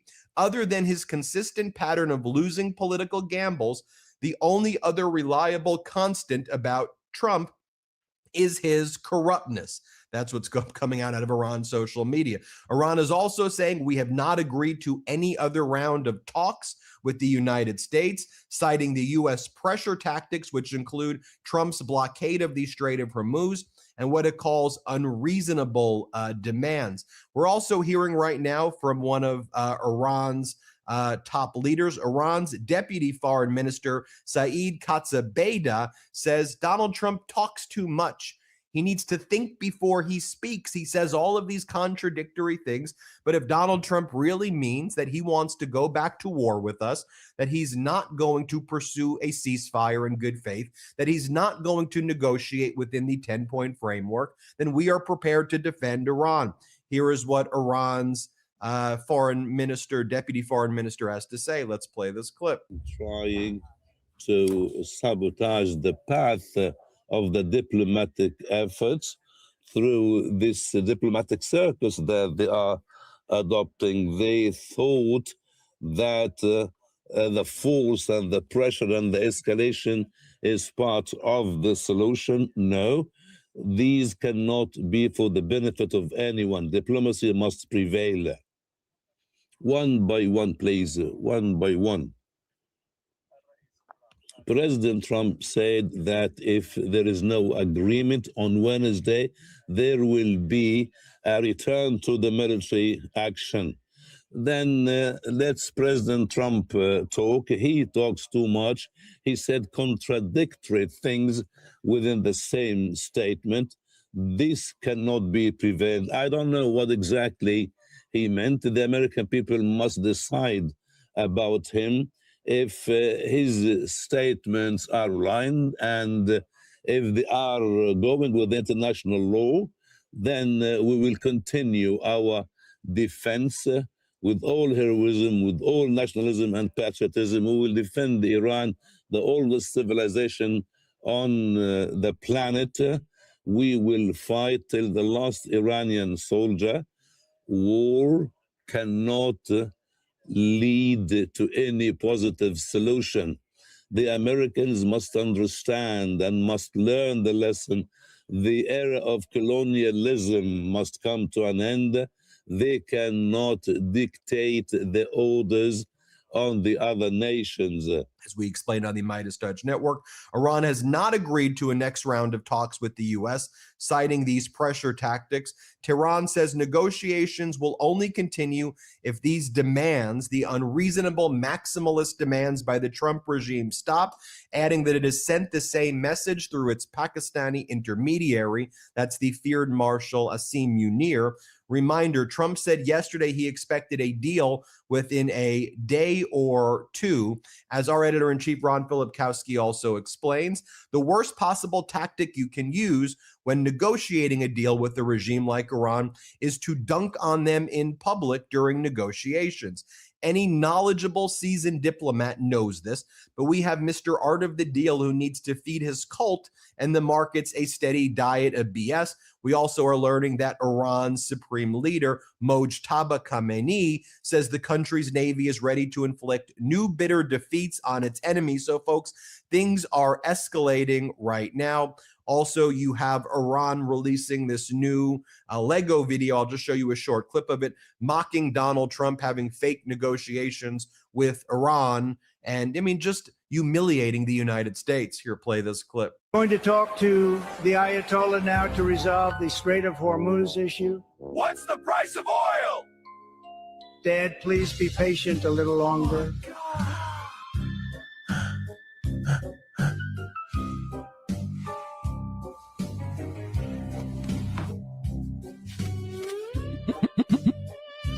Can you open the Strait of Hormuz? Who are you even? I have the biggest military on earth. Whatever you say, Mr. Trump, the Strait is all yours. Beat it, because I've already talked to Iran and the Strait will be open shortly.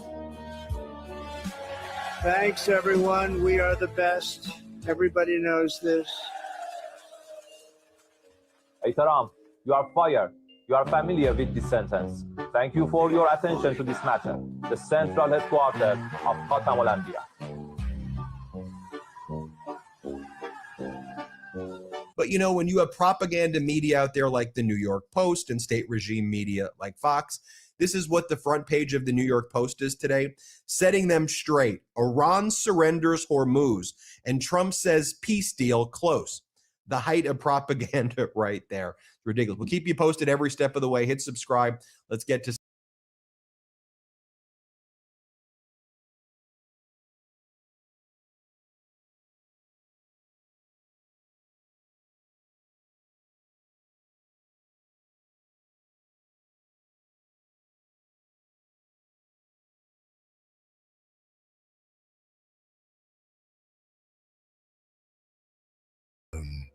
a container.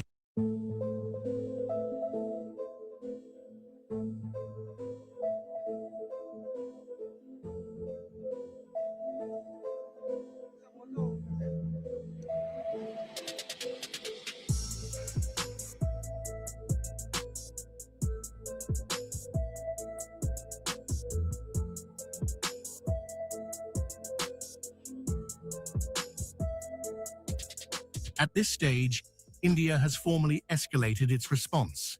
New Delhi has lodged a protest with Iran's ambassador to India, Dr. Mohammad Fatali, over the reported firing incident involving an Indian vessel in the Strait of Hormuz. More details are awaited.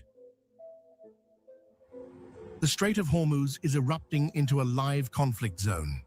A container ship has been hit by an unknown projectile near Oman, while a tanker reports coming under direct fire from Iranian gunboats. Commercial vessels are now turning back mid-route as one of the world's most critical oil arteries slips into chaos. A container ship has been hit by an unknown projectile which caused damage to some of the containers. Authorities are investigating. This is no warning. This is enforcement. Iran's IRGC gunboats are actively targeting vessels attempting to cross the strait. A tanker captain reported being approached by two armed boats and fired upon without any prior radio call. Multiple ships now confirm they were hit, marking a dangerous escalation at sea. The escalation follows a direct message from Iran's navy declaring the Strait of Hormuz closed. Merchant vessels received radio orders that no ships are allowed to pass. With nearly a fifth of global oil flowing through this route, the shutdown is already forcing ships to reverse course and avoid the strait.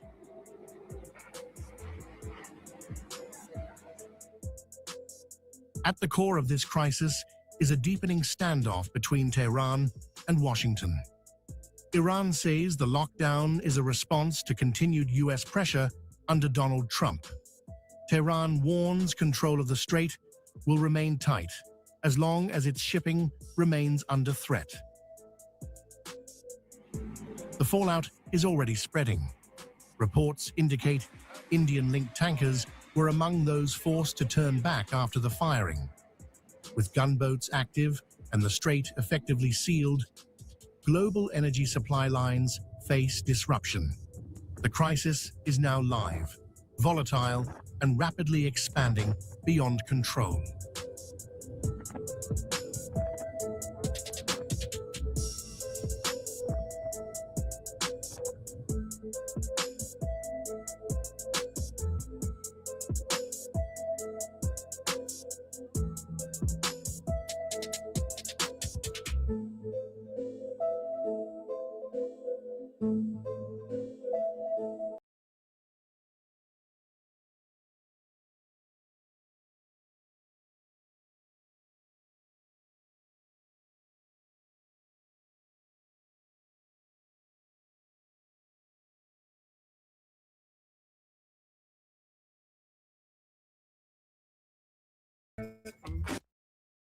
Advanced radars of attackers.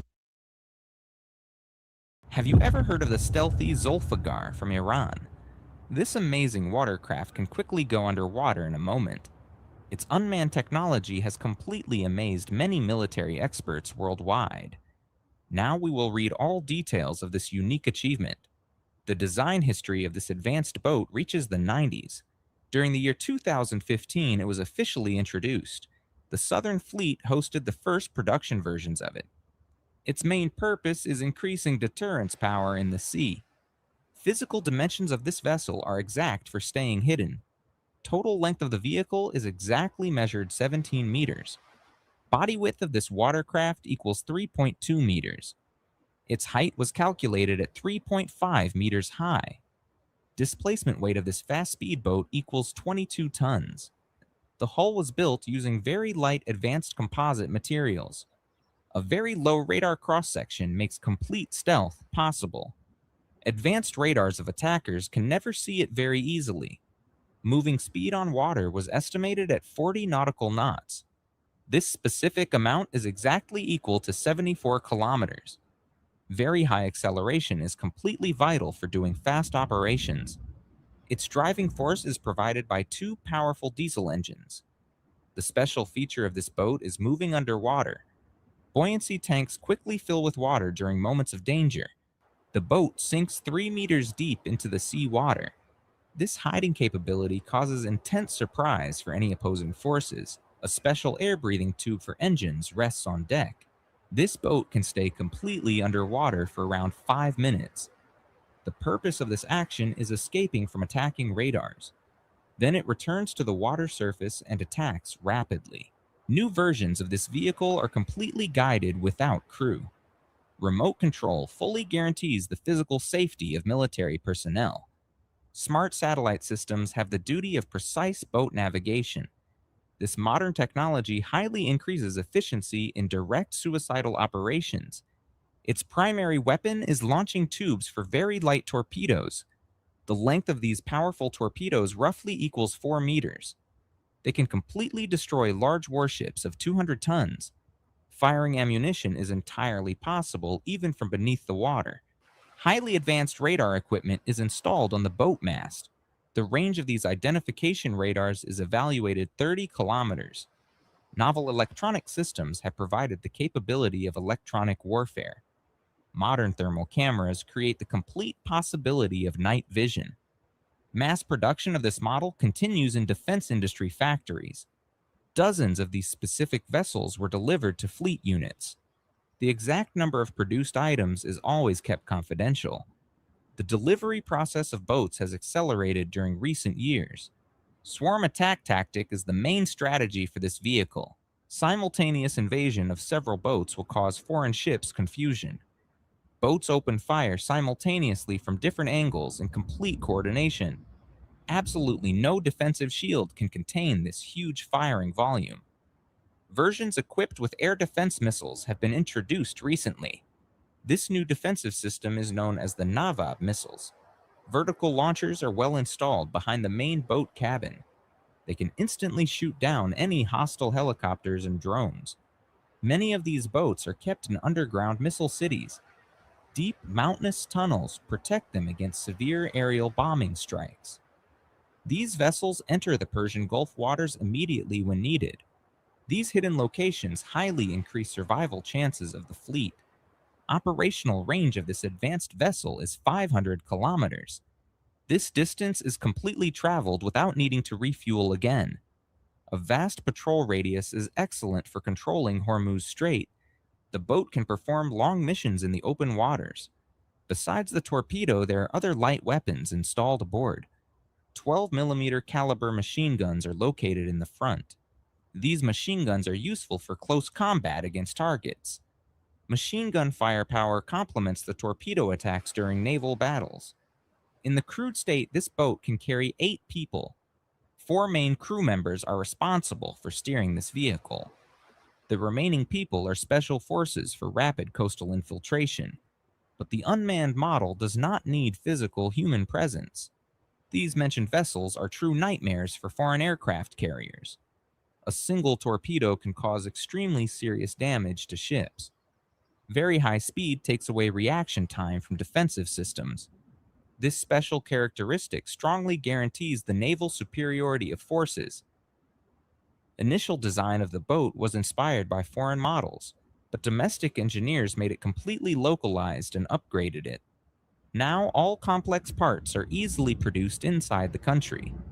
Harsh international sanctions have had zero impact on its production. Dual surface and subsurface performance is its unparalleled supreme advantage. Absolutely no other naval fleet possesses such a powerful combination. High flexibility in the battlefield creates success for any operation. These modern amphibious vessels totally change the rules of warfare. Protecting the small Persian Gulf islands depends on these boats. Continuous day and night patrols guarantee the security of coasts. Any unauthorized foreign entry is instantly identified and suppressed immediately. An integrated defense network has coordination between all these vessels. Communication between unmanned boats in the center is fully encrypted. The possibility of hacking navigation systems by foreigners is zero. Advanced artificial intelligence analyzes the movement paths with great precision. These fast boats can make military decisions entirely independently today. Body coloring completely matches the marine environment for perfect camouflage. The short hull profile prevents seeing it from far away. Choppy waters of the Gulf are the best hiding cover. Nighttime operations are extremely successful using this huge tactical advantage. Allied nations have also requested to receive this naval technology. Some reports mention the export of similar versions to Venezuela. Global presence of this weapon shows Iranian internal design success. Rivals always try to understand the manufacturing secrets of it. Future development plans exist for upgrading the capabilities of boats. Next generations will probably have the ability of longer submergence. The speed of future models will undoubtedly reach 100 kilometers. The Navy has extensive plans to increase this fleet significantly. The combination of powerful torpedoes and subsurface capability is lethal. These unique features change the military power balance incredibly fast. Giant foreign vessels are completely vulnerable against this small boat. Asymmetric warfare strategy reaches the highest possible level with them. Finally, Zulfigar boat shows the great confidence of domestic engineers. This huge technological achievement brings national pride and sustainable security. Protecting maritime borders is fully guaranteed using these smart technologies. Absolutely no unanswered questions remain regarding this amazing fleet capability.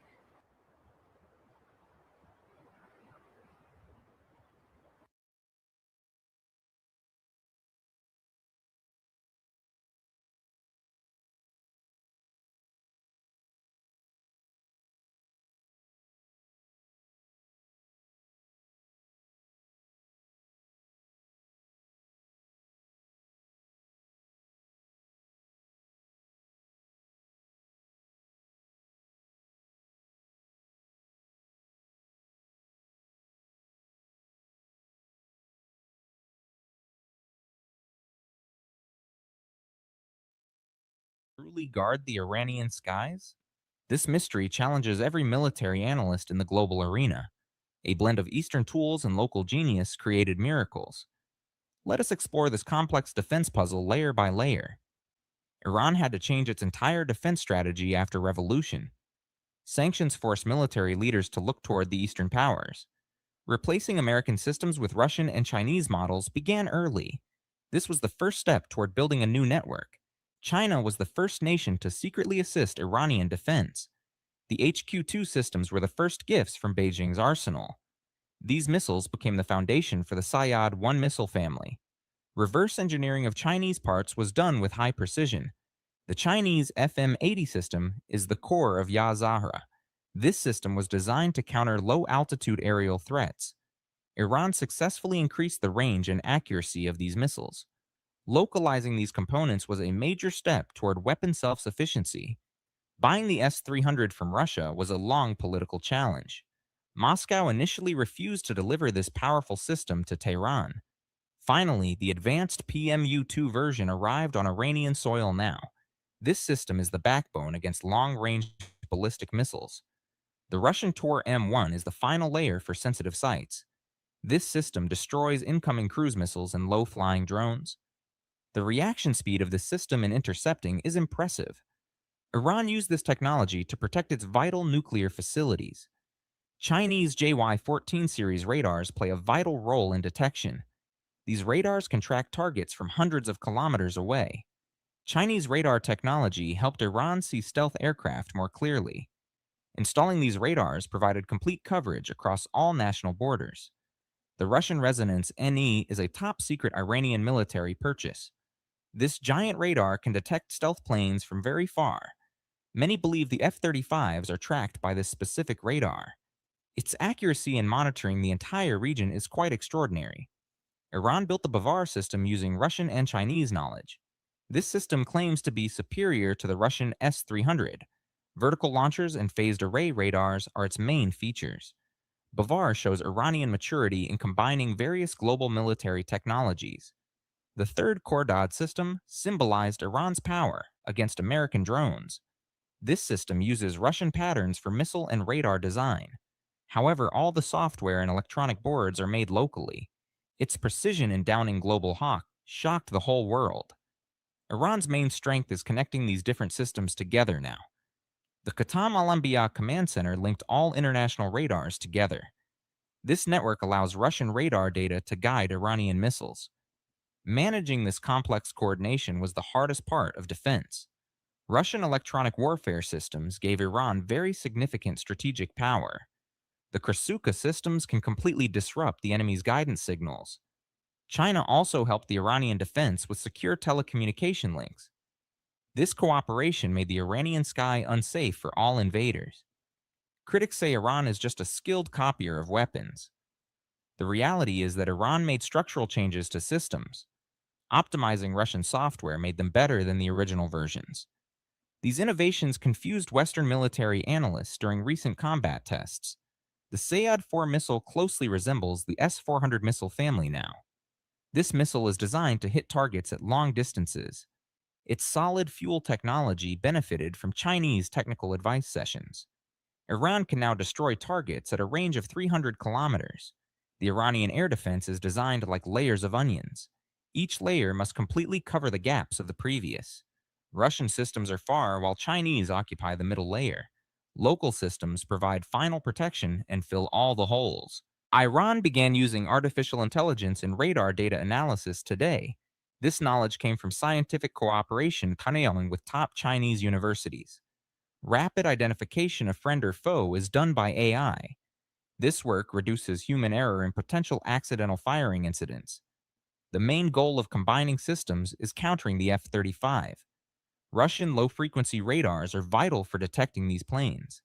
Iran has set traps by installing these radars strategically everywhere. Combining Russian radar with Iranian missiles is a serious threat. Iranian passive radars identify targets without sending any radar waves. This technology is heavily influenced by advanced Chinese radar science. Since no radar is sent, enemies cannot locate the site. This is a great advantage in modern and unequal warfare. Iranian air defense officers studied in Russian military academies deeply. Technical knowledge transfer from Moscow is carried out very continuously. Iranian engineers can now repair complex Russian electronic circuit boards. This self-sufficiency in maintenance ensured the defense network's total stability. Many Iranian defense microchips are sourced from China's black markets. Sanctions could not stop sensitive parts from entering Iranian industries. China created special trade routes to meet Iran's technical needs. These parts are the heart of modern Iranian radar systems. There are rumors about the Panzer S-1 presence in Iranian soil. This Russian system is the best for countering small drones. If Iran has this system, point defense will be complete. Of course, Iran also introduced its local version called Azaraksh. Battle management software in Iran is fully local and coded. This work was done to prevent penetration by foreign hackers. Russian experience in countering cyber attacks was transferred to Iran. The security of Iran's defense network is at secret levels. All new Iranian systems are completely mobile, unlike the old. This feature was modeled after Russia's military strategy in wars. Systems change location immediately after firing to avoid being hunted. The missile carrier trucks are all powerful and locally manufactured. Building local defense costs much less than buying from abroad. Iran managed its defense budget with the help of East. Cheap Chinese components allowed mass production of defense missile systems. This means Iran has huge stockpiles for long-duration battles. The potential entry of S-400 would change the power balance. Russia has not yet officially confirmed this huge military deal, but the necessary infrastructure in Iran is ready for it. This system could expand Iran's air cover to the Mediterranean. Iran uses drones as flying observers within its defense network. This innovative idea was implemented to fill radar blind spots. The data links of these drones use Chinese telecommunications signal standards. This combination led to identifying targets at the lowest altitudes. Iranian defense is a clever mix of East and local. Russia and China provided puzzle pieces, but Iran made pictures. Today, Iran is not just a consumer of foreign technologies. The Iranian sky became an impenetrable fortress with this shield. What does nitric oxide have to do with blood pressure? Turns out, a lot. Unfortunately,